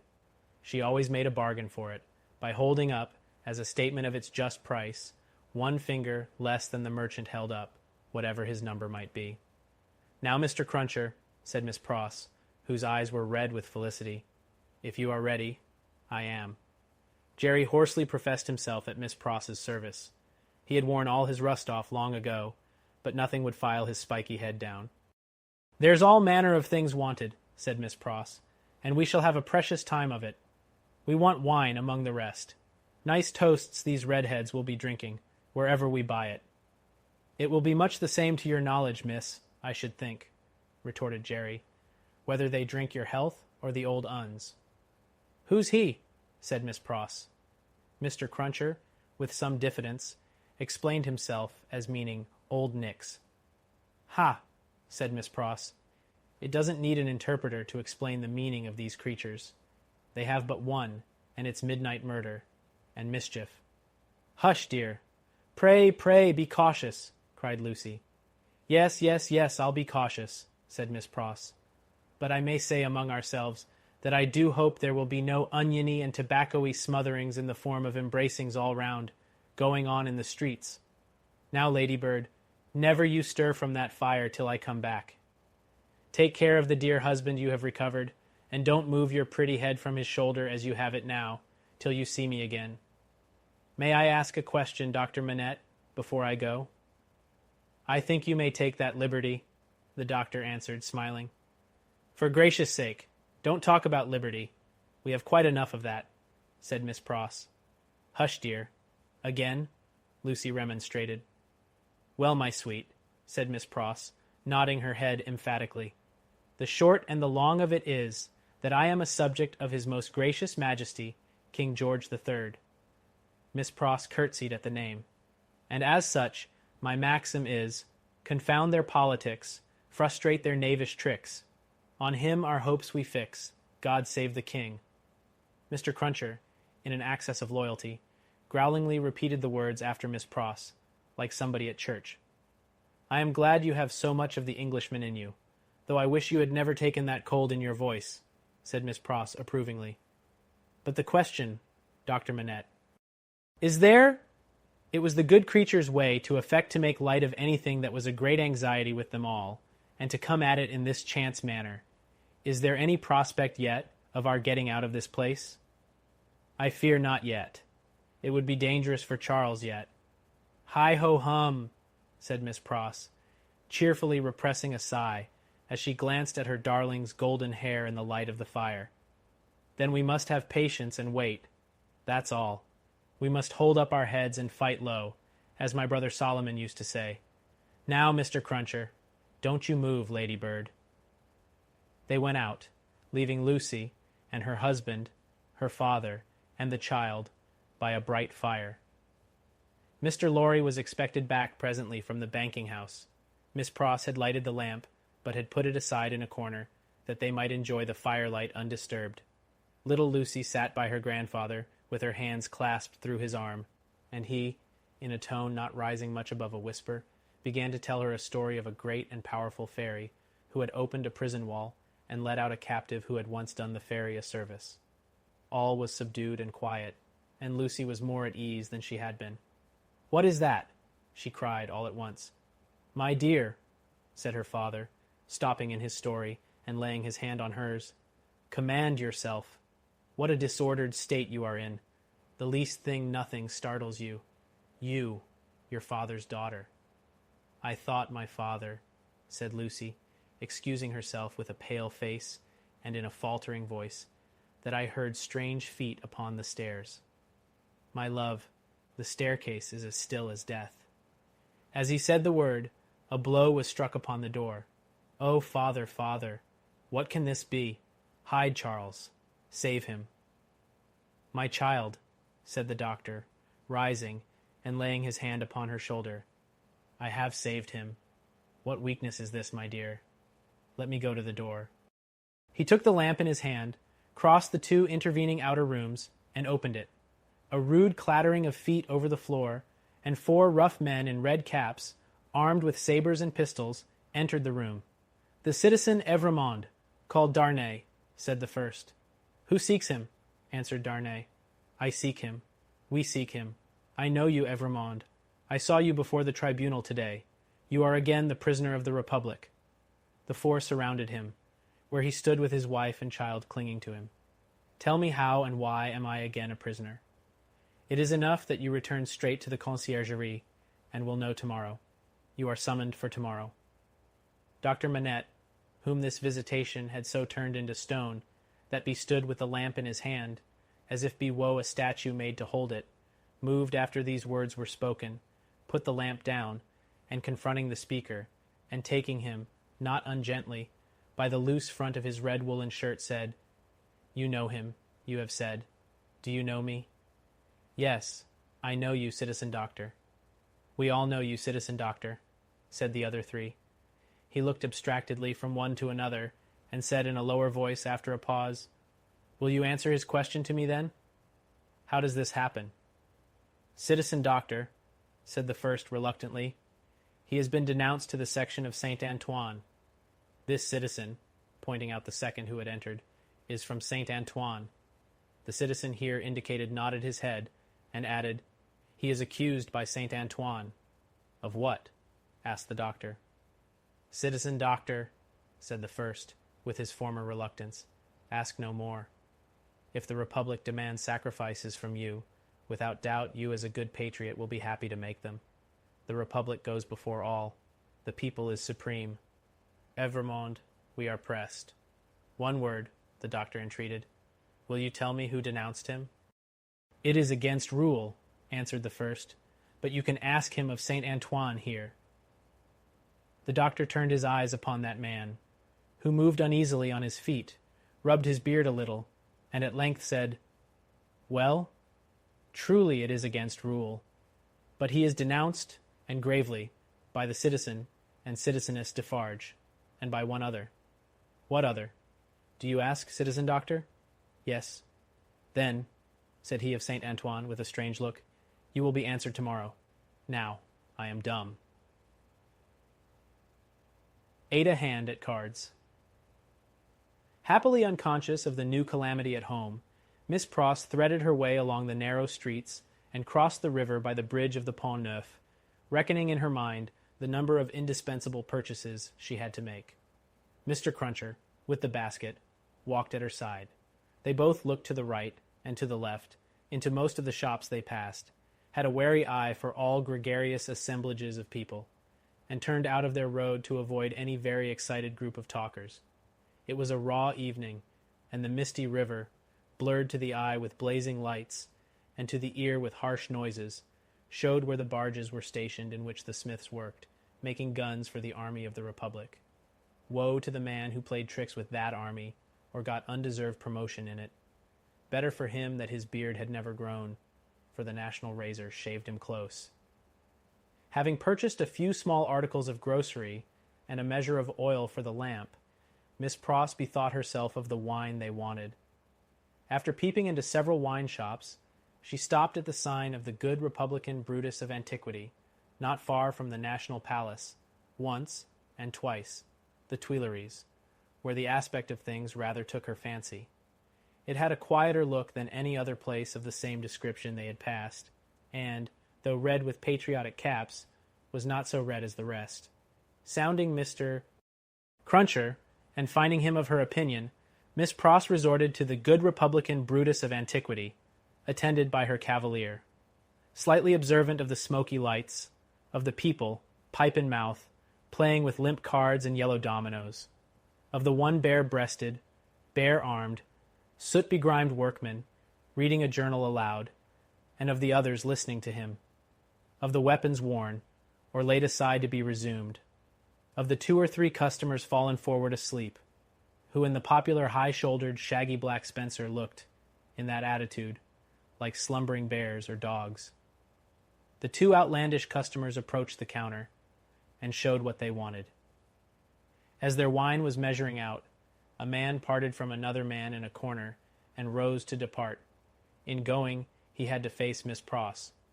No sooner did he face her than Miss Pross uttered a scream and clapped her hands. In a moment, the whole company were on their feet. That somebody was assassinated by somebody vindicating a difference of opinion was the likeliest occurrence. Everybody looked to see somebody fall, but only saw a man and a woman standing staring at each other. The man with all the outward aspect of a Frenchman and a thorough Republican. The woman, evidently English. What was said in this disappointing anticlimax by the disciples of the good Republican Brutus of Antiquity, except that it was something very voluble and loud, would have been as so much Hebrew or Chaldean to Miss Pross and her protector, though they had been all ears. But they had no ears for anything in their surprise. For, it must be recorded, that not only was Miss Pross lost in amazement and agitation, but Mr. Cruncher, though it seemed on his own separate and individual account, was in a state of the greatest wonder. "What is the matter?" said the man who had caused Miss Pross to scream, speaking in a vexed, abrupt voice, though in a low tone, and in English. "Oh, Solomon, dear Solomon," cried Miss Pross, clapping her hands again. "After not setting eyes upon you or hearing of you for so long a time, do I find you here?" "Don't call me Solomon. Do you want to be the death of me?" asked the man, in a furtive, frightened way. "Brother, brother!" cried Miss Pross, bursting into tears. "Have I ever been so hard with you that you ask me such a cruel question?" "Then hold your meddlesome tongue," said Solomon, "and come out, if you want to speak to me. Pay for your wine, and come out. Who's this man?" Miss Pross, shaking her loving and dejected head at her by no means affectionate brother, said through her tears, "Mr. Cruncher." "Let him come out too," said Solomon. "Does he think me a ghost?" Apparently Mr. Cruncher did, to judge from his looks. He said not a word, however, and Miss Pross, exploring the depths of her reticule through her tears, with great difficulty, paid for her wine. As she did so, Solomon turned to the followers of the good Republican Brutus of antiquity, and offered a few words of explanation in the French language, which caused them all to relapse into their former places and pursuits. "Now," said Solomon, stopping at the dark street corner, "what do you want?" "How dreadfully unkind in a brother nothing has ever turned my love away from," cried Miss Pross, "to give me such a greeting, and show me no affection. There, confound it.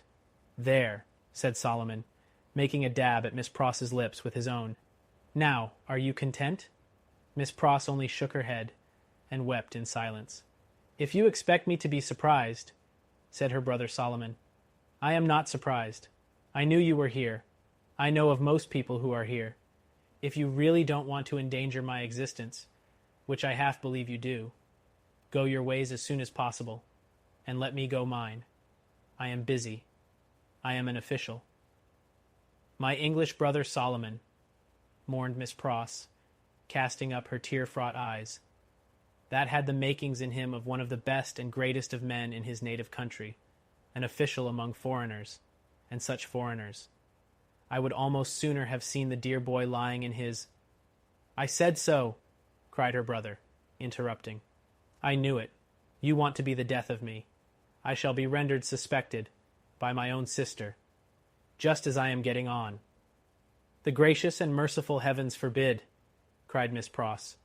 "Far rather would I never see you again, dear Solomon, though I have ever loved you truly, and ever shall. Say but one affectionate word to me, and tell me there is nothing angry or estranged between us, and I will detain you no longer." Good Miss Pross! As if the estrangement between them had come of any culpability of hers. As if Mr. Lorry had not known it for a fact, years ago, in the quiet corner in Soho, that this precious brother had spent her money and left her. He was saying the affectionate word, however, with a far more grudging condescension and patronage than he could have shown if their relative merits and positions had been reversed, which is invariably the case, all the world over, when Mr. Cruncher, touching him on the shoulder, hoarsely and unexpectedly interposed with the following singular question.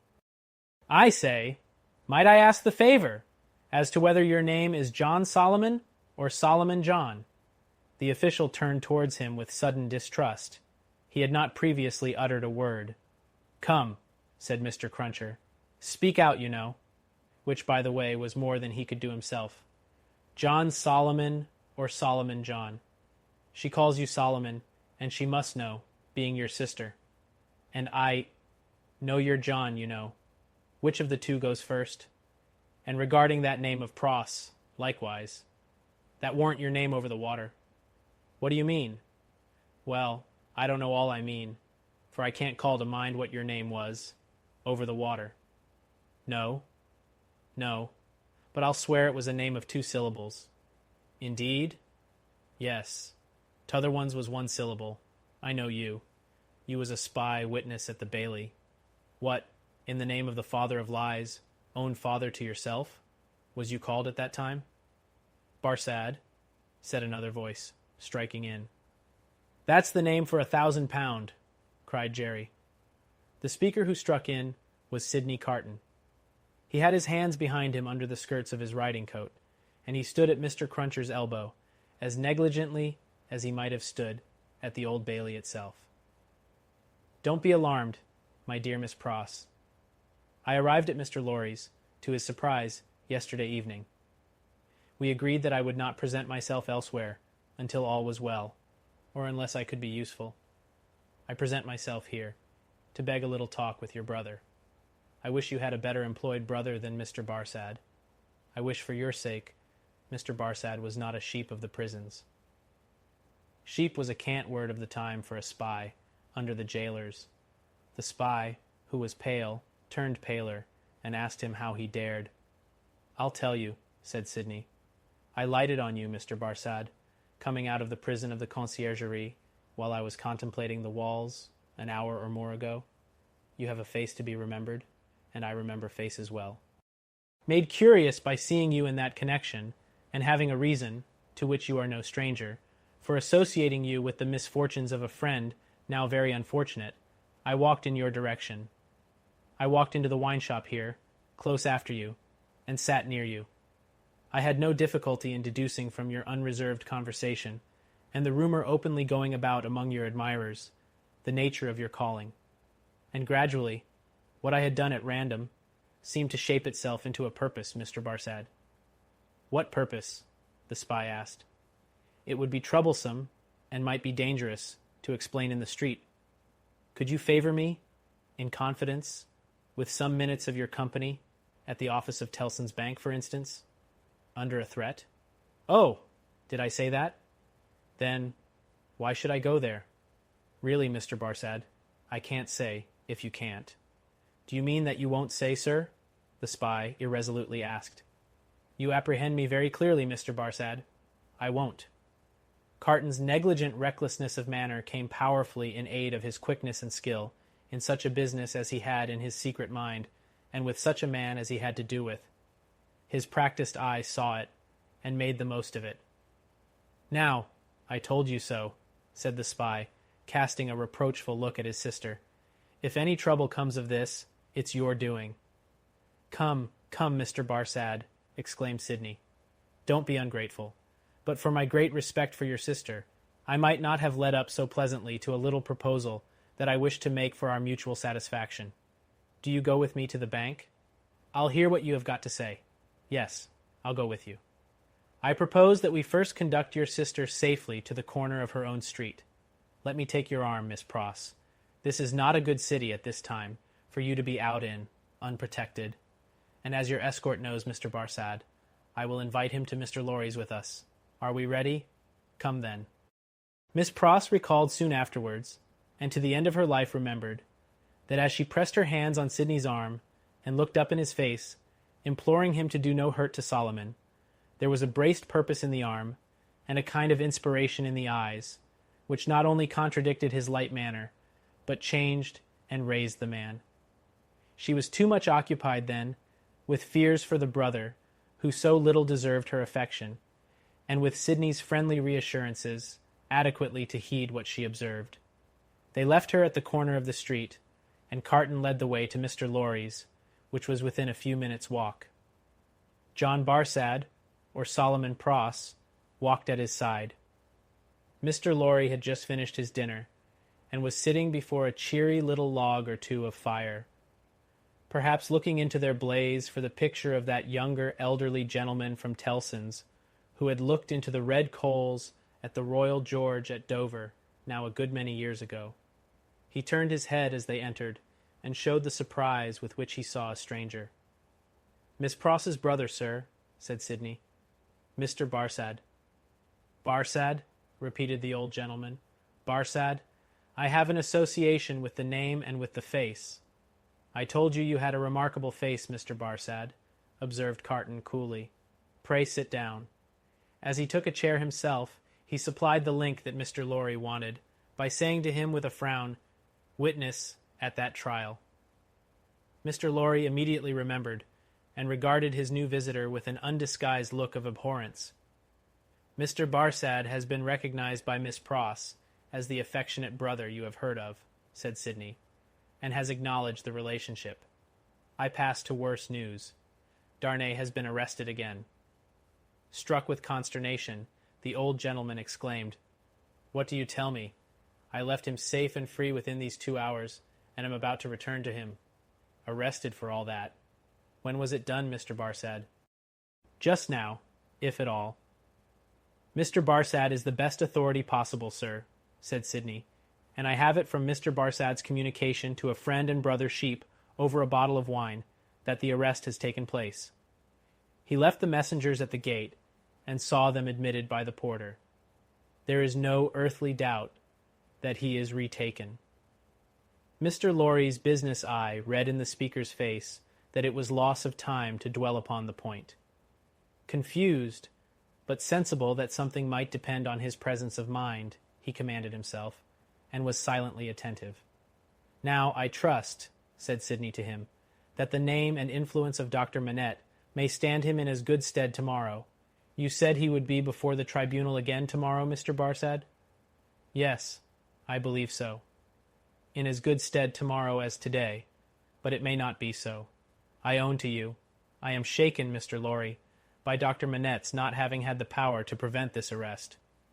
He may not have known of it beforehand, said Mr. Lorry, but that very circumstance would be alarming when we remember how identified he is with his son-in-law. That's true, Mr. Lorry acknowledged, with his troubled hand at his chin and his troubled eyes on Carton. In short, said Sydney, this is a desperate time, when desperate games are played for desperate stakes. Let the doctor play the winning game. I will play the losing one. No man's life here is worth purchase. Anyone carried home by the people today may be condemned tomorrow.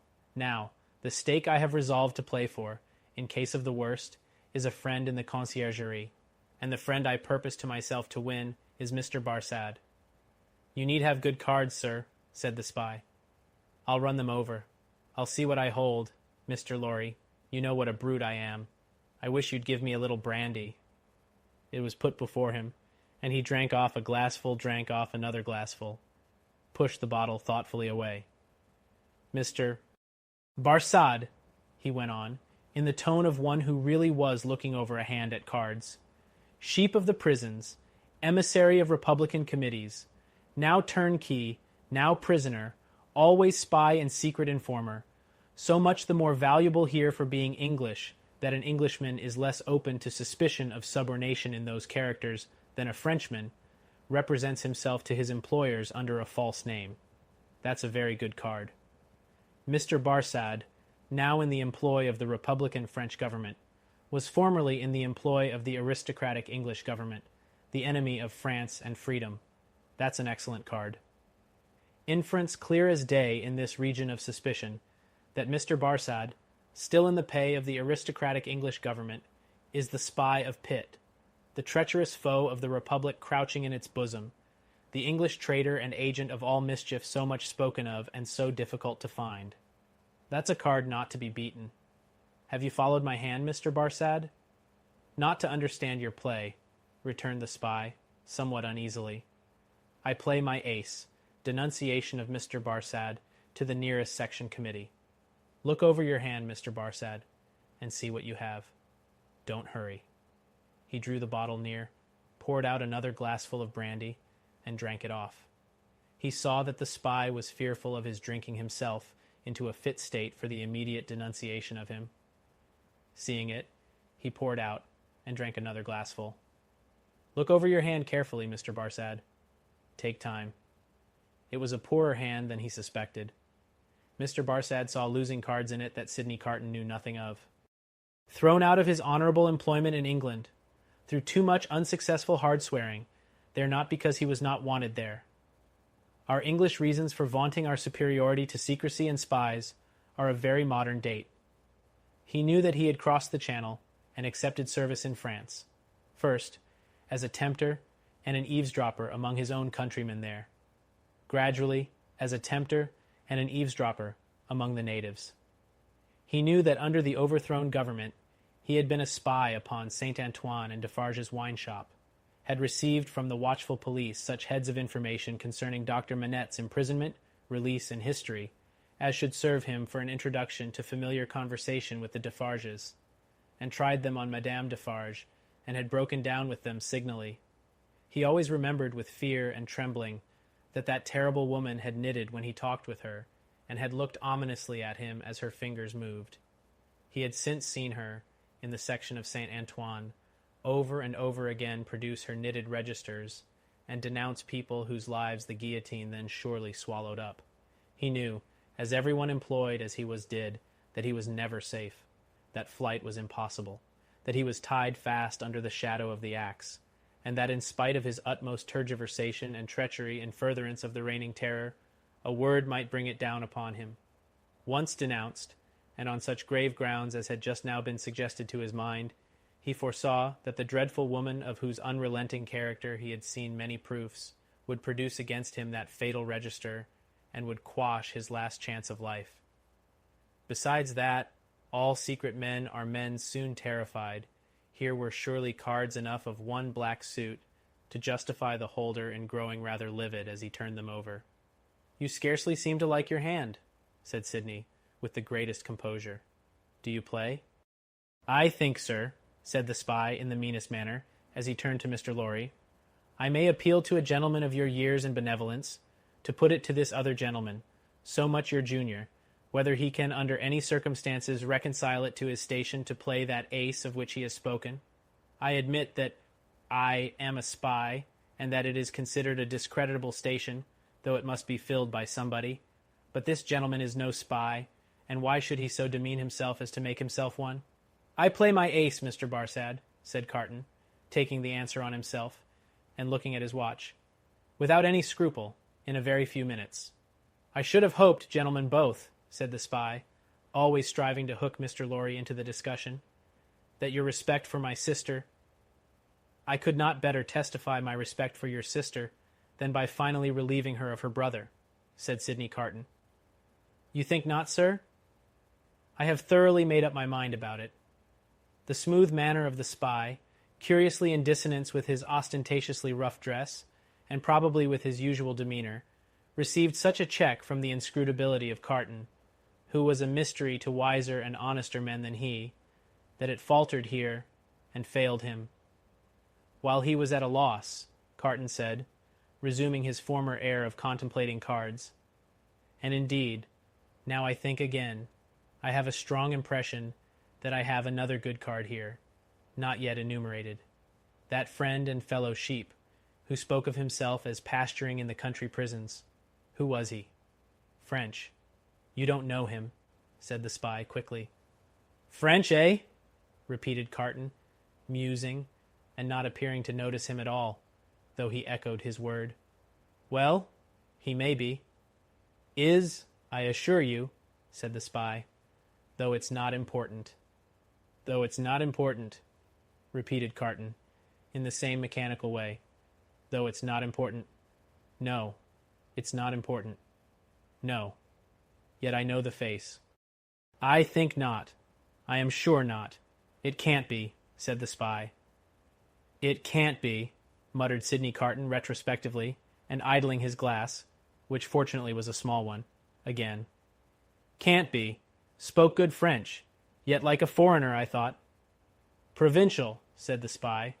"No.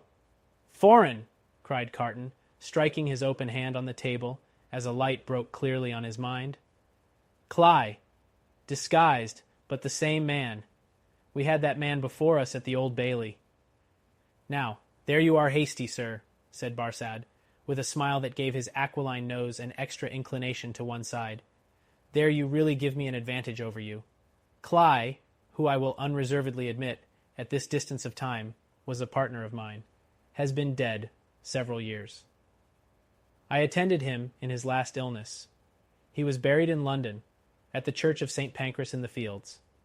His unpopularity with the blackguard multitude at the moment prevented my following his remains, but I helped to lay him in his coffin." Here Mr. Lorry became aware, from where he sat, of a most remarkable goblin shadow on the wall. Tracing it to its source, he discovered it to be caused by a sudden extraordinary rising and stiffening of all the risen and stiff hair on Mr. Cruncher's head. "Let us be reasonable," said the spy, "and let us be fair. To show you how mistaken you are, and what an unfounded assumption yours is, I will lay before you a certificate of Cly's burial, which I happen to have carried in my pocket-book." With a hurried hand he produced and opened it. ever since. There it is. Oh, look at it. Look at it. You may take it in your hand. It's no forgery. Here, Mr. Lorry perceived the reflection on the wall to elongate, and Mr. Cruncher rose and stepped forward. His hair could not have been more violently on end if it had been that moment dressed by the cow with the crumpled horn in the house that Jack built. Unseen by the spy, Mr.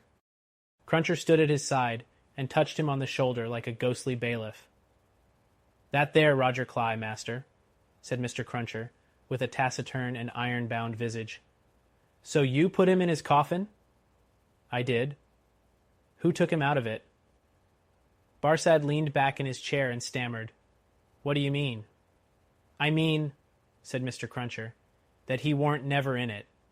No, not he. I'll have my head took off if he was ever in it." The spy looked round at the two gentlemen. They both looked in unspeakable astonishment at Jerry. "I tell you," said Jerry, "that you buried paving stones and earth in that there coffin. Don't go and tell me that you buried Cly. It was a take-in. Me and two more knows it." "How do you know it?" "What's that to you?" "Ecod," growled Mr. Cruncher. "It's you I have got a old grudge again, is it, with your shameful impositions upon tradesmen? I'd catch hold of your throat and choke you for half a guinea." Sydney Carton, who, with Mr. Lorry, had been lost in amazement at this turn of the business, here requested Mr. Cruncher to moderate and explain himself. "At another time, sir," he returned evasively. "The present time is ill-convenient for explainin'. What I stand to is, that he knows well what, that there Cly was never in that there coffin. Let him say he was, in so much as a word of one syllable, and I'll either catch hold of his throat and choke him for half a guinea." Mr. Cruncher dwelt upon this as quite a liberal offer. "Or I'll out and announce him." "Humph, I see one thing," said Carton. "I hold another card, Mr. Barsad. Impossible here in raging Paris, with suspicion filling the air, for you to outlive denunciation, when you are in communication with another aristocratic spy of the same antecedents as yourself, who, moreover, has the mystery about him of having feigned death and come to life again. A plot in the prisons, of the foreigner against the Republic. A strong card, a certain guillotine card." "Do you play?" "No," returned the spy. "I throw up. I confess that we were so unpopular with the outrageous mob that I only got away from England at the risk of being ducked to death, and that Cly was so ferreted up and down that he never would have got away at all but for that sham. Though how this man knows it was a sham is a wonder of wonders to me." "Never you trouble your head about this man," retorted the contentious Mr. Cruncher. "You'll have trouble enough with giving your attention to that gentleman. And look here, once more." Mr. Cruncher could not be restrained from making rather an ostentatious parade of his liberality. "I'd catch hold of your throat and choke you for half a guinea." The sheep of the prisons turned from him to Sydney Carton, and said, with more decision, "It has come to a point. I go on duty soon, and can't overstay my time. You told me you had a proposal. What is it? Now, it is of no use asking too much of me. Ask me to do anything in my office, putting my head in great extra danger, and I had better trust my life to the chances of a refusal than the chances of consent. In short, I should make that choice. You talk of desperation. We are all desperate here. Remember, I may denounce you if I think proper, and I can swear my way through stone walls, and so can others. Now what do you want with me?" "Not very much. You are a turnkey at the conciergerie?" "I tell you once for all, there is no such thing as an escape possible," said the spy firmly. "Why need you tell me what I have not asked? You are a turnkey at the conciergerie?" "I am sometimes." "You can be when you choose?" "I can pass in and out when I choose." Sydney Carton filled another glass with brandy, poured it slowly out upon the hearth, and watched it as it dropped. It being all spent, he said, rising, "So far, we have spoken before these two, because it was as well that the merits of the cards should not rest solely between you and me. Come into the dark room here, and let us have one final word alone." 9. The Game Made. While Sydney Carton and the sheep of the prisons were in the adjoining dark room, Speaking so low that not a sound was heard, Mr. Lorry looked at Jerry in considerable doubt and mistrust. That honest tradesman's manner of receiving the look did not inspire confidence. He changed the leg on which he rested, as often as if he had 50 of those limbs and were trying them all. He examined his fingernails with a very questionable closeness of attention, and whenever Mr. Lorry's eye caught his, he was taken with that peculiar kind of short cough requiring the hollow of a hand before it, which is seldom, if ever, known to be an infirmity attendant on perfect openness of character. "Jerry," said Mr. Lorry, "come here." Mr. Cruncher came forward sideways, with one of his shoulders in advance of him. "What have you been, besides a messenger?" After some cogitation, accompanied with an intent look at his patron, Mr. Cruncher conceived the luminous idea of replying, "Agricultural character." "My mind misgives me much," said Mr. Lorry, angrily shaking a forefinger at him, "that you have used the respectable and great house of Tellson's as a blind, and that you have had an unlawful occupation of an infamous description. If you have, don't expect me to befriend you when you get back to England. If you have, don't expect me to keep your secret. Tellson's shall not be imposed upon. I hope, sir," pleaded the abashed Mr. Cruncher, "that a gentleman like yourself, what I've had the honor of odd jobbing till I'm grey at it, would think twice about harming of me. Even if it was so, I don't say it is, but even if it was, and which it is, to be took into account, that if it was, it wouldn't, even then, be all a one side.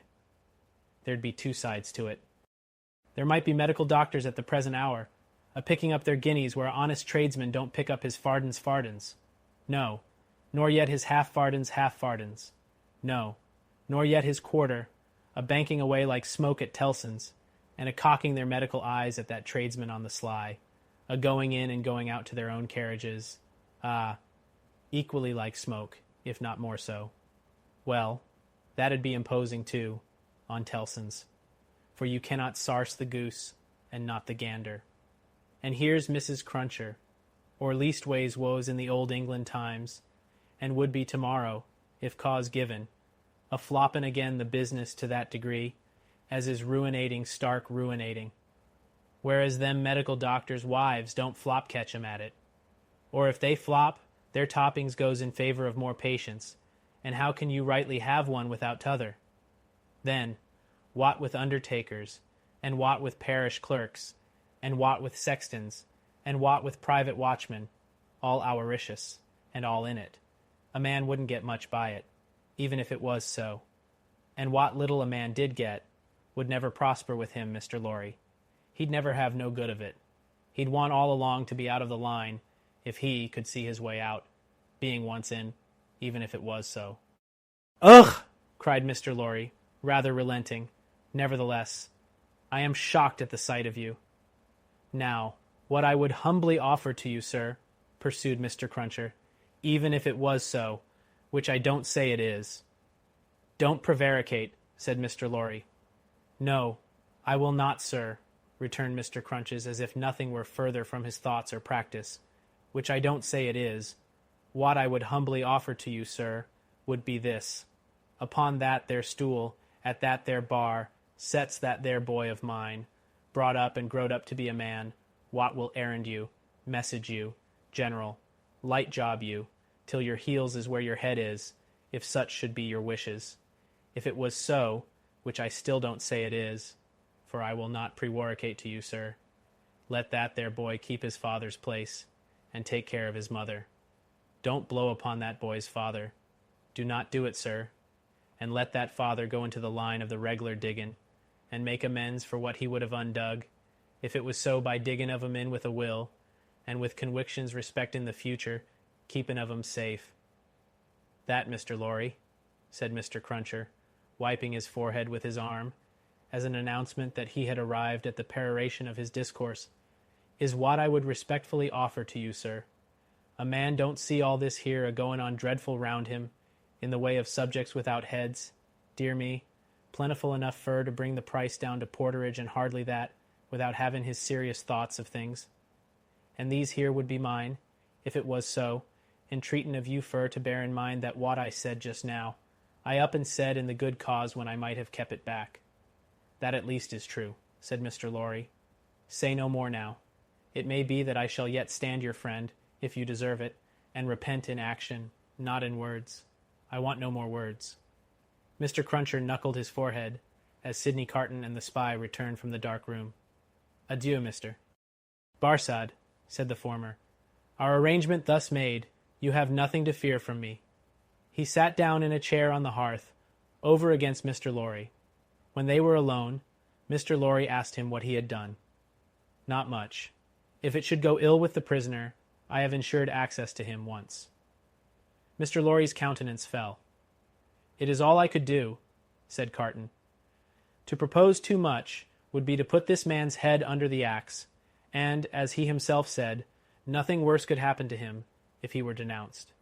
It was obviously the weakness of the position. There is no help for it. But access to him, said Mr. Lorry, if it should go ill before the tribunal, will not save him. I never said it would. Mr. Lorry's eyes gradually sought the fire. His sympathy with his darling, and the heavy disappointment of his second arrest, gradually weakened them. He was an old man now, overborne with anxiety of late, and his tears fell. You are a good man and a true friend, said Carton, in an altered voice. Forgive me if I notice that you are affected. I could not see my father weep, and sit by, careless. And I could not respect your sorrow more, if you were my father. You are free from that misfortune, however. Though he said the last words, with a slip into his usual manner, there was a true feeling and respect, both in his tone and in his touch, that Mr. Lorry, who had never seen the better side of him, was wholly unprepared for. He gave him his hand, and Carton gently pressed it. To return to poor Darnay, said Carton. Don't tell her of this interview, or this arrangement. It would not enable her to go to see him. She might think it was contrived, in case of the worse, to convey to him the means of anticipating the sentence. Mr. Lorry had not thought of that, and he looked quickly at Carton to see if it were in his mind. It seemed to be. He returned the look, and evidently understood it. She might think 1,000 things, Carton said, and any of them would only add to her trouble. Don't speak of me to her. As I said to you when I first came, I had better not see her. I can put my hand out, to do any little helpful work for her that my hand can find to do, without that. You are going to her, I hope? She must be very desolate tonight. I am going now, directly. I am glad of that. She has such a strong attachment to you and reliance on you. How does she look? Anxious and unhappy, but very beautiful. Ah. It was a long, grieving sound, like a sigh, almost like a sob. It attracted Mr. Lorry's eyes to Carton's face, which was turned to the fire. A light, or a shade, the old gentleman could not have said which, passed from it as swiftly as a change will sweep over a hillside on a wild, bright day, and he lifted his foot to put back one of the little flaming logs which was tumbling forward. He wore the white riding-coat and top-boots, then in vogue, and the light of the fire touching their light surfaces made him look very pale, with his long brown hair, all untrimmed, hanging loose about him. His indifference to fire was sufficiently remarkable to elicit a word of remonstrance from Mr. Lorry. His boot was still upon the hot embers of the flaming log when it had broken under the weight of his foot. I forgot it, he said. Mr. Lorry's eyes were again attracted to his face.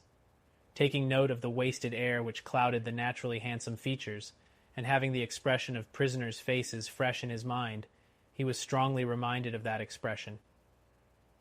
And your duties here have drawn to an end, sir? Said Carton, turning to him. Yes.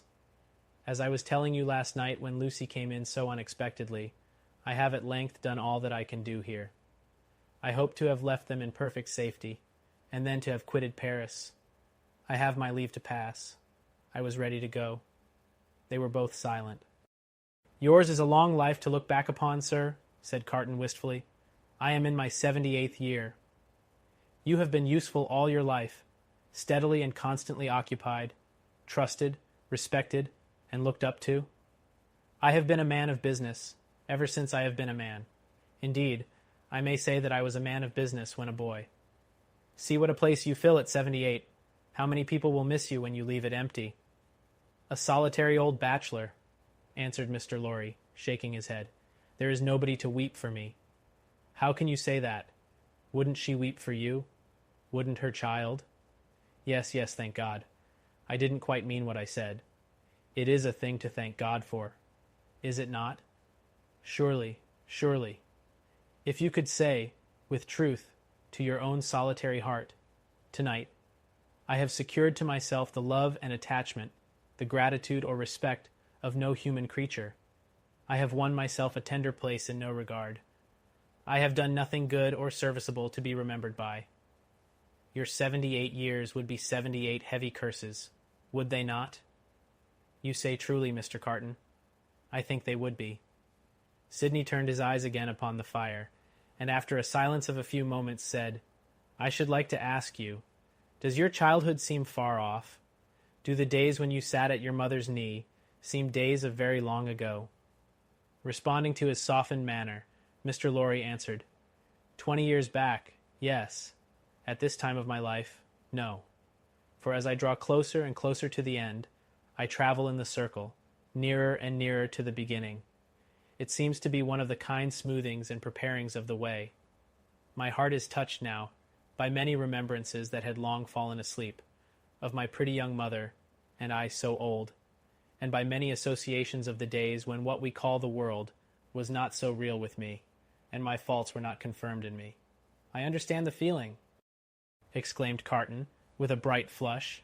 And you are the better for it? I hope so. Carton terminated the conversation here by rising to help him on with his outer coat. But you, said Mr. Lorry, reverting to the theme, you are young. Yes, said Carton, I am not old, but my young way was never the way to age. Enough of me. And of me, I am sure, said Mr. Lorry. Are you going out? I'll walk with you to her gate. You know my vagabond and restless habits. If I should prowl about the streets a long time, don't be uneasy. I shall reappear in the morning. You go to the court tomorrow? Yes, unhappily. I shall be there, but only as one of the crowd. My spy will find a place for me. Take my arm, sir. Mr. Lorry did so, and they went downstairs and out in the streets. A few minutes brought them to Mr. Lorry's destination. Carton left him there, but lingered at a little distance, and turned back to the gate again when it was shut, and touched it. He had heard of her going to the prison every day.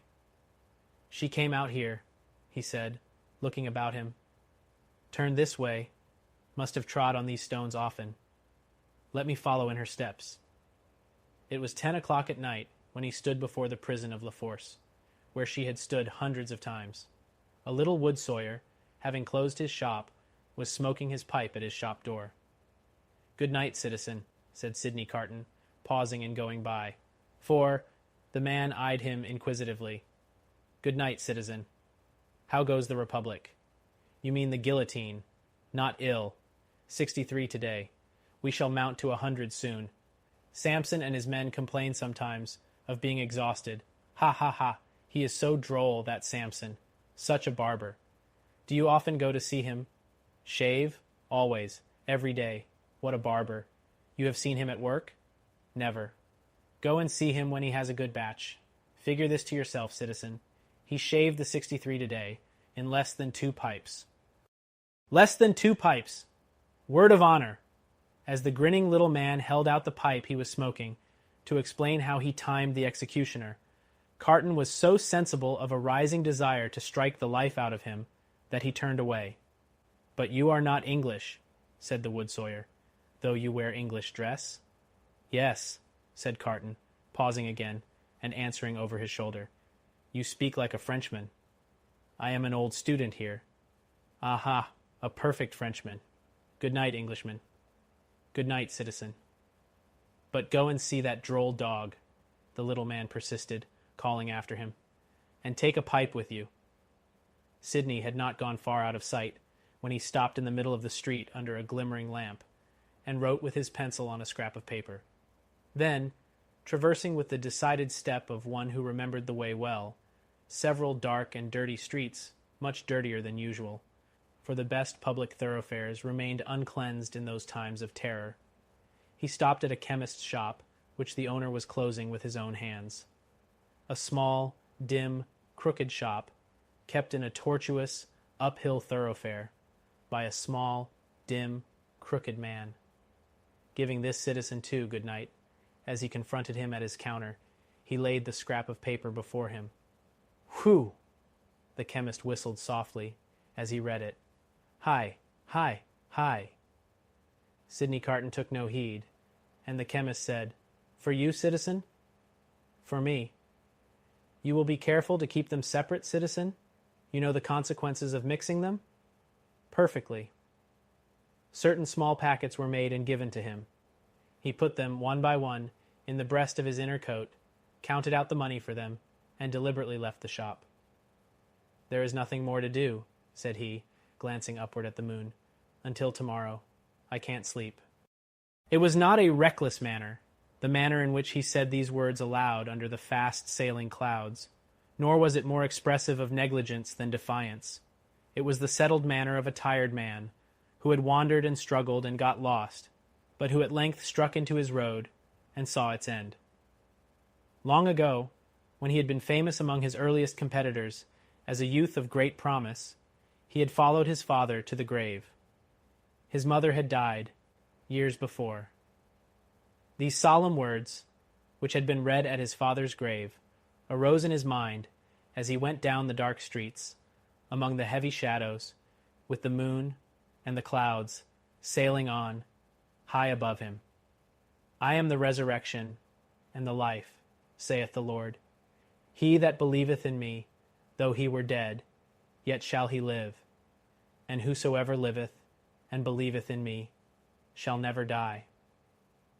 In a city dominated by the axe, alone at night, with natural sorrow rising in him, for the 63 who had been that day put to death, and for tomorrow's victims then awaiting their doom in the prisons, and still of tomorrows and tomorrows, the chain of association that brought the words home, like a rusty old ship's anchor from the deep, might have been easily found. He did not seek it, but repeated them and went on, with a solemn interest in the lighted windows where the people were going to rest, forgetful through a few calm hours of the horrors surrounding them. In the towers of the churches, where no prayers were said, for the popular revulsion had even traveled that length of self-destruction from years of priestly impostors, plunderers, and profligates.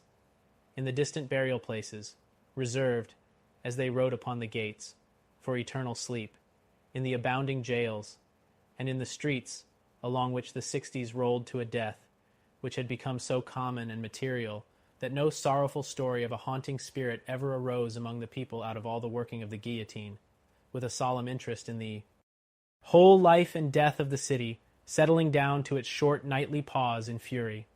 Sydney Carton crossed the Seine again for the lighter streets. Few coaches were abroad, for riders and coaches were liable to be suspected, and gentility hid its head in red nightcaps, and put on heavy shoes, and trudged. But the theatres were all well filled, and the people poured cheerfully out as he passed, and went chatting home. At one of the theatre doors there was a little girl with a mother, looking for a way across the street through the mud. He carried the child over, and before the timid arm was loosed from his neck, asked her for a kiss. "I am the resurrection and the life, saith the Lord. He that believeth in me, though he were dead, yet shall he live. And whosoever liveth and believeth in me shall never die." Now that the streets were quiet and the night wore on, the words were in the echoes of his feet and were in the air. Perfectly calm and steady, he sometimes repeated them to himself as he walked, but he heard them always. The night wore out, and as he stood upon the bridge listening to the water as it splashed the river walls of the island of Paris, where the picturesque confusion of houses and cathedrals shone bright in the light of the moon, the day came coldly, looking like a dead face out of the sky. Then the night, with the moon and the stars, turned pale and died, and for a little while it seemed as if creation were delivered over to death's dominion. But the glorious sun, rising, seemed to strike those words, that burden of the night, straight and warm to his heart in its long, bright rays. And looking along them, with reverently shaded eyes, a bridge of light appeared to span the air between him and the sun, while the river sparkled under it. The strong tide, so swift, so deep, and certain, was like a congenial friend in the morning stillness. He walked by the stream, far from the houses, and in the light and warmth of the sun fell asleep on the bank. When he awoke and was afoot again, he lingered there yet a little longer, watching an eddy that turned and turned purposeless, until the stream absorbed it and carried it onto the sea, like me. A trading boat, with a sail of the softened color of a dead leaf, then glided into his view, floated by him, and died away. As its silent track in the water disappeared, the prayer that had broken up out of his heart for a merciful consideration of all his poor blindnesses and errors ended in the words, "I am the resurrection and the life." Mr. Lorry was already out when he got back, and it was easy to surmise where the good old man was gone. Sydney Carton drank nothing but a little coffee, ate some bread, and having washed and changed to refresh himself, went out to the place of trial. The court was all astir and abuzz when the black sheep, whom many fell away from in dread, pressed him into an obscure corner among the crowd. Mr. Lorry was there, and Dr. Manette was there. She was there, sitting beside her father. When her husband was brought in, she turned to look upon him, so sustaining, so encouraging, so full of admiring love and pitying tenderness, yet so courageous for his sake, that it called the healthy blood into his face, brightened his glance, and animated his heart. If there had been any eyes to notice the influence of her look on Sydney Carton, it would have been seen to be the same influence exactly. Before that unjust tribunal, there was little or no order of procedure, ensuring to any accused person any reasonable hearing. There could have been no such revolution, if all laws, forms, and ceremonies had not first been so monstrously abused that the suicidal vengeance of the revolution was to scatter them all to the winds. Every eye was turned to the jury. The same determined patriots and good Republicans as yesterday and the day before, and tomorrow and the day after, eager and prominent among them, one man with a craving face, and his fingers perpetually hovering about his lips, whose appearance gave great satisfaction to the spectators, a life-thirsting, cannibal-looking, bloody-minded juryman, the Jacques III of St. Antoine, the whole jury, as a jury of dogs impaneled to try the deer. Every eye then turned to the 5 judges and the public prosecutor. No favorable leaning in that quarter today. A fell, uncompromising, murderous business meaning there.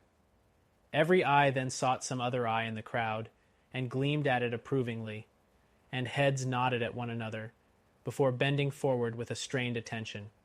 Charles Evremond, called Darnay, released yesterday, reaccused and retaken yesterday, indictment delivered to him last night, suspected and denounced enemy of the Republic, aristocrat, one of a family of tyrants, one of a race proscribed, for that they had used their abolished privileges to the infamous oppression of the people. Charles Evremond, called Darnay, in right of such prescription, absolutely dead in law. To this effect, in as few or fewer words, the public prosecutor. The president asked, was the accused openly denounced or secretly? Openly, President. By whom? 3 voices.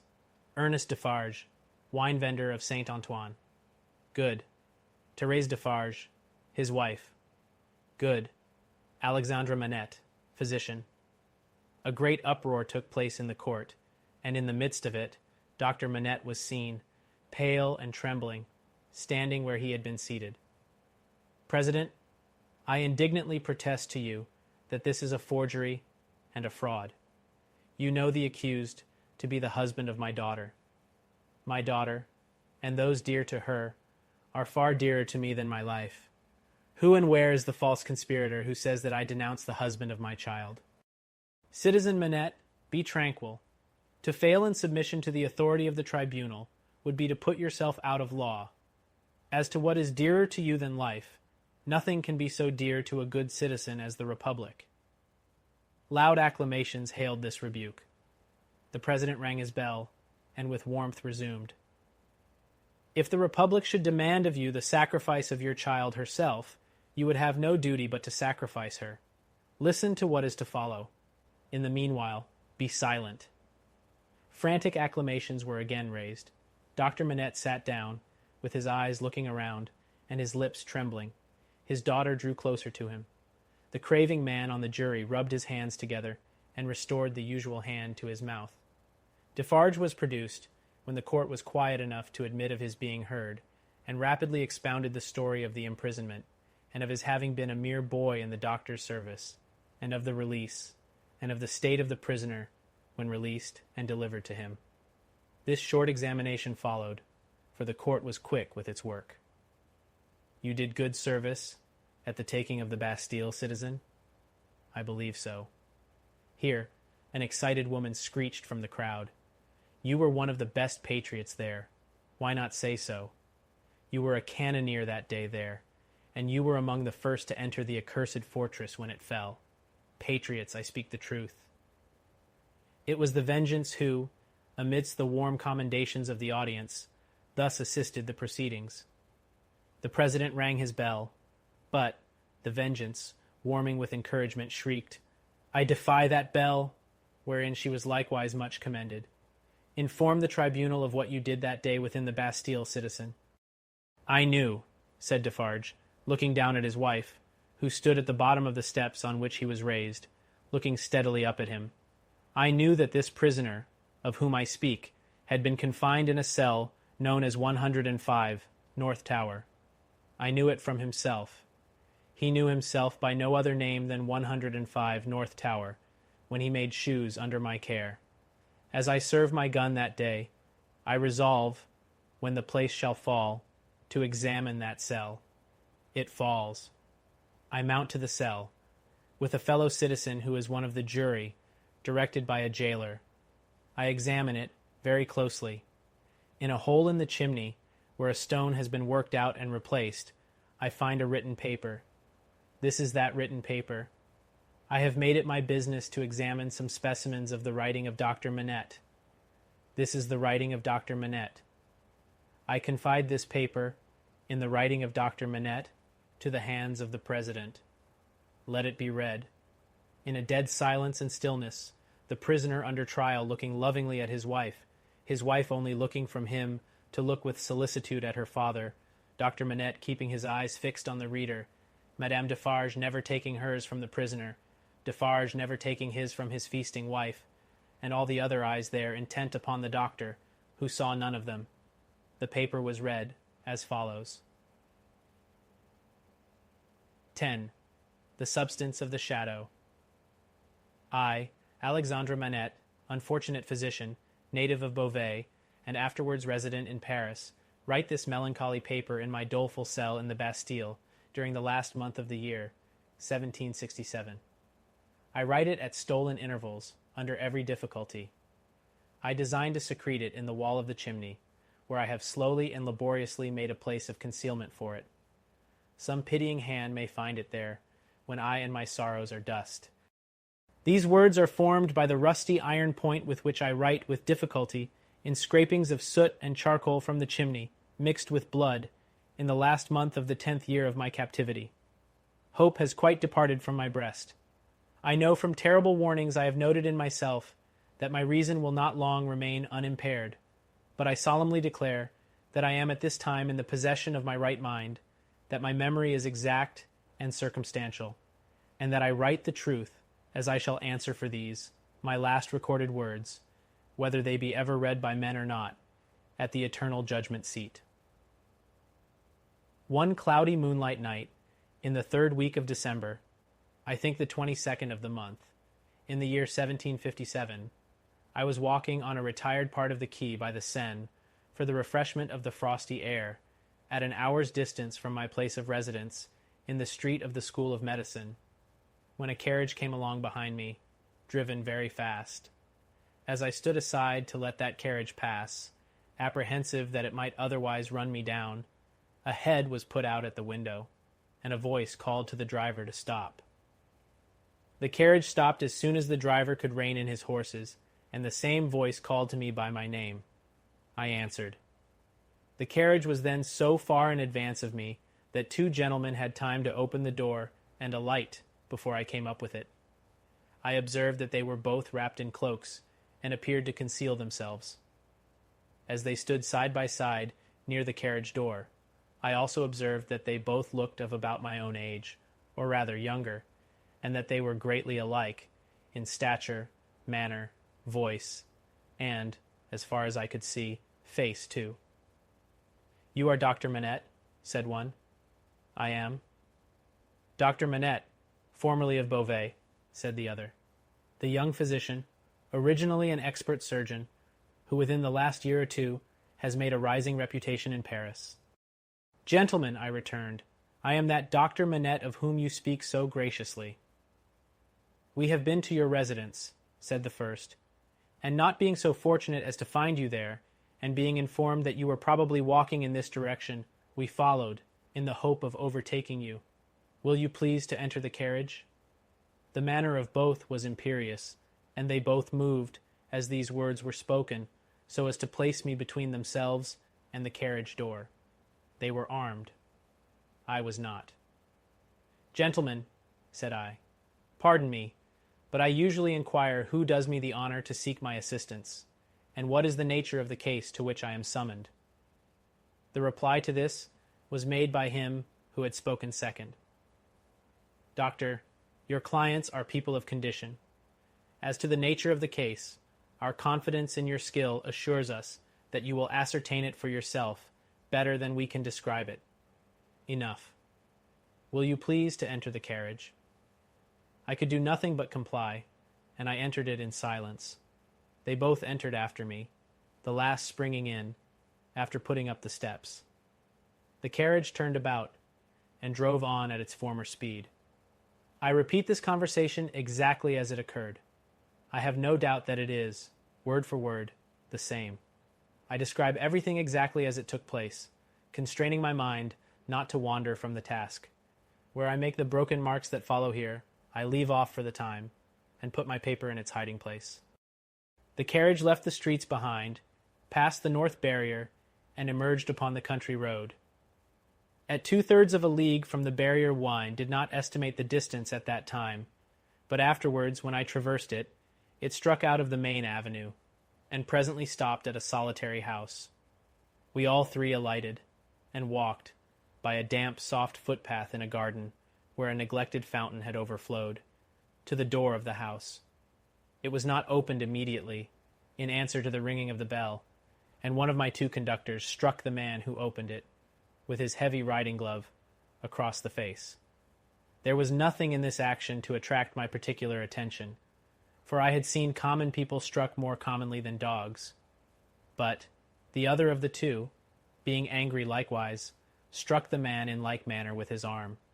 The look and bearing of the brothers were then so exactly alike that I then first perceived them to be twin brothers. From the time of our alighting at the outer gate, which we found locked, and which one of the brothers had opened to admit us, and had relocked, I had heard cries proceeding from an upper chamber. I was conducted to this chamber straight, the cries growing louder as we ascended the stairs, and I found a patient in a high fever of the brain, lying on a bed. The patient was a woman of great beauty, and young, assuredly not much past 20. Her hair was torn and ragged, and her arms were bound to her sides with sashes and handkerchiefs. I noticed that these bonds were all portions of a gentleman's dress. On one of them, which was a fringed scarf for a dress of ceremony, I saw the armorial bearings of a noble, and the letter E.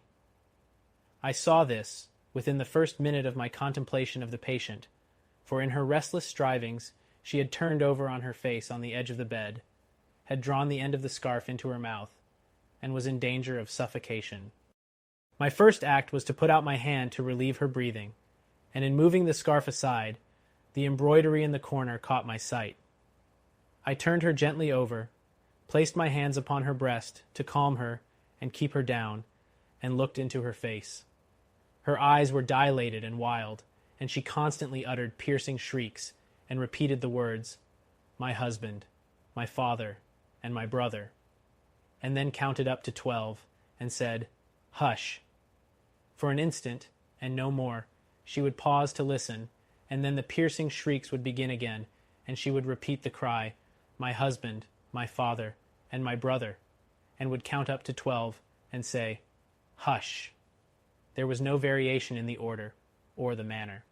There was no cessation, but the regular moment's pause in the utterance of these sounds. "How long," I asked, "has this lasted?" To distinguish the brothers, I will call them the elder and the younger. By the elder, I mean him who exercised the most authority. It was the elder who replied, "Since about this hour last night. She has a husband, a father, and a brother." "A brother." "I do not address her brother?" He answered with great contempt, "No." "She has some recent association with the number 12?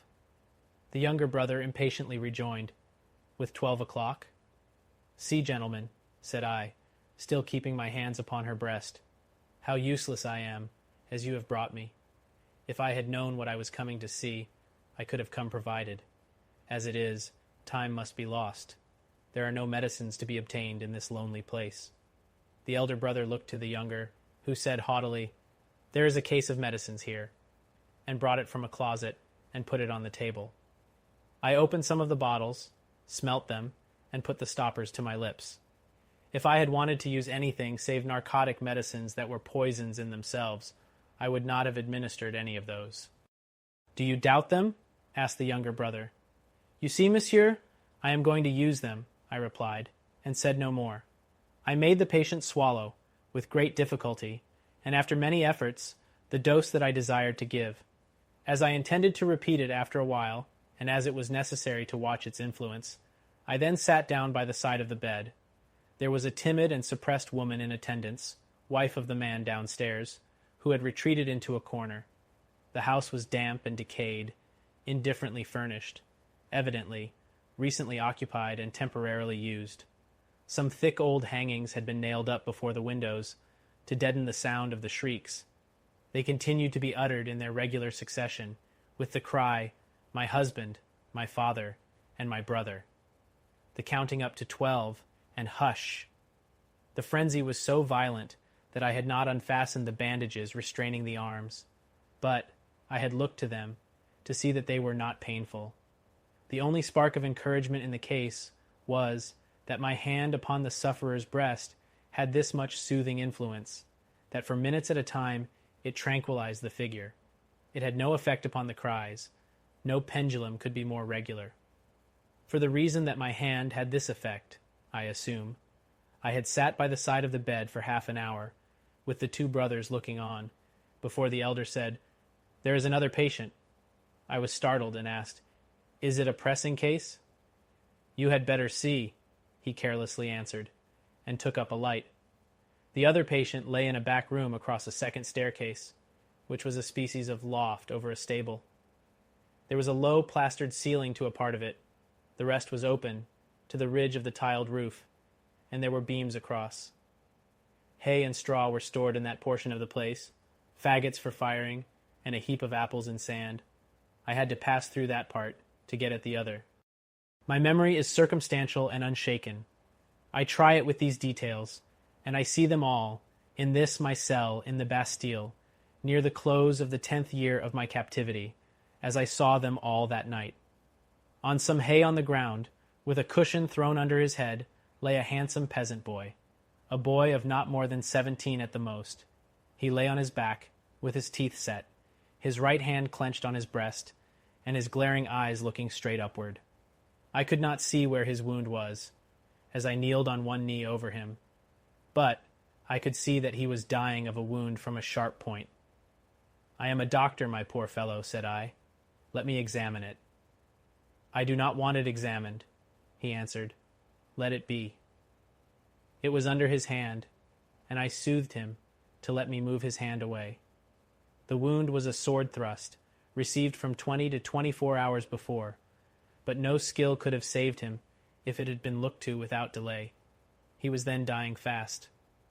As I turned my eyes to the elder brother, I saw him looking down at this handsome boy, whose life was ebbing out, as if he were a wounded bird, or hare, or rabbit, not at all as if he were a fellow creature. "How has this been done, monsieur?" said I. "A crazed young common dog, a serf, forced my brother to draw upon him, and has fallen by my brother's sword like a gentleman." There was no touch of pity, sorrow, or kindred humanity in this answer. The speaker seemed to acknowledge that it was inconvenient to have that different order of creature dying there, and that it would have been better if he had died in the usual obscure routine of his vermin kind. He was quite incapable of any compassionate feeling about the boy or about his fate. The boy's eyes had slowly moved to him as he had spoken, and they now slowly moved to me. "Doctor, they are very proud, these nobles, but we common dogs are proud too sometimes. They plunder us, outrage us, beat us, kill us, but we have a little pride left sometimes. Have you seen her, doctor?" The shrieks and the cries were audible there, though subdued by the distance. He referred to them, as if she were lying in our presence. I said, "I have seen her. She is my sister, doctor. They have had their shameful rights, these nobles, in the modesty and virtue of our sisters, many years, but we have had good girls among us. I know it, and have heard my father say so. She was a good girl. She was betrothed to a good young man, too, a tenant of his. We were all tenants of his, that man's who stands there. The other is his brother, the worst of a bad race." It was with the greatest difficulty that the boy gathered bodily force to speak, but his spirit spoke with a dreadful emphasis. "We were so robbed by that man who stands there, as all we common dogs are by those superior beings, taxed by him without mercy, obliged to work for him without pay, obliged to grind our corn at his mill, obliged to feed scores of his tame birds on our wretched crops, and forbidden for our lives to keep a single tame bird of our own, pillaged and plundered to that degree that when we chanced to have a bit of meat, we ate it in fear, with the door barred and the shutters closed, that his people should not see it and take it from us. I say, we were so robbed and hunted and were made so poor that our father told us it was a dreadful thing to bring a child into the world, and that what we should most pray for was that our women might be barren and our miserable race die out. I had never before seen the sense of being oppressed bursting forth like a fire. I had supposed that it must be latent in the people somewhere, but I had never seen it break out until I saw it in the dying boy. Nevertheless, doctor, my sister married. He was ailing at that time, poor fellow, and she married her lover, that she might tend and comfort him in our cottage, our dog hut, as that man would call it. She had not been married many weeks, when that man's brother saw her and admired her, and asked that man to lend her to him, for what are husbands among us? He was willing enough, but my sister was good and virtuous, and hated his brother with a hatred as strong as mine. What did the two then, to persuade her husband to use his influence with her, to make her willing? The boy's eyes, which had been fixed on mine, slowly turned to the looker-on, and I saw in the two faces that all he said was true. The two opposing kinds of pride confronting one another, I can see, even in this Bastille, the gentleman's all negligent indifference, the peasant's all trodden-down sentiment and passionate revenge. You know, doctor, that it is among the rights of these nobles to harness us common dogs to carts, and drive us. They so harnessed him, and drove him. You know that it is among their rights to keep us in their grounds all night, quieting the frogs, in order that their noble sleep may not be disturbed. They kept him out in the unwholesome mists at night, and ordered him back into his harness in the day. But he was not persuaded. No. Taken out of harness one day at noon, to feed. If he could find food, he sobbed 12 times, once for every stroke of the bell, and died on her bosom. Nothing human could have held life in the boy, but his determination to tell all his wrong. He forced back the gathering shadows of death, as he forced his clenched right hand to remain clenched and to cover his wound. Then, with that man's permission, and even with his aid, his brother took her away. In spite of what I know, she must have told his brother, and what that is will not be long unknown to you, doctor. If it is now, his brother took her away for his pleasure and diversion for a little while. I saw her pass me on the road. When I took the tidings home, our father's heart burst. He never spoke one of the words that filled it.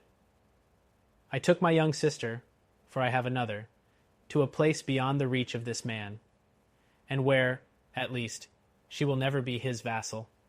Then I tracked the brother here, and last night climbed in a common dog, but sword in hand. Where is the loft window? It was somewhere here. The room was darkening to his sight. The world was narrowing around him. I glanced about me, and saw that the hay and straw were trampled over the floor, as if there had been a struggle. She heard me, and ran in. I told her not to come near us till he was dead. He came in, and first tossed me some pieces of money, then struck at me with a whip. But I, though a common dog, so struck at him as to make him draw. Let him break into as many pieces as he will, the sword that he stained with my common blood. He drew to defend himself, thrust at me with all his skill for his life. My glance had fallen, but a few moments before, on the fragments of a broken sword, lying among the hay. That weapon was a gentleman's. In another place lay an old sword that seemed to have been a soldier's. Now lift me up, doctor. Lift me up. Where is he? He is not here, I said, supporting the boy, and thinking that he referred to the brother. He, proud as these nobles are, he is afraid to see me. Where is the man who was here? Turn my face to him. I did so, raising the boy's head against my knee. But invested for the moment with extraordinary power, he raised himself completely, obliging me to rise too, or I could not have still supported him. Marquis, said the boy, turned to him with his eyes opened wide and his right hand raised. In the days when all these things are to be answered for, I summon you and yours, to the last of your bad race, to answer for them. I mark this cross of blood upon you as a sign that I do it. In the days when all these things are to be answered for, I summon your brother, the worst of the bad race, to answer for them separately. I mark this cross of blood upon him as a sign that I do it. Twice he put his hand to the wound in his breast, and with his forefinger drew a cross in the air. He stood for an instant, with the finger yet raised, and as it dropped, he dropped with it, and I laid him down dead.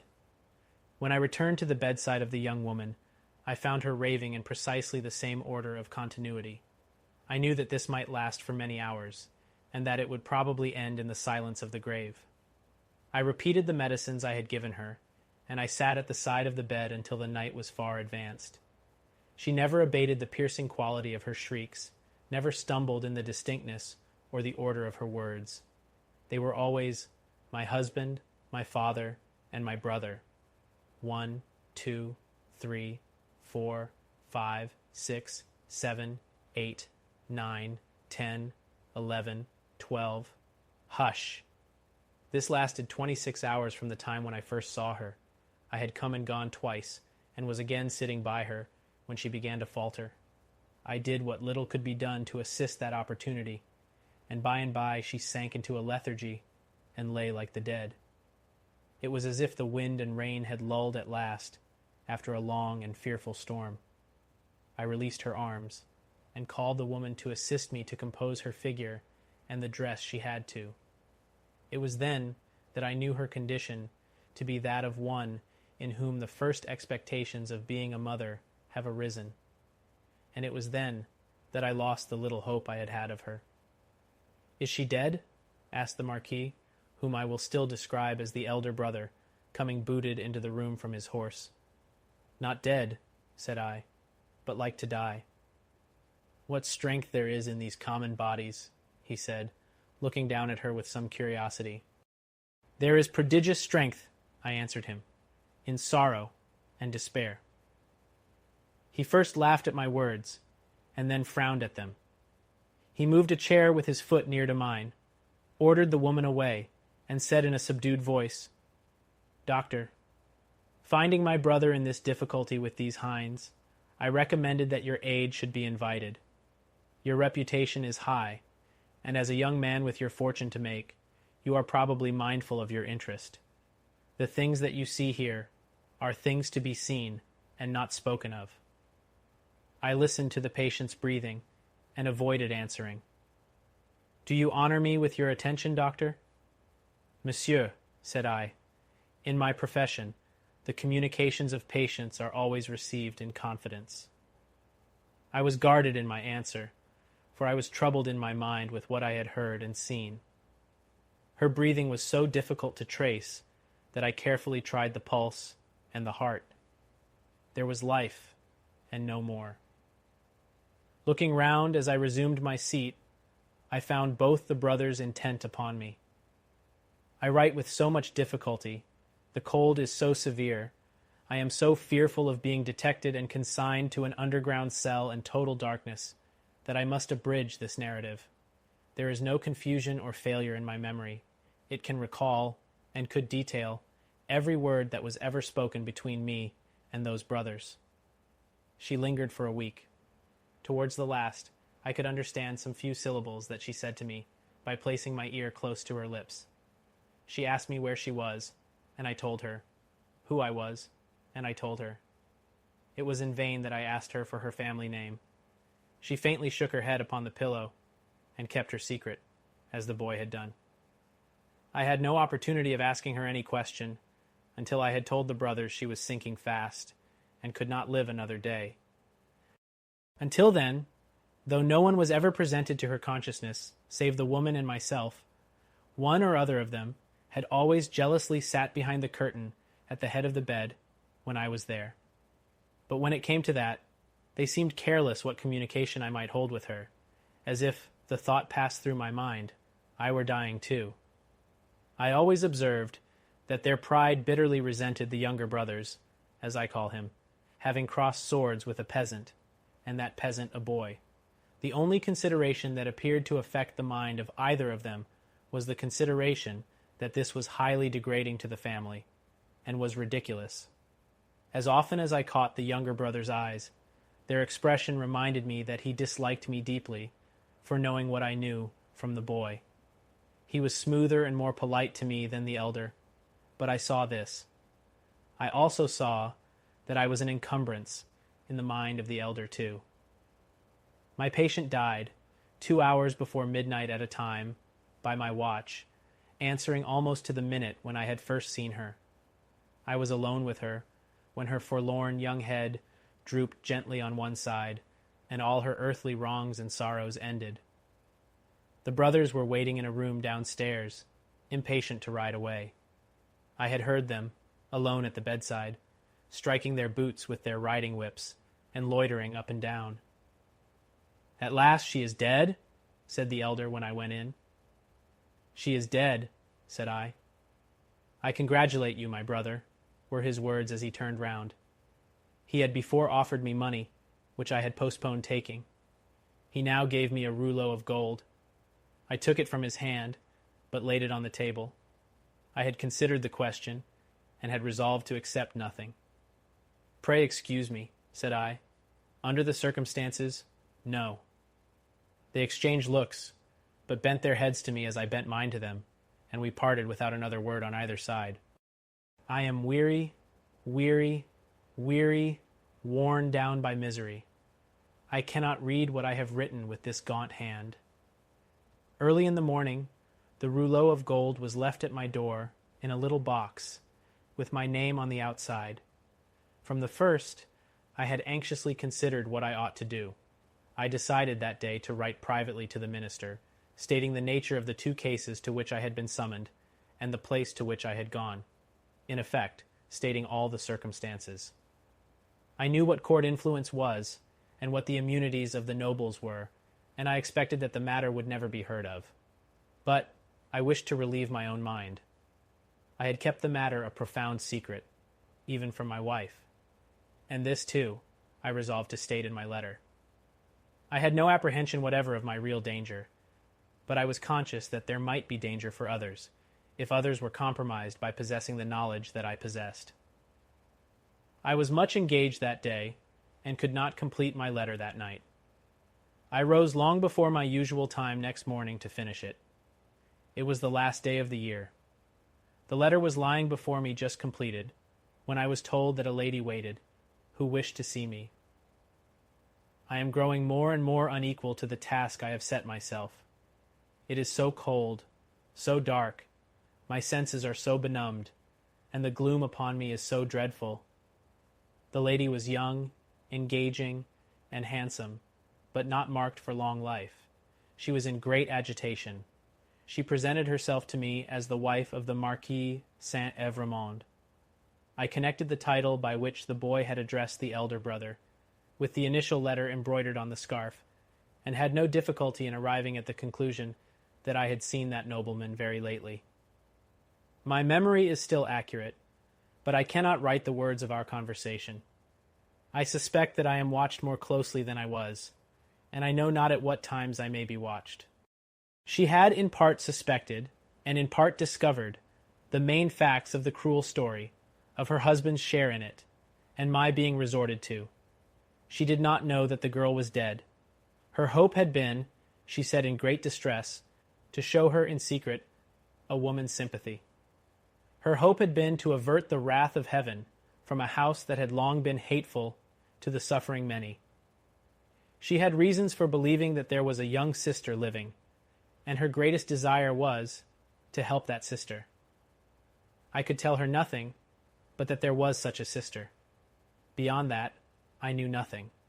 Her inducement to come to me, relying on my confidence, had been the hope that I could tell her the name and place of abode. Whereas, to this wretched hour, I am ignorant of both. These scraps of paper fail me. One was taken from me, with a warning, yesterday. I must finish my record today. She was a good, compassionate lady, and not happy in her marriage. How could she be? The brother distrusted and disliked her, and his influence was all opposed to her. She stood in dread of him, and in dread of her husband too. When I handed her down to the door, there was a child, a pretty boy from 2 to 3 years old, in her carriage. "For his sake, doctor," she said, pointing to him in tears, "I would do all I can to make what poor amends I can. He will never prosper in his inheritance otherwise. I have a presentiment that if no other innocent atonement is made for this, it will one day be required of him. What I have left to call my own it is little beyond the worth of a few jewels. I will make it the first charge of his life to bestow, with the compassion and lamenting of his dead mother, on this injured family, if the sister can be discovered." She kissed the boy, and said, caressing him, "It is for thine own dear sake. Thou wilt be faithful, little Charles?" The child answered her bravely, "Yes." I kissed her hand, and she took him in her arms, and went away caressing him. I never saw her more. As she had mentioned her husband's name in the faith that I knew it, I added no mention of it to my letter. I sealed my letter, and not trusting it out of my own hands, delivered it myself that day. That night, the last night of the year, towards 9 o'clock, a man in a black dress rang at my gate, demanded to see me, and softly followed my servant, Ernest Defarge, a youth, upstairs. When my servant came into the room where I sat with my wife, oh, my wife, beloved of my heart, my fair young English wife, we saw the man, who was supposed to be at the gate, standing silent behind him. "An urgent case in the Rue Saint-Honoré," he said. "It would not detain me. He had a coach in waiting. It brought me here. It brought me to my grave. When I was clear of the house, a black muffler was drawn tightly over my mouth from behind, and my arms were pinioned. The two brothers crossed the road from a dark corner, and identified me with a single gesture. The Marquis took from his pocket the letter I had written, showed it me, burnt it in the light of a lantern that was held, and extinguished the ashes with his foot. Not a word was spoken. I was brought here. I was brought to my living grave. If it had pleased God to put it in the hard heart of either of the brothers, in all these frightful years, to grant me any tidings of my dearest wife, so much as to let me know by a word, whether alive or dead, I might have thought that he had not quite abandoned them. But now I believe that the mark of the Red Cross is fatal to them, and that they have no part in his mercies. And them and their descendants, to the last of their race, I, Alexandra Manette, unhappy prisoner, do this last night of the year 1767, in my unbearable agony, denounce to the times when all these things shall be answered for. I denounce them to heaven and to earth. A terrible sound arose when the reading of this document was done, a sound of craving and eagerness that had nothing articulate in it but blood.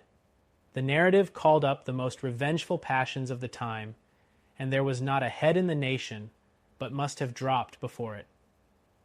Little need, in presence of that tribunal and that auditory, to show how the Defarges had not made the paper public, with the other captured Bastille memorials borne in procession, and had kept it, biding their time.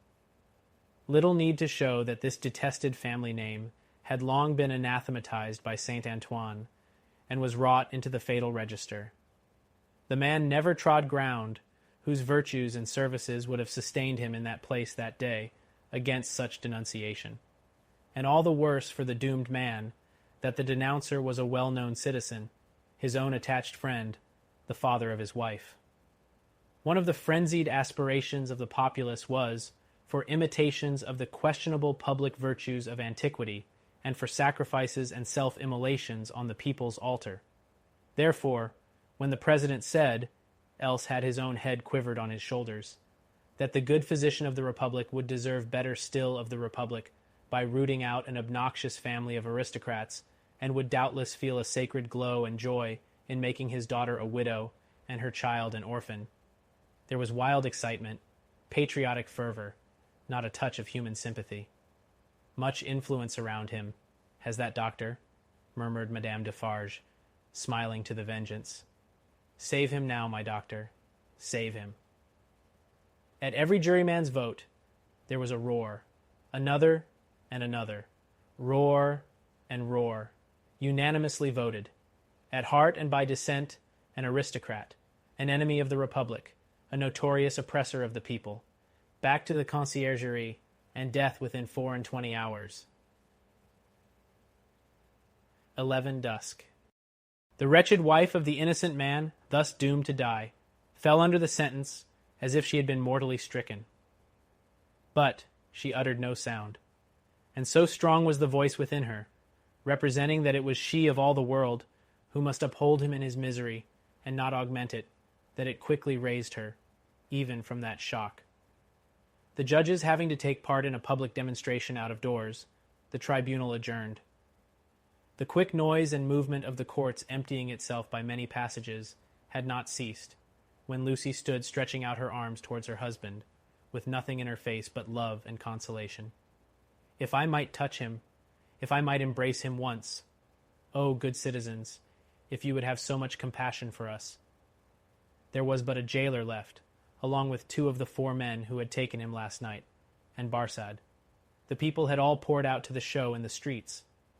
Barsad proposed to the rest, "Let her embrace him then. It is but a moment." It was silently acquiesced in, and they passed her over the seats in the hall to a raised place, where he, by leaning over the dock, could fold her in his arms. Farewell, dear darling of my soul, my parting blessing on my love. We shall meet again, where the weary are at rest. They were her husband's words as he held her to his bosom. I can bear it, dear Charles. I am supported from above. Don't suffer for me. A parting blessing for our child. I send it to her by you. I kiss her by you. I say farewell to her by you. My husband. No, a moment. He was tearing himself apart from her. We shall not be separated long.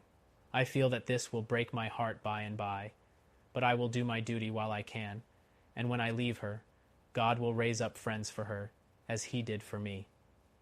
Her father had followed her, and would have fallen on his knees to both of them, But that Darnay put out a hand and seized him, crying, "No, no! What have you done? What have you done, that you should kneel to us? We know now what a struggle you made of old. We know now what you underwent when you suspected my descent, and when you knew it. We know now the natural antipathy you strove against and conquered for her dear sake. We thank you with all our hearts and all our love and duty. Heaven be with you." Her father's only answer was to draw his hands through his white hair and wring them with a shriek of anguish. "It could not be otherwise," said the prisoner. "All things have worked together as they have fallen out. It was the always vain endeavor to discharge my poor mother's trust that first brought my fatal presence near you. Good could never come of such evil. A happier end was not in nature to so unhappy a beginning. Be comforted, and forgive me. Heaven bless you." As he was drawn away, his wife released him, and stood looking after him with her hands touching one another in the attitude of prayer, and with a radiant look upon her face, in which there was even a comforting smile. As he went out at the prisoner's door, she turned, laid her head lovingly on her father's breast, tried to speak to him, and fell at his feet. Then, issuing from the obscure corner from which he had never moved, Sydney Carton came and took her up. Only her father and Mr. Lorry were with her. His arm trembled as it raised her and supported her head. Yet there was an air about him that was not all of pity, that had a flush of pride in it. "Shall I take her to a coach? I shall never feel her weight." He carried her lightly to the door, and laid her tenderly down in a coach. Her father and their old friend got into it, and he took his seat beside the driver. When they arrived at the gateway, where he had paused in the dark not many hours before, to picture to himself on which of the rough stones of the street her feet had trodden, he lifted her again, and carried her up the staircase to their rooms. There he laid her down on a couch, where her child and Miss Pross wept over her. "Don't recall her to herself," he said, softly, to the latter. "She is better so. Don't revive her to consciousness, while she only faints." "Oh, Carton, Carton, dear Carton!" cried little Lucy, springing up and throwing her arms passionately round him in a burst of grief. "Now that you have come, I think you will do something to help Mamma, something to save Papa. Oh, look at her, dear Carton. Can you, of all the people who love her, bear to see her so?" He bent over the child, and laid her blooming cheek against his face. He put her gently from him, and looked at her unconscious mother. "Before I go," he said, and paused, "I may kiss her?" It was remembered afterwards that when he bent down and touched her face with his lips, he murmured some words. The child, who was nearest to him, told them afterwards, and told her grandchildren, when she was a handsome old lady, that she heard him say, "A life you love." When he had gone out into the next room, he turned suddenly on Mr. Lorry and her father, who were following, and said to the latter, "You had great influence but yesterday, Dr. Manette. Let it at least be tried. These judges, and all the men in power, are very friendly to you, and very recognizant of your services, are they not? Nothing connected with Charles was concealed from me. I had the strongest assurances that I should save him, and I did." He returned the answer in great trouble, and very slowly. "Try them again. The hours between this and tomorrow afternoon are few and short, but try." "I intend to try. I will not rest a moment." "That's well. I have known such energy as yours do great things before now, though never," he added, with a smile and a sigh together, "such great things as this. But try. Of little worth as life is when we misuse it, it is worth that effort. It would cost nothing to lay down if it were not." "I will go," said Dr. Manette, "to the prosecutor and the president straight, and I will go to others whom it is better not to name. I will write too, but stay. There is a celebration in the streets, and no one will be accessible until dark." "That's true. Well, it is a forlorn hope at the best, and not much the forlorner for being delayed till dark. I should like to know how you speed, though mind, I expect nothing. When are you likely to have seen these dread powers, Dr. Manette?" "Immediately after dark, I should hope. within an hour or two from this. It will be dark soon after 4. Let us stretch the hour or two. If I go to Mr. Lorry's at 9, shall I hear what you have done, either from our friend or from yourself? Yes. May you prosper. Mr. Lorry followed Sydney to the outer door, and touching him on the shoulder as he was going away, caused him to turn. I have no hope, said Mr. Lorry, in a low and sorrowful whisper. Nor have I. If any one of these men, or all of these men, were disposed to spare him, which is a large supposition, for what is his life, or any man's to them? I doubt if they durst spare him after the demonstration in the court. And so do I. I heard the fall of the axe in that sound. Mr. Lorry leaned his arm upon the doorpost and bowed his face upon it. Don't despond, said Carton very gently. Don't grieve. I encouraged Dr. Manette in this idea, because I felt that it might one day be consolatory to her. Otherwise, she might think his life was want only thrown away or wasted, and that might trouble her. Yes, yes, yes, returned Mr. Lorry, drying his eyes. You are right. But he will perish. There is no real hope. Yes, he will perish. There is no real hope, echoed Carton, and walked with a settled step downstairs. 12. Darkness. Sydney Carton paused in the street, not quite decided where to go. At Tellson's banking house at 9, he said with a musing face. Shall I do well in the meantime to show myself? I think so. It is best that these people should know there is such a man as I here. It is a sound precaution, and may be a necessary preparation. But care, care, care, let me think it out. Checking his steps, which had begun to tend towards an object, he took a turn or two in the already darkening street, and traced the thought in his mind to its possible consequences. His first impression was confirmed. It is best, he said, finally resolved, that these people should know there is such a man as I here. And he turned his face towards Saint Antoine. Defarge had described himself that day as the keeper of a wine shop in the Saint Antoine suburb. It was not difficult for one who knew the city well to find his house without asking any question. Having ascertained its situation, Carton came out of those closer streets again, and dined at a place of refreshment, and fell sound asleep after dinner. For the first time in many years, he had no strong drink. Since last night, he had taken nothing but a little light thin wine, and last night he had dropped the brandy slowly down on Mr. Lorry's hearth like a man who had done with it. It was as late as 7 o'clock when he awoke refreshed and went out into the streets again. As he passed along towards Saint Antoine, he stopped at a shop window where there was a mirror, and slightly altered the disordered arrangement of his loose cravat and his coat collar and his wild hair. This done, he went on direct to Defarge's, and went in. There happened to be no customer in the shop but Jacques III, of the restless fingers and the croaking voice. This man, whom he had seen upon the jury, stood drinking at the little counter, in conversation with the Defarges, man and wife. The Vengeance assisted in the conversation, like a regular member of the establishment. As Carton walked in, took his seat, and asked, in very indifferent French, for a small measure of wine, Madame Defarge cast a careless glance at him, and then a keener, and then a keener, and then advanced to him herself, and asked him what it was he had ordered. He repeated what he had already said. "English?" asked Madame Defarge, inquisitively raising her dark eyebrows.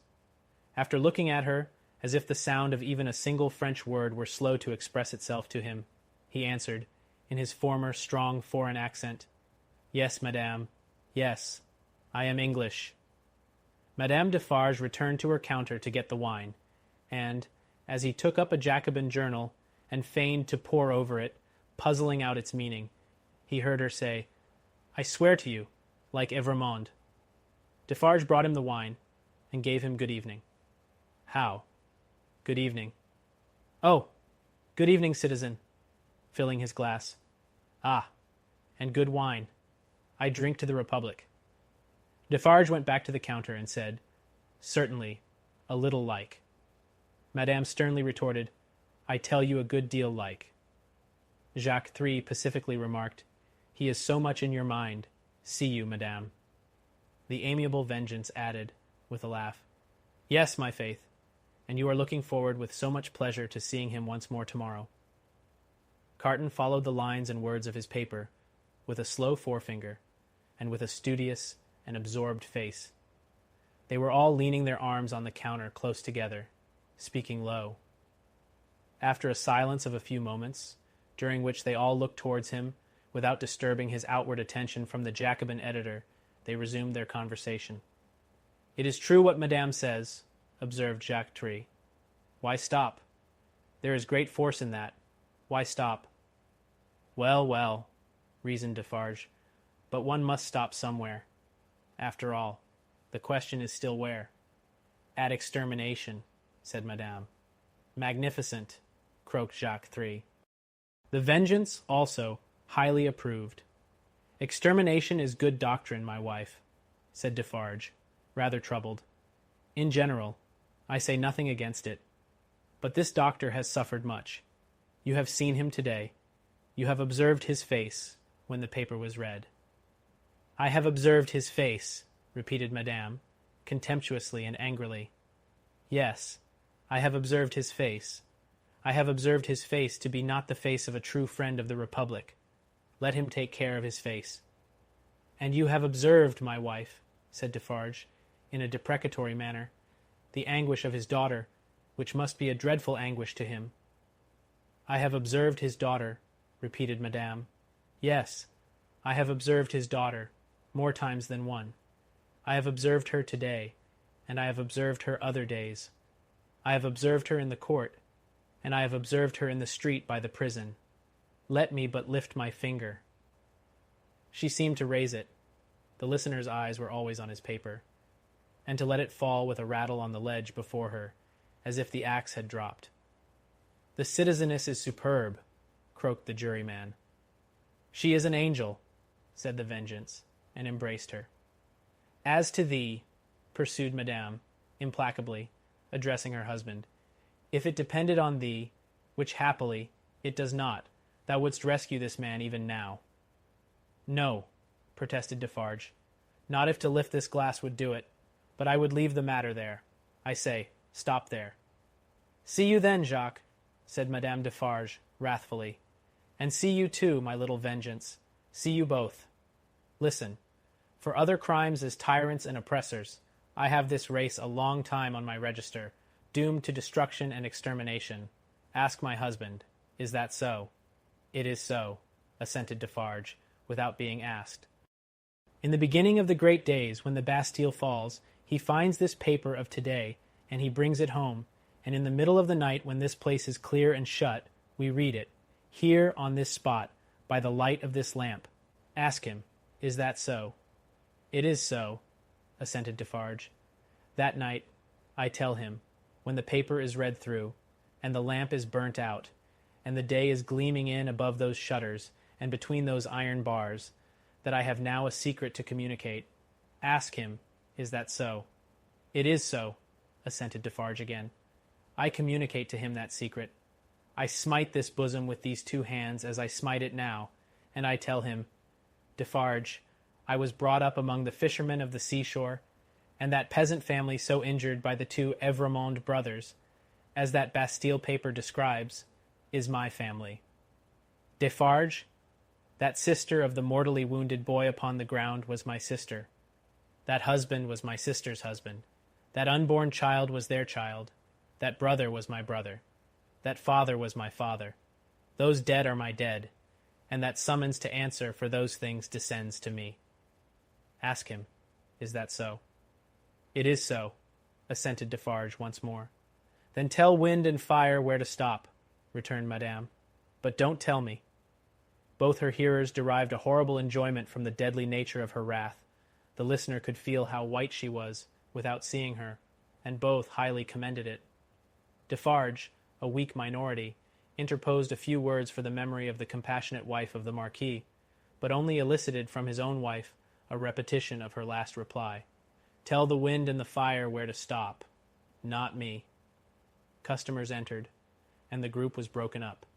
The English customer paid for what he had had, perplexedly counted his change, and asked, as a stranger, to be directed towards the National Palace. Madame Defarge took him to the door, and put her arm on his, in pointing out the road. The English customer was not without his reflections then, that it might be a good deed to seize that arm, lift it, and strike under it sharp and deep. But he went his way, and was soon swallowed up in the shadow of the prison wall. At the appointed hour, he emerged from it to present himself in Mr. Lorry's room again, where he found the old gentleman walking to and fro in restless anxiety. He said he had been with Lucy until just now, and had only left her for a few minutes, to come and keep his appointment. Her father had not been seen, since he quitted the banking-house towards 4 o'clock. She had some faint hopes that his mediation might save Charles, but they were very slight. He had been more than 5 hours gone. Where could he be? Mr. Lorry waited until 10, but Dr. Manette not returning, and he being unwilling to leave Lucy any longer, it was arranged that he should go back to her and come to the banking-house again at midnight. In the meanwhile, Carton would wait alone by the fire for the doctor. He waited, and the clock struck 12, but Dr. Manette did not come back. Mr. Lorry returned, and found no tidings of him, and brought none. Where could he be? They were discussing this question, and were almost building up some weak structure of hope on his prolonged absence, when they heard him on the stairs. The instant he entered the room, it was plain that all was lost. Whether he had really been to anyone, or whether he had been all that time traversing the streets, was never known. As he stood staring at them, they asked him no question, for his face told them everything. "I cannot find it," said he, "and I must have it." "Where is it?" His head and throat were bare, and as he spoke with a helpless look straying all around, he took his coat off and let it drop on the floor. "Where is my bench? I have been looking everywhere for my bench, and I can't find it. What have they done with my work? Time presses. I must finish those shoes." They looked at one another, and their hearts died within them. "Come, come," said he, in a whimpering, miserable way. "Let me get to work. Give me my work." Receiving no answer, he tore his hair and beat his feet upon the ground, like a distracted child. "Don't torture a poor forlorn wretch," he implored them, with a dreadful cry, "but give me my work. What is to become of us, if those shoes are not done tonight?" Lost, utterly lost. It was so clearly beyond hope to reason with him, or try to restore him, that as if by agreement, they each put a hand upon his shoulder, and soothed him to sit down before the fire, with a promise that he should have his work presently. He sank into the chair, and brooded over the embers, and shed tears. As if all that had happened since the garret time were a momentary fancy, or a dream, Mr. Lorry saw him shrink into the exact figure that Defarge had had in keeping. Affected and impressed with terror as they both were by this spectacle of ruin, it was not a time to yield to such emotions.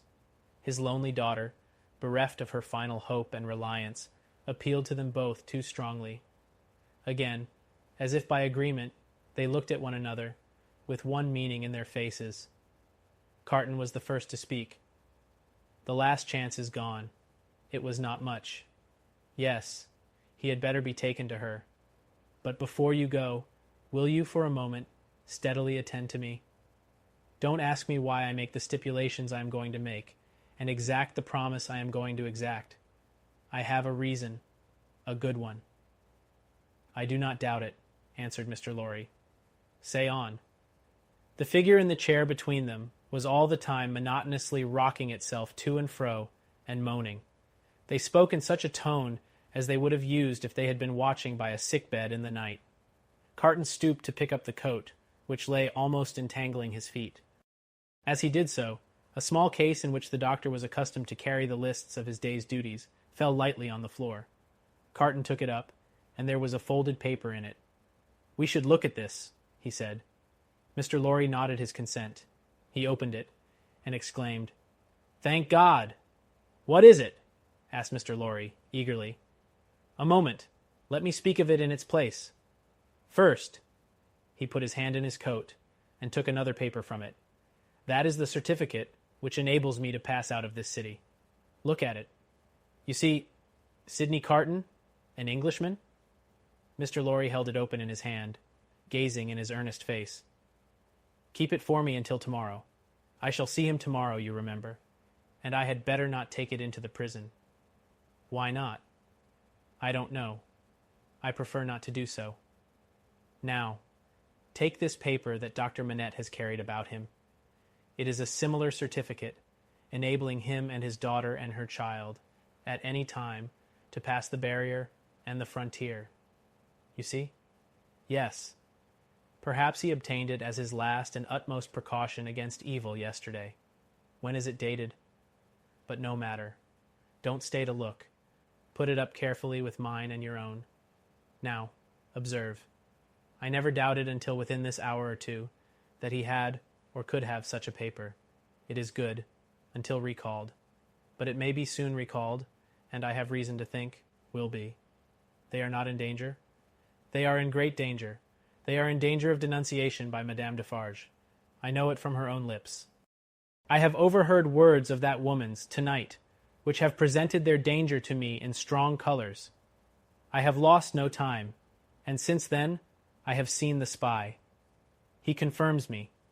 He knows that a Wood-Sawyer, living by the prison wall, is under the control of the Defarges, and has been rehearsed by Madame Defarge as to his having seen her, he never mentioned Lucy's name, making signs and signals to prisoners.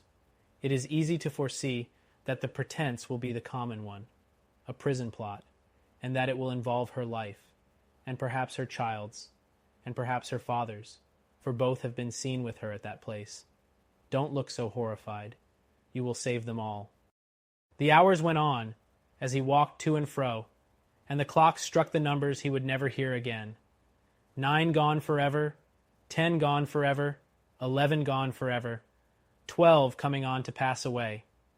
After a hard contest with that eccentric action of thought which had last perplexed him, he had got the better of it. He walked up and down, softly repeating their names to himself. The worst of the strife was over. He could walk up and down, free from distracting fancies, praying for himself and for them. 12 gone forever. He had been apprised that the final hour was 3, and he knew he would be summoned some time earlier, inasmuch as the tumbrils jolted heavily and slowly through the streets. Therefore, he resolved to keep 2 before his mind, as the hour, and so to strengthen himself in the interval that he might be able, after that time, to strengthen others. Walking regularly to and fro with his arms folded on his breast, a very different man from the prisoner who had walked to and fro at La Force, he heard one struck away from him without surprise. The hour had measured like most other hours. Devoutly thankful to heaven for his recovered self-possession, he thought, "There is but another now," and turned to walk again. Footsteps in the stone passage outside the door. He stopped. The key was put in the lock, and turned.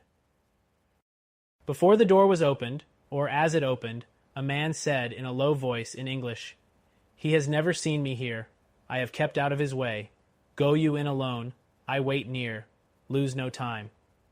The door was quickly opened and closed, and there stood before him face to face, quiet, intent upon him, with the light of a smile on his features and a cautionary finger on his lip, Sydney Carton. There was something so bright and remarkable in his look that for the first moment the prisoner misdoubted him to be an apparition of his own imagining. But he spoke, and it was his voice. He took the prisoner's hand, and it was his real grasp. "Of all the people upon earth, you least expected to see me," he said. "I could not believe it to be you. I can scarcely believe it now. You are not," the apprehension came suddenly into his mind, "a prisoner? No. I am accidentally possessed of a power over one of the keepers here, and in virtue of it I stand before you. I come from her, your wife, dear Darnay." The prisoner wrung his hand. "I bring you a request from her." "What is it?" "A most earnest, pressing, and emphatic entreaty, addressed to you in the most pathetic tones of the voice so dear to you that you well remember." The prisoner turned his face partly aside. "You have no time to ask me why I bring it, or what it means. I have no time to tell you. You must comply with it. Take off those boots you wear, and draw on these of mine."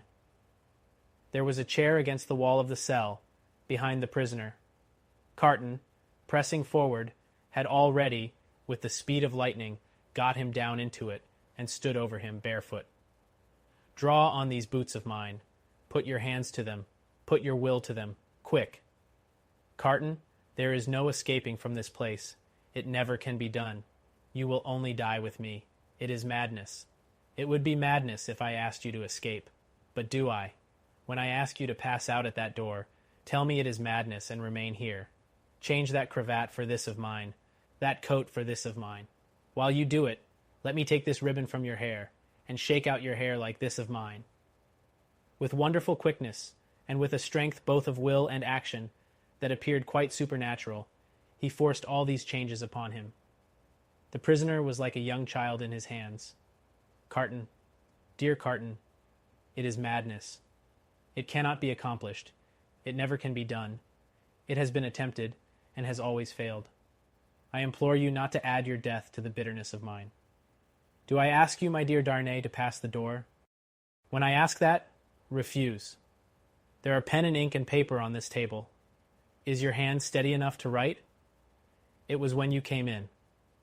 Steady it again, and write what I shall dictate. Quick, friend, quick." Pressing his hand to his bewildered head, Darnay sat down at the table. Carton, with his right hand in his breast, stood close beside him. "Write exactly as I speak. To whom do I address it?" "To no one." Carton still had his hand in his breast. "Do I date it?" "No." The prisoner looked up, at each question. Carton, standing over him with his hand in his breast, looked down. "If you remember," said Carton, dictating, "the words that passed between us, long ago, you will readily comprehend this when you see it. You do remember them, I know. It is not in your nature to forget them." He was drawing his hand from his breast. The prisoner, chancing to look up in his hurried wonder as he wrote, the hand stopped, closing upon something. "Have you written, 'Forget them'?" Carton asked. "I have. Is that a weapon in your hand?" "No, I am not armed." "What is it in your hand?"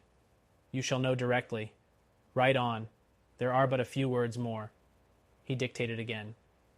"I am thankful that the time has come when I can prove them. That I do so is no subject for regret or grief." As he said these words with his eyes fixed on the writer, his hand slowly and softly moved down, close to the writer's face.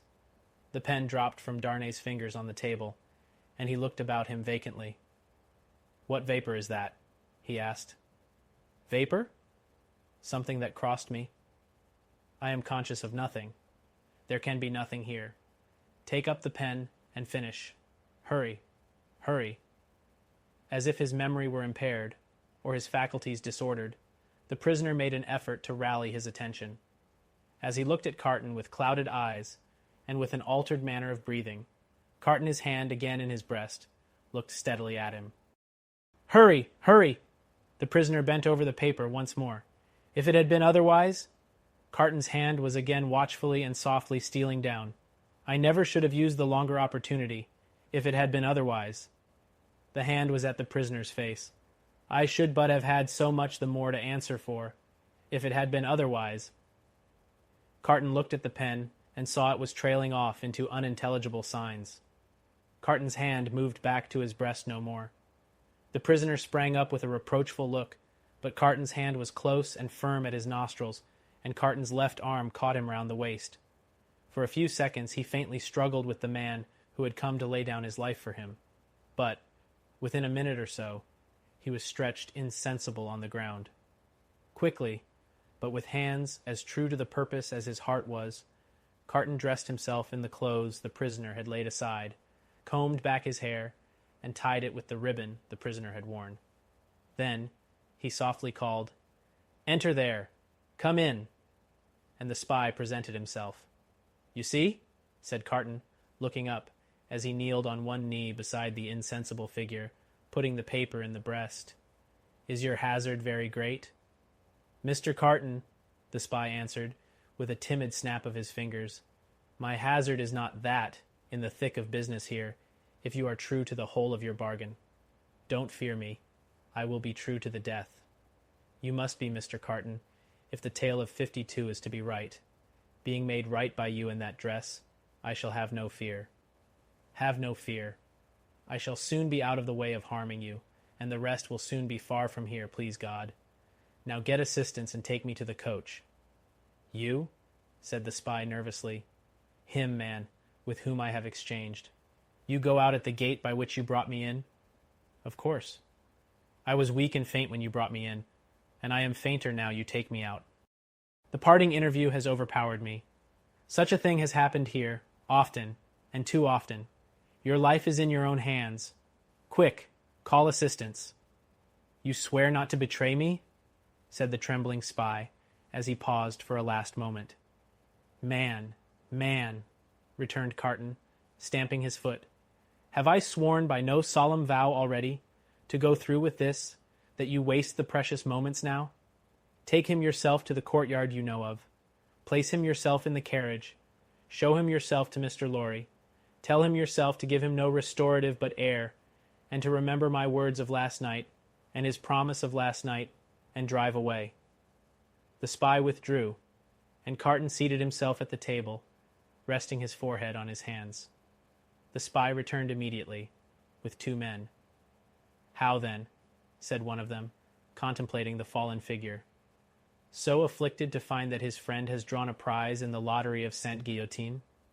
A good patriot, said the other, could hardly have been more afflicted if the aristocrat had drawn a blank. They raised the unconscious figure, placed it on a litter they had brought to the door, and bent to carry it away. The time is short, Evrémonde, said the spy, in a warning voice.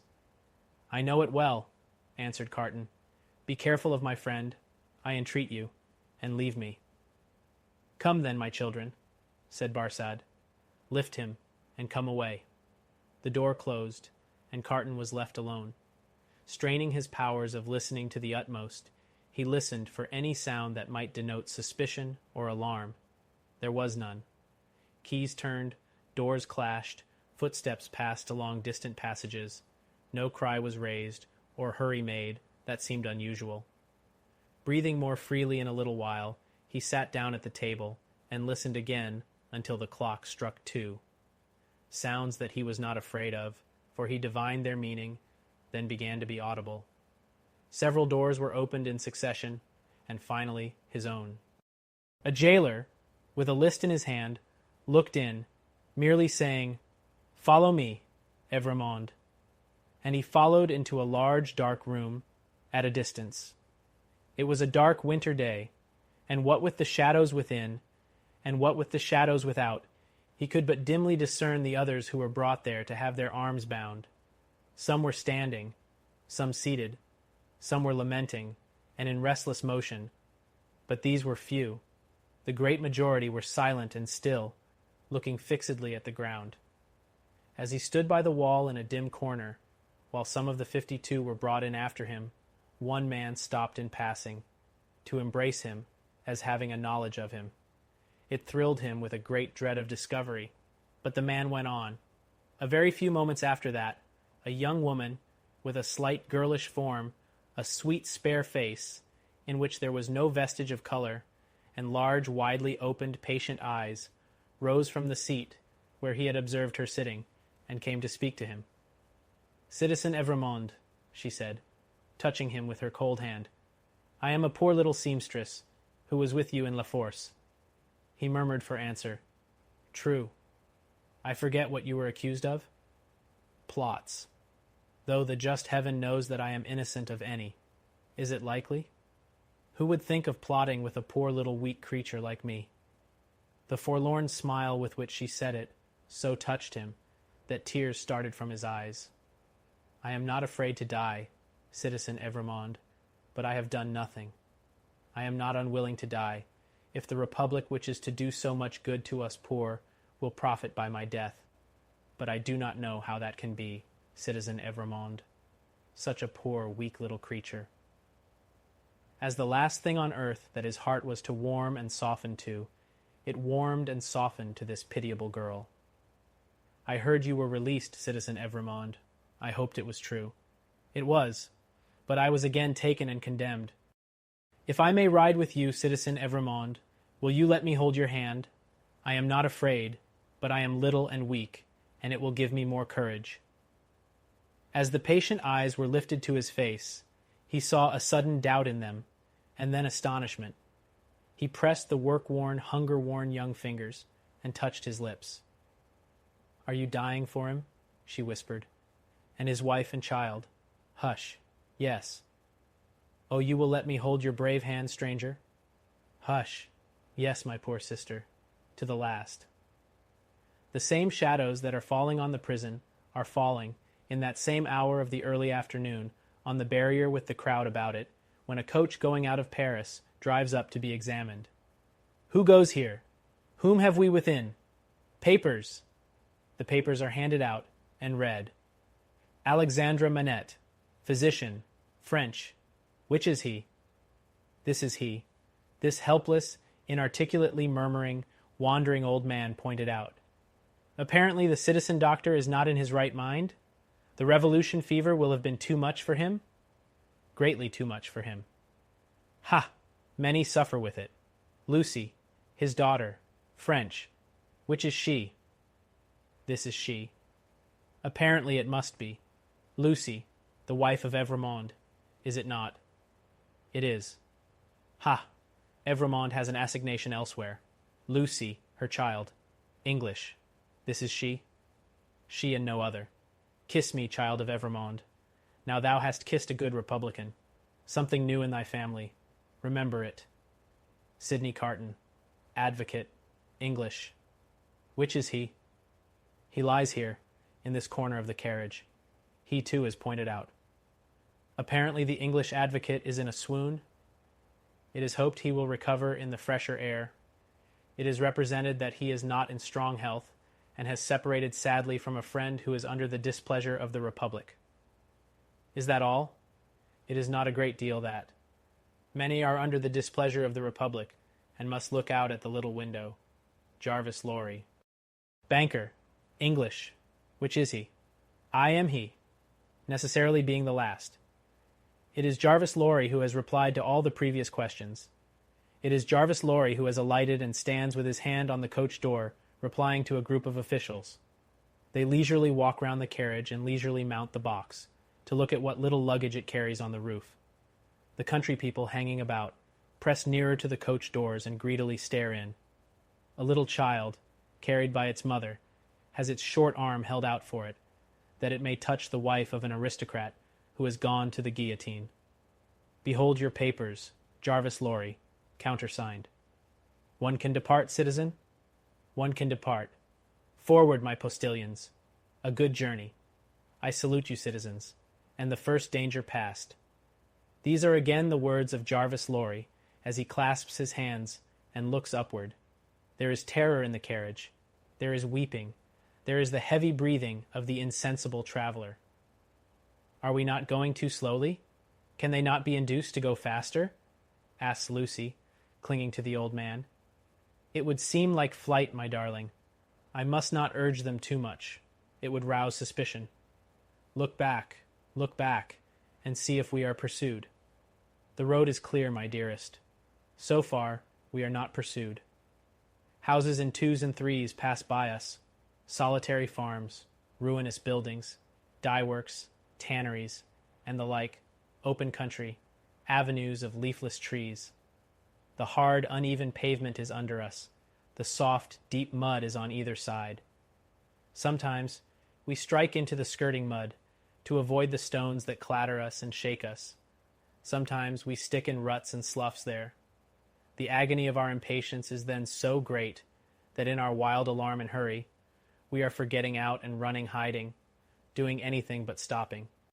Out of the open country, in again among ruinous buildings, solitary farms, dye-works, tanneries and the like, cottages in twos and threes, avenues of leafless trees. Have these men deceived us and taken us back by another road? Is not this the same place twice over? Thank heaven, no. A village. Look back, and see if we are pursued. Hush. The posting house.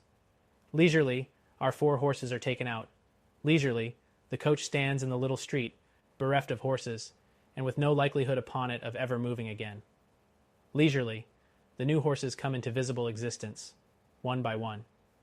Leisurely, the new postilions follow, sucking and plaiting the lashes of their whips. Leisurely, the old postilions count their money, make wrong additions, and arrive at dissatisfied results. All the time, our overfraught hearts are beating at a rate that would far outstrip the fastest gallop of the fastest horses ever foaled. At length, the new postilions are in their saddles, and the old are left behind. We are through the village, up the hill, and down the hill, and on the low, watery grounds. Suddenly, the postilions exchange speech with animated gesticulation, and the horses are pulled up, almost on their haunches. We are pursued? Ho! Within the carriage there. Speak, then. What is it? Asked Mr. Lorry, looking out at window. How many did they say? I do not understand you. At the last post. How many to the guillotine today? 52. I said so. A brave number. My fellow citizen here would have it 42. 10 more heads are worth having. The guillotine goes handsomely. I love it.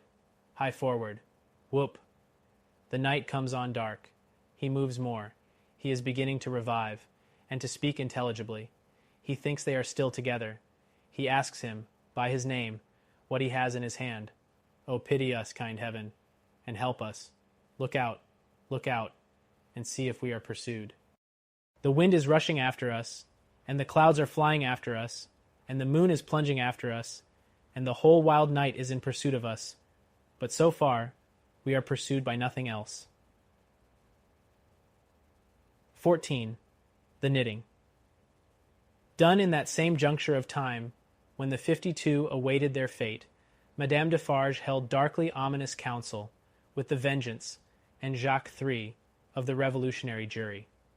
Not in the wine-shop did Madame Defarge confer with these ministers, but in the shed of the Wood-Sawyer, erst a mender of roads. The Sawyer himself did not participate in the conference, but abided at a little distance, like an outer satellite who was not to speak until required, or to offer an opinion until invited. But our Defarge, said Jacques III, is undoubtedly a good Republican, eh? There is no better, the voluble Vengeance protested in her shrill notes, in France. Peace, little Vengeance, said Madame Defarge, laying her hand with a slight frown on her lieutenant's lips. Hear me speak. My husband, fellow citizen, is a good Republican and a bold man. He has deserved well of the Republic, and possesses its confidence. But my husband has his weaknesses, and he is so weak as to relent towards this doctor. It is a great pity, croaked Jacques III, dubiously shaking his head, with his cruel fingers at his hungry mouth. It is not quite like a good citizen. It is a thing to regret. See you, said Madame. I care nothing for this doctor, I. He may wear his head or lose it, for any interest I have in him. It is all one to me. But the Evremont people are to be exterminated, and the wife and child must follow the husband and father. She has a fine head for it, croaked Jacques III. I have seen blue eyes and golden hair there, and they looked charming when Samson held them up. Ogre that he was, he spoke like an epicure. Madame Defarge cast down her eyes and reflected a little. The child also, observed Jacques III, with a meditative enjoyment of his words, has golden hair and blue eyes, and we seldom have a child there. It is a pretty sight. In a word, said Madame Defarge, coming out of her short abstraction, I cannot trust my husband in this matter. Not only do I feel, since last night, that I dare not confide to him the details of my projects, but also I feel that if I delay, there is danger of his giving warning, and then they might escape.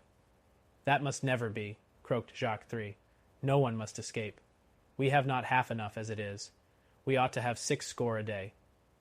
In a word, Madame Defarge went on, my husband has not my reason for pursuing this family to annihilation, and I have not his reason for regarding this doctor with any sensibility. I must act for myself, therefore. Come hither, little citizen. The Wood-Sawyer, who held her in the respect, and himself in the submission, of mortal fear, advanced with his hand to his red cap. Touching those signals, little citizen, said Madame Defarge sternly, that she made to the prisoners, you are ready to bear witness to them this very day? Aye, why not? Cried the Sawyer. Every day, in all weathers, from 2 to 4, always signaling, sometimes with the little one, sometimes without. I know what I know. I have seen with my eyes. He made all manner of gestures while he spoke, as if in incidental imitation of some few of the great diversity of signals that he had never seen. Clearly plots, said Jacques III, transparently. There is no doubt of the jury? Inquired Madame Defarge, letting her eyes turn to him with a gloomy smile. Rely upon the patriotic jury, dear citizeness. I answer for my fellow jurymen. Now let me see, said Madame Defarge, pondering again. Yet once more, can I spare this doctor to my husband? I have no feeling either way. Can I spare him? He would count as one head, observed Jacques III, in a low voice. We really have not heads enough. It would be a pity, I think. He was signaling with her when I saw her, argued Madame Defarge. I cannot speak of one without the other, and I must not be silent, and trust the case wholly to him, this little citizen here, for I am not a bad witness. The Vengeance and Jacques III vied with each other in their fervent protestations that she was the most admirable and marvelous of witnesses. The little citizen, not to be outdone, declared her to be a celestial witness. He must take his chance, said Madame Defarge. No, I cannot spare him. You are engaged at 3 o'clock. You are going to see the batch of today executed. You? The question was addressed to the Wood-Sawyer, who hurriedly replied in the affirmative, seizing the occasion to add that he was the most ardent of Republicans, and that he would be, in effect, the most desolate of Republicans, if anything prevented him from enjoying the pleasure of smoking his afternoon pipe in the contemplation of the droll national barber. He was so very demonstrative herein that he might have been suspected, perhaps was, by the dark eyes that looked contemptuously at him out of Madame Defarge's head, of having his small individual fears for his own personal safety every hour in the day.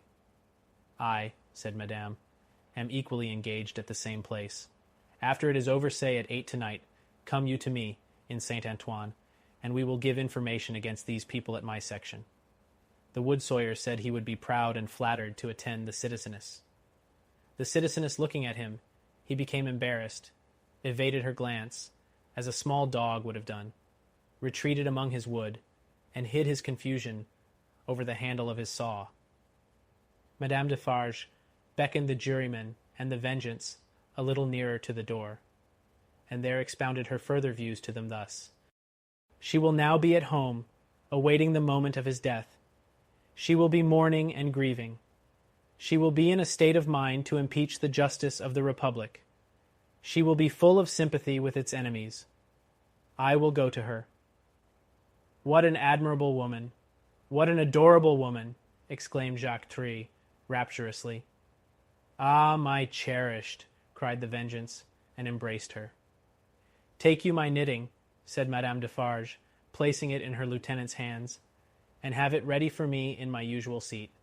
Keep me my usual chair.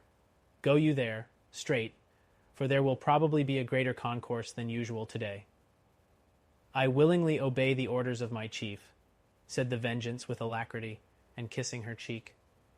You will not be late? I shall be there before the commencement, and before the tumbrils arrive. Be sure you are there, my soul, said the Vengeance, calling after her, for she had already turned into the street. Before the tumbrils arrive. Madame Defarge slightly waved her hand to imply that she heard, and might be relied upon to arrive in good time, and so went through the mud and round the corner of the prison wall. The Vengeance and the juryman, looking after her as she walked away, were highly appreciative of her fine figure and her superb moral endowments.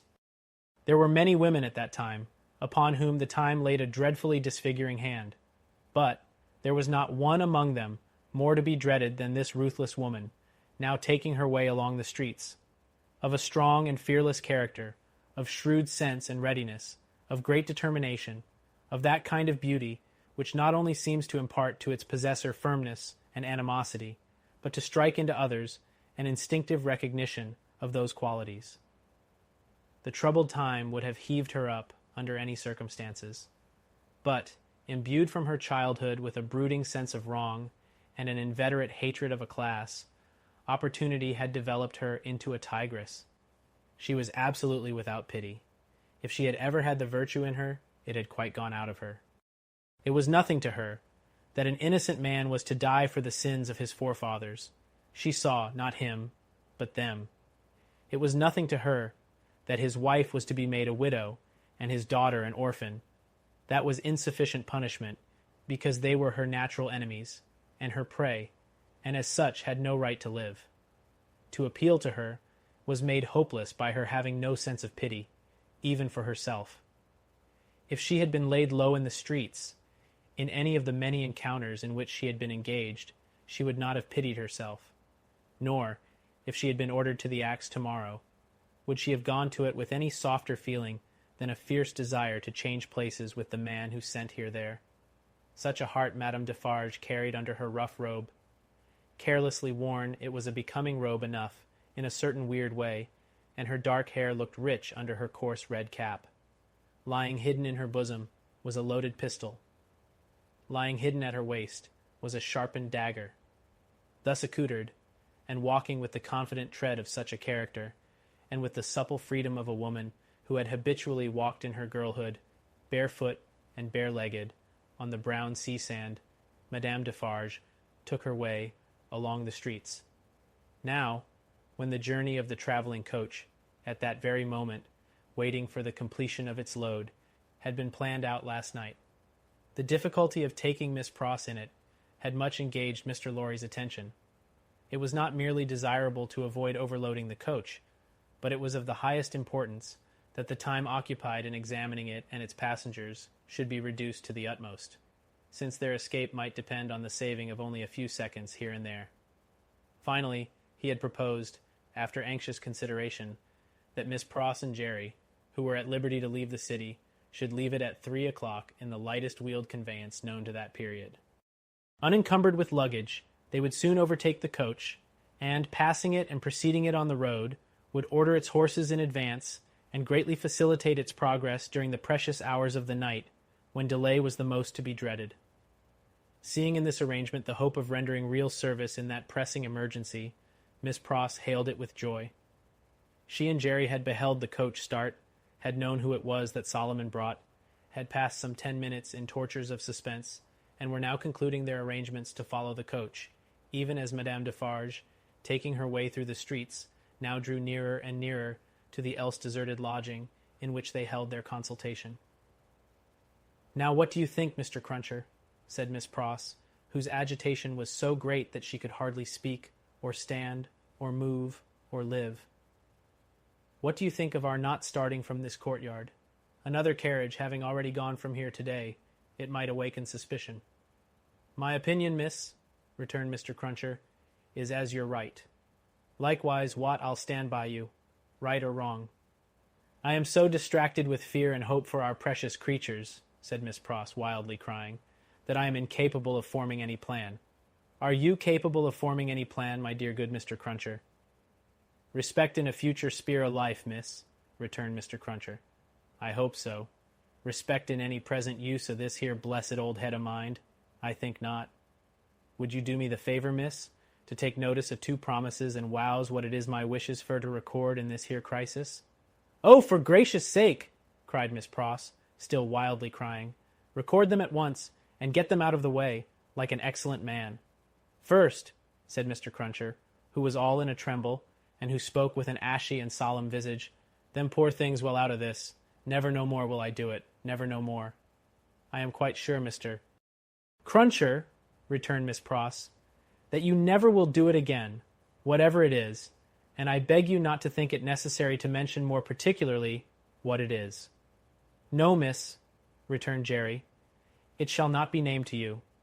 Second, them poor things well out of this, and never no more will I interfere with Mrs. Cruncher's flopping. Never no more." "Whatever housekeeping arrangement that may be," said Miss Pross, striving to dry her eyes and compose herself, "I have no doubt it is best that Mrs. Cruncher should have it entirely under her own superintendence. Oh, my poor darlings! I go so far as to say, miss, moreover," proceeded Mr. Cruncher, with a most alarming tendency to hold forth as from a pulpit, and let my words be took down and took to Mrs. Cruncher through yourself, that what my opinions respect in flopping has undergone a change, and that what I only hope with all my heart, as Mrs. Cruncher may be a flopping at the present time. There, there, there. I hope she is, my dear man, cried the distracted Miss Pross, and I hope she finds it answering her expectations. Forbid it, proceeded Mr. Cruncher, with additional solemnity, additional slowness, and additional tendency to hold forth and hold out, as anything what I have ever said or done should be wisited on my earnest wishes for them poor creeturs now. Forbid it, as we shouldn't all flop, if it was anyways convenient, to get 'em out of this here dismal risk. Forbid it, miss. What I say, forbid it. This was Mr. Cruncher's conclusion, after a protracted but vain endeavour to find a better one. And still, Madame Defarge, pursuing her way along the streets, came nearer and nearer. If we ever get back to our native land, said Miss Pross, you may rely upon my telling Mrs. Cruncher as much as I may be able to remember and understand of what you have so impressively said. And at all events, you may be sure that I shall bear witness to your being thoroughly in earnest at this dreadful time. Now pray let us think, my esteemed Mr. Cruncher, let us think.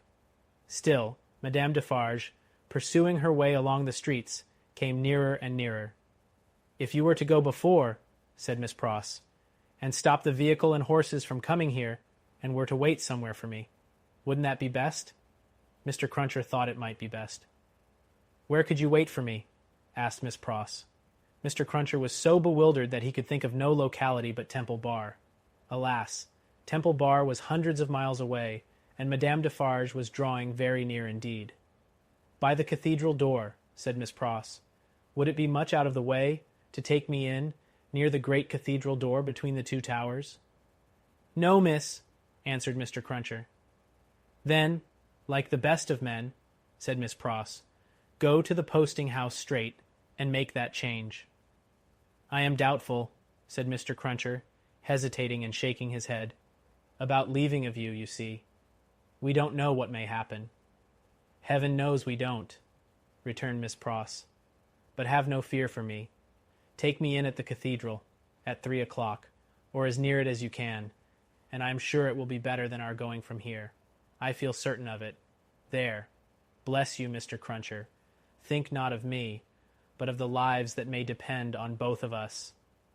This exordium, and Miss Pross's two hands in quite agonized entreaty clasping his, decided Mr. Cruncher. With an encouraging nod or two, he immediately went out to alter the arrangements, and left her by herself to follow as she had proposed.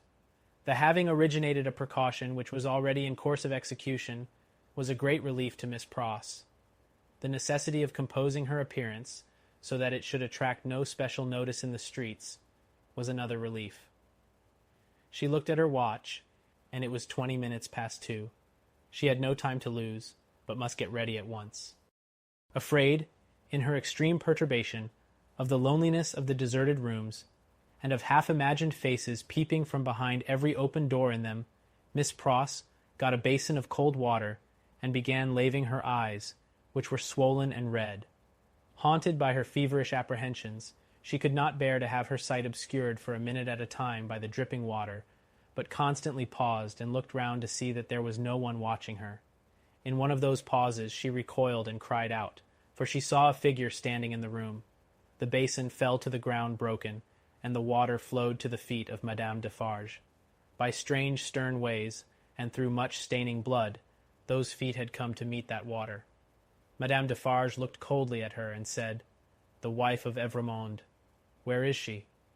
It flashed upon Miss Pross's mind that the doors were all standing open, and would suggest the flight. Her first act was to shut them. There were 4 in the room, and she shut them all. She then placed herself before the door of the chamber, which Lucy had occupied. Madame Defarge's dark eyes followed her through this rapid movement, and rested on her when it was finished. Miss Pross had nothing beautiful about her. Years had not tamed the wildness, or softened the grimness, of her appearance.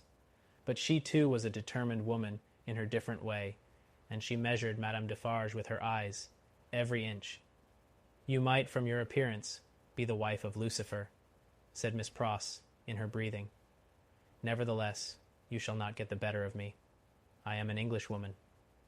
Madame Defarge looked at her scornfully, but still with something of Miss Pross's own perception that they two were at bay.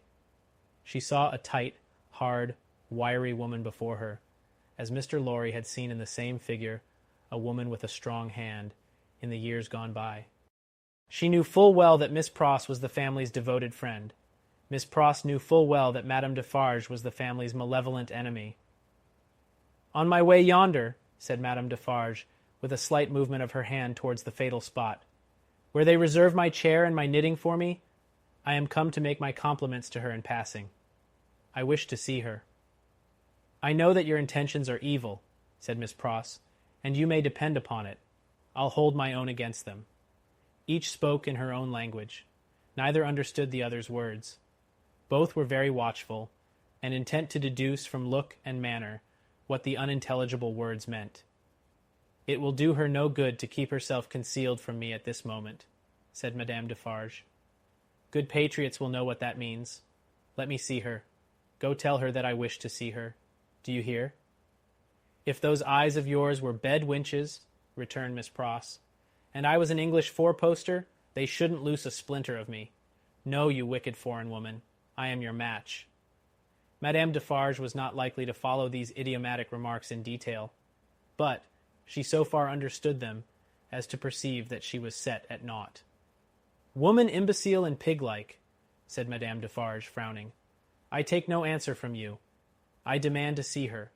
Either tell her that I demand to see her, or stand out of the way of the door and let me go to her." This, with an angry explanatory wave of her right arm. "I little thought," said Miss Pross, "that I should ever want to understand your nonsensical language, but I would give all I have, except the clothes I wear, to know whether you suspect the truth or any part of it." Neither of them for a single moment released the other's eyes. Madame Defarge had not moved from the spot where she stood when Miss Pross first became aware of her, but she now advanced one step. "I am a Briton," said Miss Pross. "I am desperate. I don't care an English twopence for myself. I know that the longer I keep you here, the greater hope there is for my ladybird. I'll not leave a handful of that dark hair upon your head, if you lay a finger on me." Thus Miss Pross, with a shake of her head, and a flash of her eyes, between every rapid sentence, and every rapid sentence a whole breath. Thus Miss Pross, who had never struck a blow in her life, but her courage was of that emotional nature that it brought the irrepressible tears into her eyes. This was a courage that Madame Defarge so little comprehended as to mistake for weakness. "Ha, ha," she laughed. "You poor wretch. What are you worth? I address myself to that doctor." Then she raised her voice and called out, "Citizen Doctor, wife of Evrémonde, child of Evrémonde, any person but this miserable fool, answer the citizeness Defarge." Perhaps the following silence, perhaps some latent disclosure in the expression of Miss Pross's face, perhaps a sudden misgiving apart from either suggestion, whispered to Madame Defarge that they were gone. 3 of the doors she opened swiftly and looked in. "Those rooms are all in disorder. There has been hurried packing. There are odds and ends upon the ground. There is no one in that room behind you. Let me look." "Never," said Miss Pross, who understood the request as perfectly as Madame Defarge understood the answer. "If they are not in that room, they are gone, and can be pursued and brought back," said Madame Defarge to herself. "As long as you don't know whether they are in that room or not, you are uncertain what to do," said Miss Pross to herself. "And you shall not know that, if I can prevent your knowing it, and know that, or not know that, you shall not leave here while I can hold you. I have been in the streets from the first. Nothing has stopped me. I will tear you to pieces, but I will have you from that door," said Madame Defarge. "We are alone at the top of a high house in a solitary courtyard. We are not likely to be heard, and I pray for bodily strength to keep you here, while every minute you are here is worth 100,000 guineas to my darling," said Miss Pross. Madame Defarge made at the door. Miss Pross, on the instinct of the moment, seized her round the waist in both her arms and held her tight. It was in vain for Madame Defarge to struggle and to strike. Miss Pross, with the vigorous tenacity of love, always so much stronger than hate, clasped her tight, and even lifted her from the floor in the struggle that they had. The two hands of Madame Defarge buffeted and tore her face, but Miss Pross, with her head down, held her round the waist, and clung to her with more than the hold of a drowning woman. Soon Madame Defarge's hands ceased to strike, and felt at her encircled waist. "It is under my arm," said Miss Pross in smothered tones. "You shall not draw it. I am stronger than you. I bless heaven for it. I hold you till one or other of us faints or dies." Madame Defarge's hands were at her bosom. Miss Pross looked up, saw what it was, struck at it, struck out a flash and a crash, and stood alone, blinded with smoke. All this was in a second. As the smoke cleared, leaving an awful stillness, it passed out on the air, like the soul of the furious woman whose body lay lifeless on the ground. In the first fright and horror of her situation, Miss Pross passed the body as far from it as she could, and ran down the stairs to call for fruitless help. Happily, she bethought herself of the consequences of what she did, in time to check herself and go back. It was dreadful to go in at the door again, but she did go in, and even went near it, to get the bonnet and other things that she must wear. These she put on, out on the staircase, first shutting and locking the door and taking away the key. She then sat down on the stairs a few moments to breathe and to cry, and then got up and hurried away. By good fortune she had a veil on her bonnet, or she could hardly have gone along the streets without being stopped. By good fortune, too, she was naturally so peculiar in appearance as not to show disfigurement like any other woman. She needed both advantages, for the marks of gripping fingers were deep in her face, and her hair was torn, and her dress, hastily composed with unsteady hands, was clutched and dragged 100 ways. In crossing the bridge, she dropped the door-key in the river. Arriving at the cathedral some few minutes before her escort, and waiting there, she thought, what if the key were already taken in a net? What if it were identified? What if the door were opened and the remains discovered? What if she were stopped at the gate, sent to prison, and charged with murder? In the midst of these fluttering thoughts, the escort appeared, took her in, and took her away. "Is there any noise in the streets?" she asked him. "The usual noises," Mr. Cruncher replied, and looked surprised by the question and by her aspect. "I don't hear you," said Miss Pross. "What do you say?" It was in vain for Mr. Cruncher to repeat what he said. Miss Pross could not hear him. "So I'll nod my head," thought Mr. Cruncher, amazed. "At all events she'll see that." And she did. "Is there any noise in the streets now?" asked Miss Pross again presently. Again Mr. Cruncher nodded his head. "I don't hear it." "Gone deaf in an hour?" said Mr. Cruncher, ruminating, with his mind much disturbed. "What's come to her?" "I feel," said Miss Pross, "as if there had been a flash and a crash, and that crash was the last thing I should ever hear in this life." "Blest if she ain't in a queer condition," said Mr. Cruncher, more and more disturbed. "What can she have been a-taken, to keep her courage up? Hark! There's the roll of them dreadful carts." "You can hear that, miss?"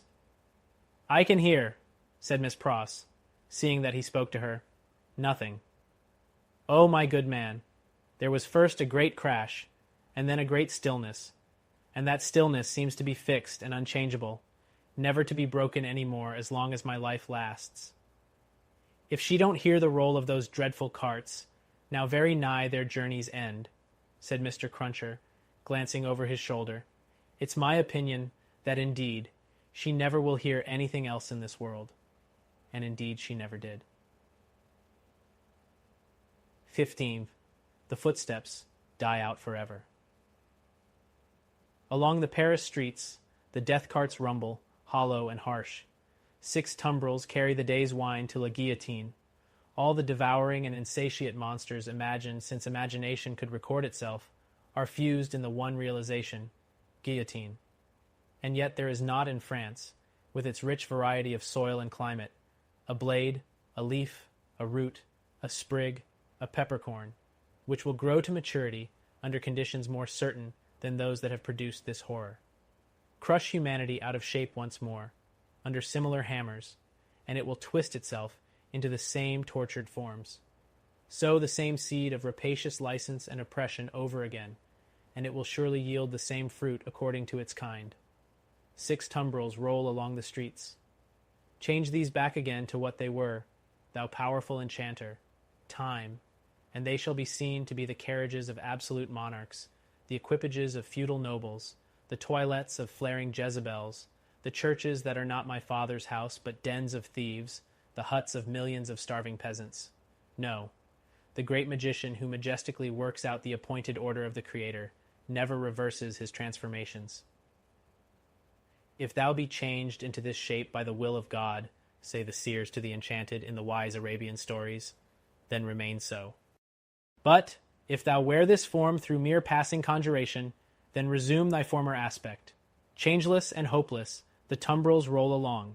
As the somber wheels of the 6 carts go round, they seem to plough up a long, crooked furrow among the populace in the streets. Ridges of faces are thrown to this side and to that, and the ploughs go steadily onward.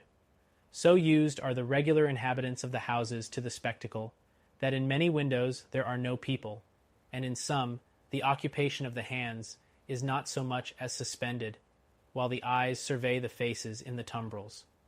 Here and there the inmate has visitors to see the sight. Then he points his finger, with something of the complacency of a curator or authorized exponent, to this cart and to this, and seems to tell who sat here yesterday and who there the day before. Of the riders in the tumbrils, some observe these things, and all things on their last roadside, with an impassive stare, others with a lingering interest in the ways of life and men. Some, seated with drooping heads, are sunk in silent despair.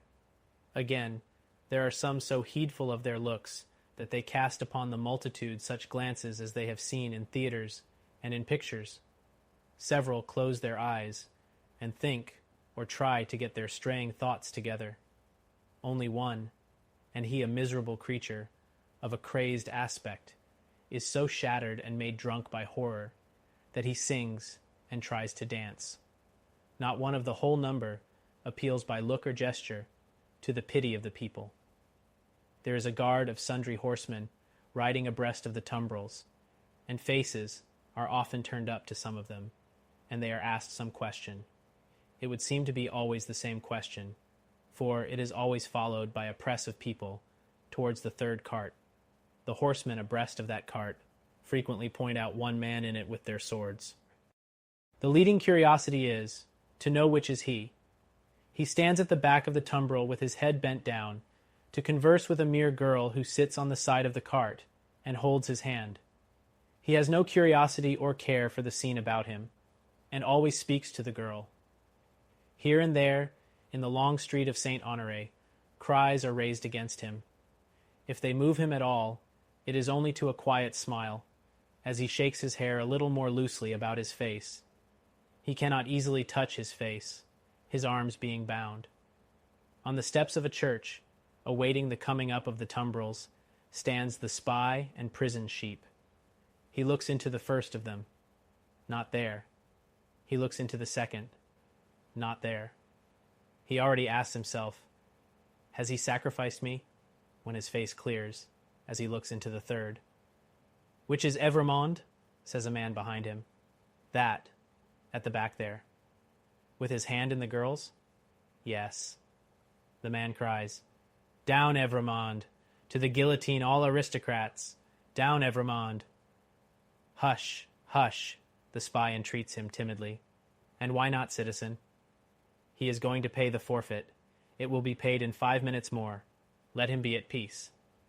But the man continuing to exclaim, down, Evrémonde! The face of Evrémonde is for a moment turned towards him. Evrémonde then sees the spy and looks attentively at him, and goes his way. The clocks are on the stroke of 3, and the furrow ploughed among the populace is turning round, to come on into the place of execution, and end. The ridges thrown to this side and to that, now crumble in and close behind the last plough as it passes on, for all are following to the guillotine. In front of it, seated in chairs, as in a garden of public diversion, are a number of women, busily knitting. On one of the foremost chairs stands the Vengeance, looking about for her friend. Thérèse! She cries in her shrill tones. Who has seen her? Thérèse Defarge! She never missed before. says a knitting woman of the sisterhood. No, nor will she miss now, cries the Vengeance petulantly. Therese. Louder, the woman recommends. Aye, louder, Vengeance, much louder, and still she will scarcely hear thee. Louder yet, Vengeance, with a little oath or so added, and yet it will hardly bring her. Send other women up and down to seek her, lingering somewhere. And yet, although the messengers have done dread deeds, it is questionable whether of their own wills they will go far enough to find her. Bad fortune, cries the Vengeance, stamping her foot in the chair. And here are the tumbrils, and Evrémonde will be dispatched in a wink, and she not here. See her knitting in my hand, and her empty chair ready for her. I cry with vexation and disappointment. As the Vengeance descends from her elevation to do it, the tumbrils begin to discharge their loads. The ministers of Sainte Guillotine are robed and ready. Crash! A head is held up, and the knitting women who scarcely lifted their eyes to look at it a moment ago when it could think and speak, count one. The second tumbril empties and moves on. The third comes up. Crash! And the knitting women, never faltering or pausing in their work, count two. The supposed Evrémonde descends, and the seamstress is lifted out next after him. He has not relinquished her patient hand in getting out, but still holds it as he promised. He gently places her with her back to the crashing engine that constantly whirs up and falls, and she looks into his face and thanks him. But for you, dear stranger, I should not be so composed, for I am naturally a poor little thing, faint of heart, nor should I have been able to raise my thoughts to him who was put to death, that we might have hope and comfort here today. I think you were sent to me by heaven, or you to me, says Sydney Carton. Keep your eyes upon me, dear child, and mind no other object. I mind nothing while I hold your hand. I shall mind nothing when I let it go, if they are rapid. They will be rapid. Fear not. The two stand in the fast thinning throng of victims, but they speak as if they were alone. Eye to eye, voice to voice, hand to hand, heart to heart, these two children of the universal mother, else so wide apart and differing, have come together on the dark highway, to repair home together, and to rest in her bosom. Brave and generous friend, will you let me ask you one last question? I am very ignorant, and it troubles me, just a little. Tell me what it is. I have a cousin, an only relative, and an orphan, like myself, whom I love very dearly. She is 5 years younger than I, and she lives in a farmer's house in the south country. Poverty parted us, and she knows nothing of my fate, for I cannot write, and if I could, how should I tell her? It is better as it is. Yes, yes, better as it is. What I have been thinking as we came along, and what I am still thinking now, as I look into your kind, strong face, which gives me so much support, is this. If the Republic really does good to the poor, and they come to be less hungry, and in all ways to suffer less, she may live a long time.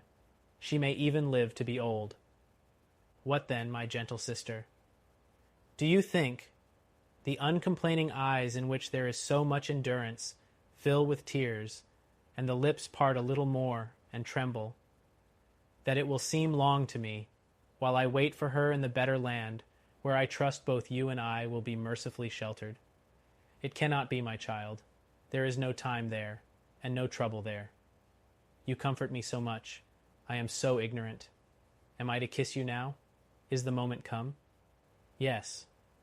She kisses his lips. He kisses hers. They solemnly bless each other. The spare hand does not tremble as he releases it. Nothing worse than a sweet, bright constancy is in the patient face. She goes next before him, is gone. The knitting women count 22. I am the resurrection and the life, saith the Lord. He that believeth in me, though he were dead, yet shall he live, and whosoever liveth and believeth in me shall never die.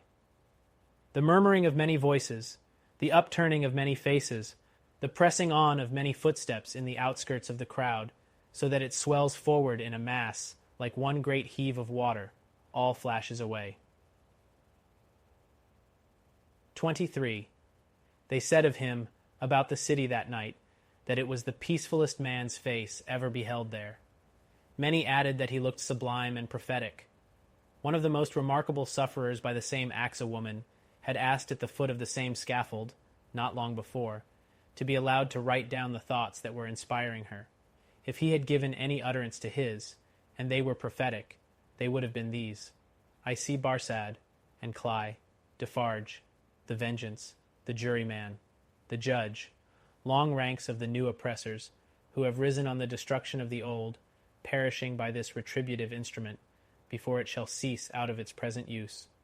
I see a beautiful city, and a brilliant people rising from this abyss, and, in their struggles to be truly free, in their triumphs and defeats, through long years to come, I see the evil of this time, and of the previous time, of which this is the natural birth, gradually making expiation for itself, and wearing out.